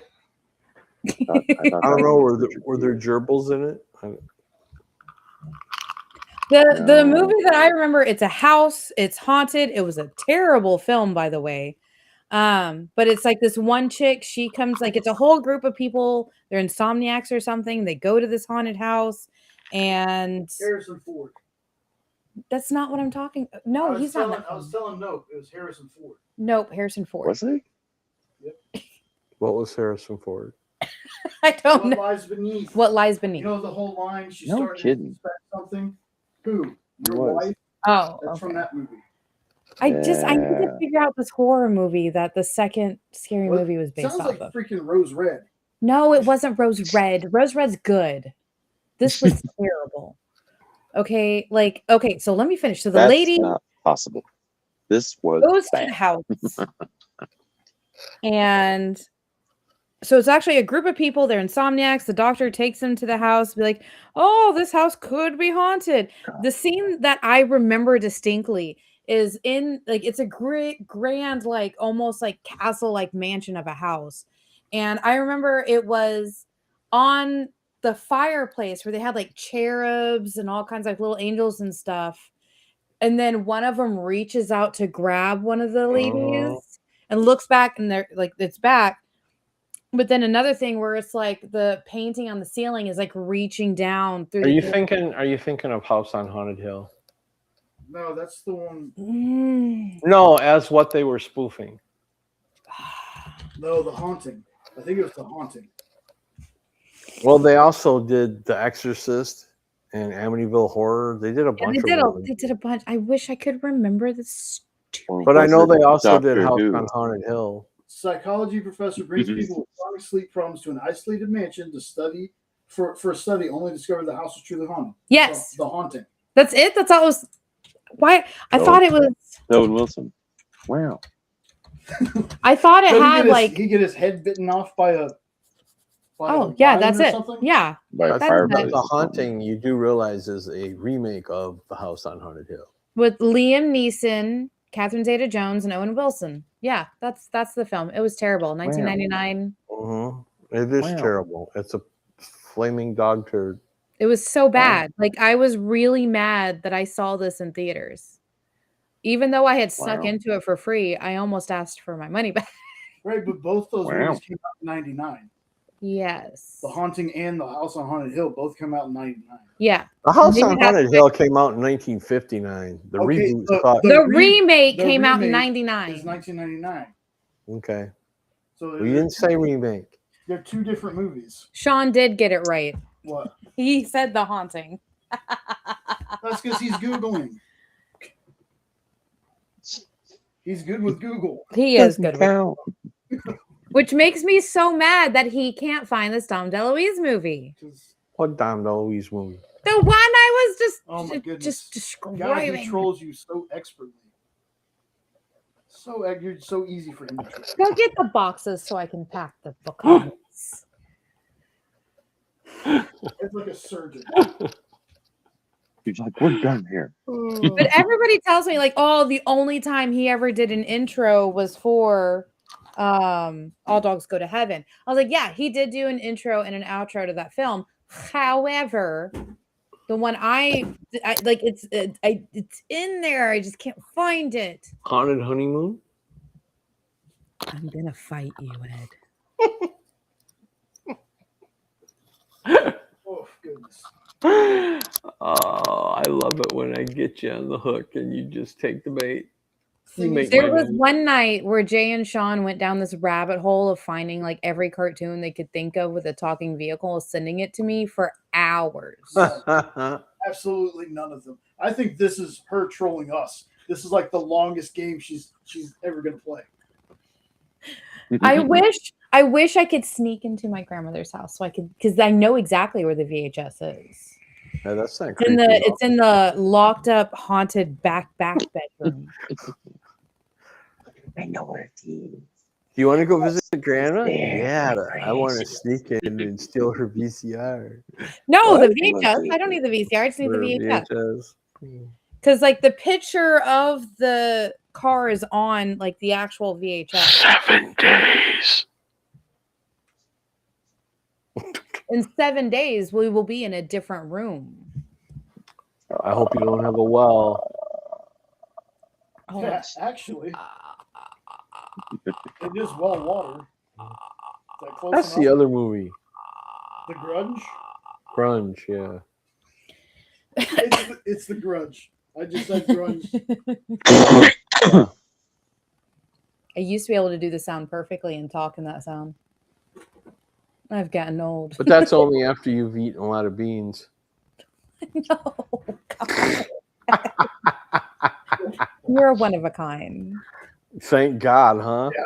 I wouldn't have been able Could to you handle it. imagine more of me out here? Hand Oh me my the tote so I can Lord. put all this stuff in the tote while we're talking. Two heads can't make a right, okay? Jesus. May all your be bright. Oh, If there were more of me, we'd all meet on the staircase. Be white. Ugh. So I'm gonna sit here and pack up Jay's desk while we're chit-chatting. Cool. Are you going to stay on or are you going to go backstage? What's it look like? I was just asking. My Orakai blade. It's your dog. You know, I've been watching way too many YouTube videos lately because there's some songs that I don't even know where they came from that I am so sick of. What? We were too young when we fell in love. Oh my God. Every freaking TikToker is using that effing song and it's so annoying. Wow, Ed doesn't like Ed Sheeran? That's a big surprise. Ed doesn't like Ed Sheeran. Huge surprise. Why would, I don't want it when she ran. I like it when she lay down. Oh, wait. You know what? For this, I need a small box. There's too many small fine things. That's going to be out front, aren't they? I love it when I slip one by. You didn't slip Title one of your by. sex tape. We just weren't reacting at first. I can't react. I got too much packing to do. It's already midnight. I'm tired, and we still have to pack up all of this stuff to leave. Okay. You know what? To the 7 people in the room, I'm about to. I've had enough. I just. Of the 7 people in the room, there's Nope, me, Sean, you, and whoever's crazy Who enough else is the other to 2 I'll people be stand there creeping? to watch you unpack. I have no idea. Lorena, are you creeping up on us? Lurkin Lorena. Hey, Larkin. Who else? Okay, so we got. Well, I'm not. That's why I was technically wondering watching. if you wanted to do this offline. What is? I don't have time for this. We need to. I need to pack. It's been I a need good to day, pack up Taylor. your desk. Okay. Been a good But- day, Taylor. But we have enough boxes and totes. So get this. We're trying to move with a grand total of 7 boxes. And they're like this size. So what we're doing is we pack them all up. We take it to the new place. We unpack it. And then we come back. How do you get your couch in there? Is that how that works? It is this time. How do you get that? How do you get that couch in there? We're not taking the couch. That's the thing. Oh, All the furniture in this house belongs to the homeowner. So it's staying. so are you like gonna live like Japanese people and sit on the floor? Or do you have furniture? Yes. I have an air mattress on the floor that I slept on last night. So yes. Okay. The bed's ours. We just can't take The mattress. Only the mattress. Not the bed, just the mattress. Go to the mattresses. I'm gonna cry. Well, if you're gonna get sentimental, we were just kids when we fell in love. Love. I don't know. I like Ed Sheeran's Blow. It's got Chris Stapleton, Bruno Mars, and a lot of guitar. What's that other stupid? There's like 2 songs that I don't know how these people get away with using, but they're on every other freaking video. Well, Ed Sheeran doesn't really care. He lets a lot of people use his stuff. Oh. That's what I hear Please a million times. stay. I want you, I need you, oh God. Don't take. I love that song, but I like the Rain Paris version of it. I have She fucking is amazing. shitty These stuck in my head all beautiful week. things that I've got. She's great. She makes things into rock covers. They're really good. And then Jonathan Young, is that his name? Yeah, Jonathan Young does a lot of Disney and anime and pop songs as metal songs as well. The only old animated taxi thing I can find anymore was done by Tex Avery, and it's about a taxi cab family, and they have a kid. Yep. Nope. No. It's not a taxi. It's just a yellow car. You said his You name 12 said times. Cab or taxi. I'm telling you, she It's saw, just a yellow car she saw an old Exxon commercial with the cars. And on thought, VHS and thought that was probably that I watched over and probably over and over again. Probably an Exxon commercial on tape. They used to put That I can literally quote the film. They give me quotes so I can look it up my quotes. We tried that already. I don't remember you telling me quotes. Because I can't make the sound that the dude's mouth makes. He goes, yeah. He does that. Oh my goodness. Oh my goodness. And he is like, gosh, I can't believe I have to cross this canyon. Gosh. By gosh and golly gee. Hey It guys, would be we made swell it if we could across, get like, across. the canyon. See, we've already tried that though. It's still nothing comes up. And I just look crazier and crazier. So I don't bring it up often. What are you looking for?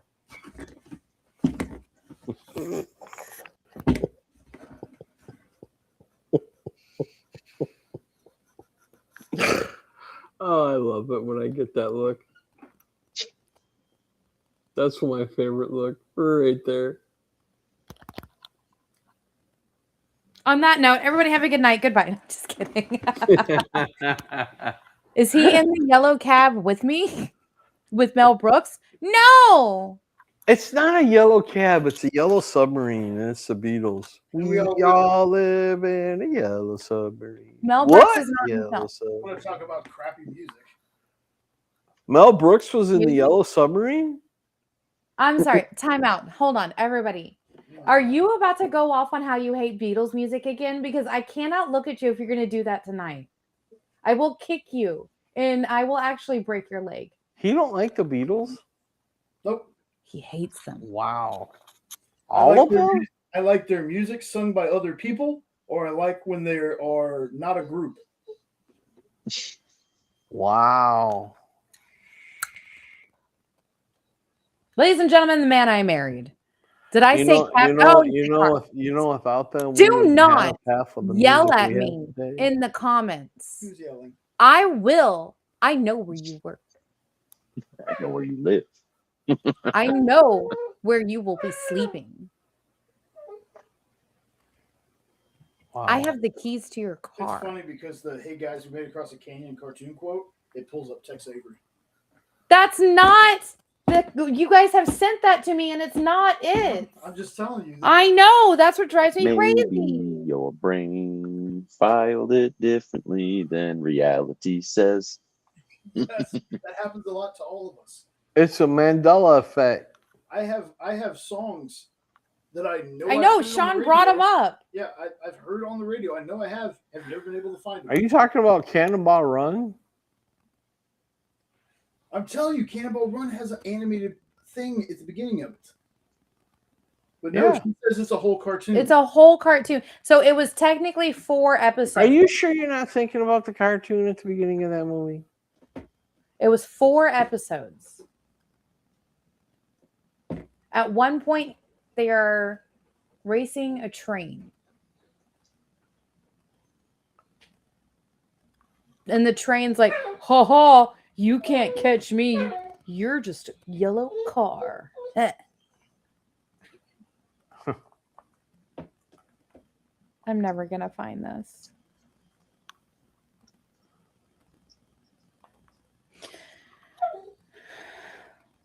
Where's Corey now to find it, huh? All right, I can't do this anymore. I can't.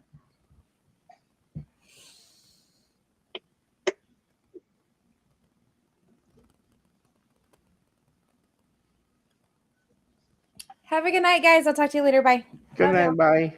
All right, later, Jenna. Find the movie?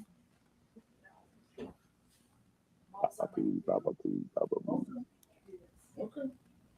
Bumblebee, bumblebee, bumblebee.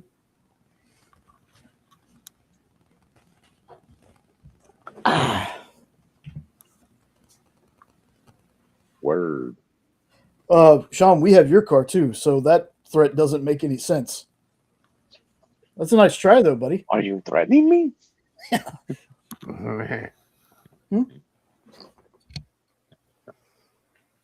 Dom DeLuise cartoons. The Secret of Nim, An American Tale, Oliver and Company, All Dogs Go to Heaven, An American Tale, Fiver Goes West, A Troll in Central Park, All Dogs Go to Heaven, An American Tale, Treasure of Manhattan Island, All Dogs Christmas, Secret of Nim Part 2, Timmy to the Rescue. That's all he's ever done. Timmy. And then Timmy. TV shows, Fible's American Tale, Tiger, Dexter's Laboratory, All Dogs Go to Heaven, and Hercules, the animated series. She's got to be talking about that animated bit before Cannonball Run and is just remembering her on. Oh no, you can still pay for it, Sean. We'll just keep it. We'll just pay our car note.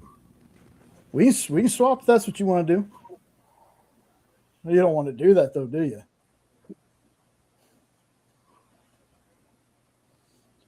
Mr. Internet Tough Guy.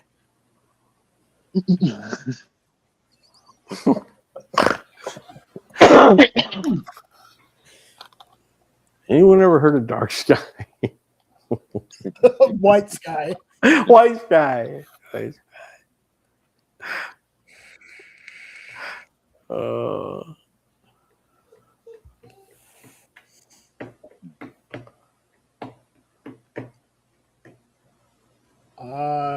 I'm just gonna have to be like, next time we see your name, I'm just like, man, will you just give her the movies?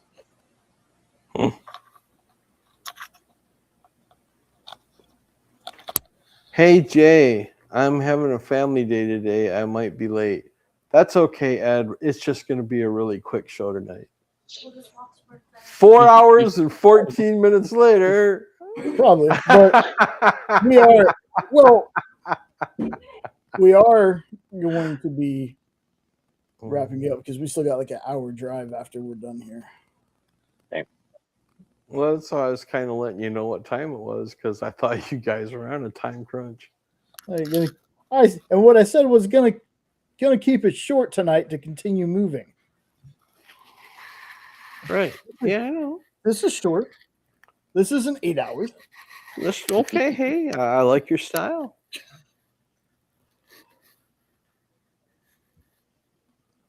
Sean must have gotten busy with work. He getting busy with it. Down.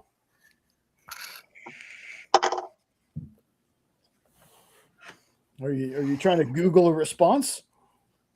Probably. Chat GPT. What's a good comeback for this? Chat GPT. Just say your mama. Should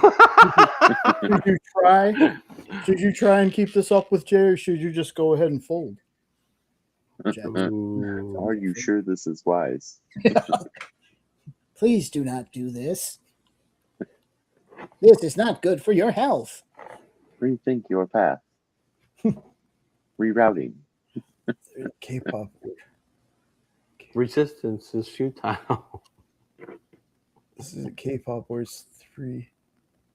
Oh, take care, Phable. Thanks for dropping by, boss. Later, Phable. Love you, brother. 12 See you, Monkeys Phable. next Friday, y'all. 12 Monkeys next Friday on Fable's channel. Station. K-pop, where it's 3 to 5 a.m. and we're still here. Oh, there's been quite a few times. See? Told you. Work. I wonder what he's talking about.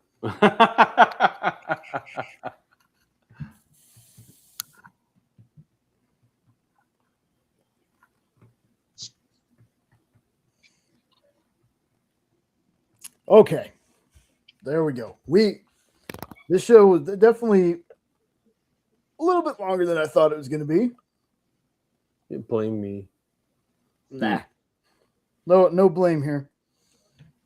No blame. Bye, here. Jay's house. We're gonna miss ya. Yeah. It's gonna be He's interesting. trading you in on a newer model. Your mom commented whatever it was. Oh, because you were trying to Google a response to me. And then we talked about how you were trying to ask ChatGPT, and then I said ChatGPT would tell you it's not a good idea. Yo, mama. And then you were like, your mom. And JD and Henri all over again. That was so funny last night when he was talking about what does Superman's penis look like? I tell you, ask your mama, and he totally missed it.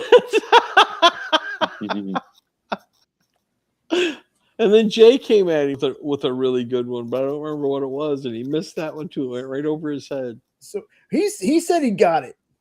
Later on, he said, no, I got that one. But he was talking about that insurance commercial spot that he made. Oh, yeah. And I shortened it to Razrar or something like that. Yeah. I remember. And I was like, this is Mike Oxmall with Razrar Insurance. And he read it and he just didn't say anything. And I told him he was brave for coming out with that. And it just like went right over his head. And then he was like, no, I got it. I still don't think he got it. Oh, good times. All right, folks. I am going to wrap it up, though. Hell Hydra. See you later. Yeah. Yep. Hell Hydra. All right. See you guys in the back room in just a minute. Later, everybody. Whew. Okay, y'all. It is a hangout. It says that in the title. There's comments. There's comments. Of course, there's comments. There's comic talk. There's whatever the chat wants to talk about. But then it's just us hanging out and talking. So yes, we're going to talk about weather and cartoons that I'm pretty sure they exist. We just can't find them, or because of CERN, they only exist on where Jenna came from before she slid into this timeline. As always, make sure you check the description of the video for links to things. Make sure you sub up to Weirdos. Make sure that you check out Phable, 9-Panel Grid, any of the channels we talked about today. Want to thank you all for being here, spending your night with me tonight. Last night in this house. Next show will be at a new house.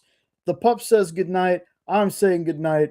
Everyone, take care, and we'll catch you.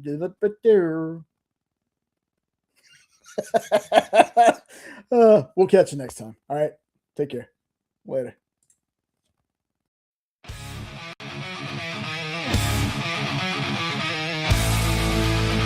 We talk about everything that makes us hum. Hail Hydra Asylum, Hail Hydra Asylum.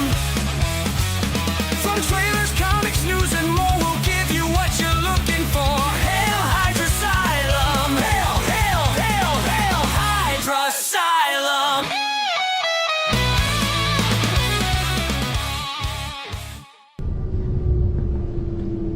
Hail Hydra.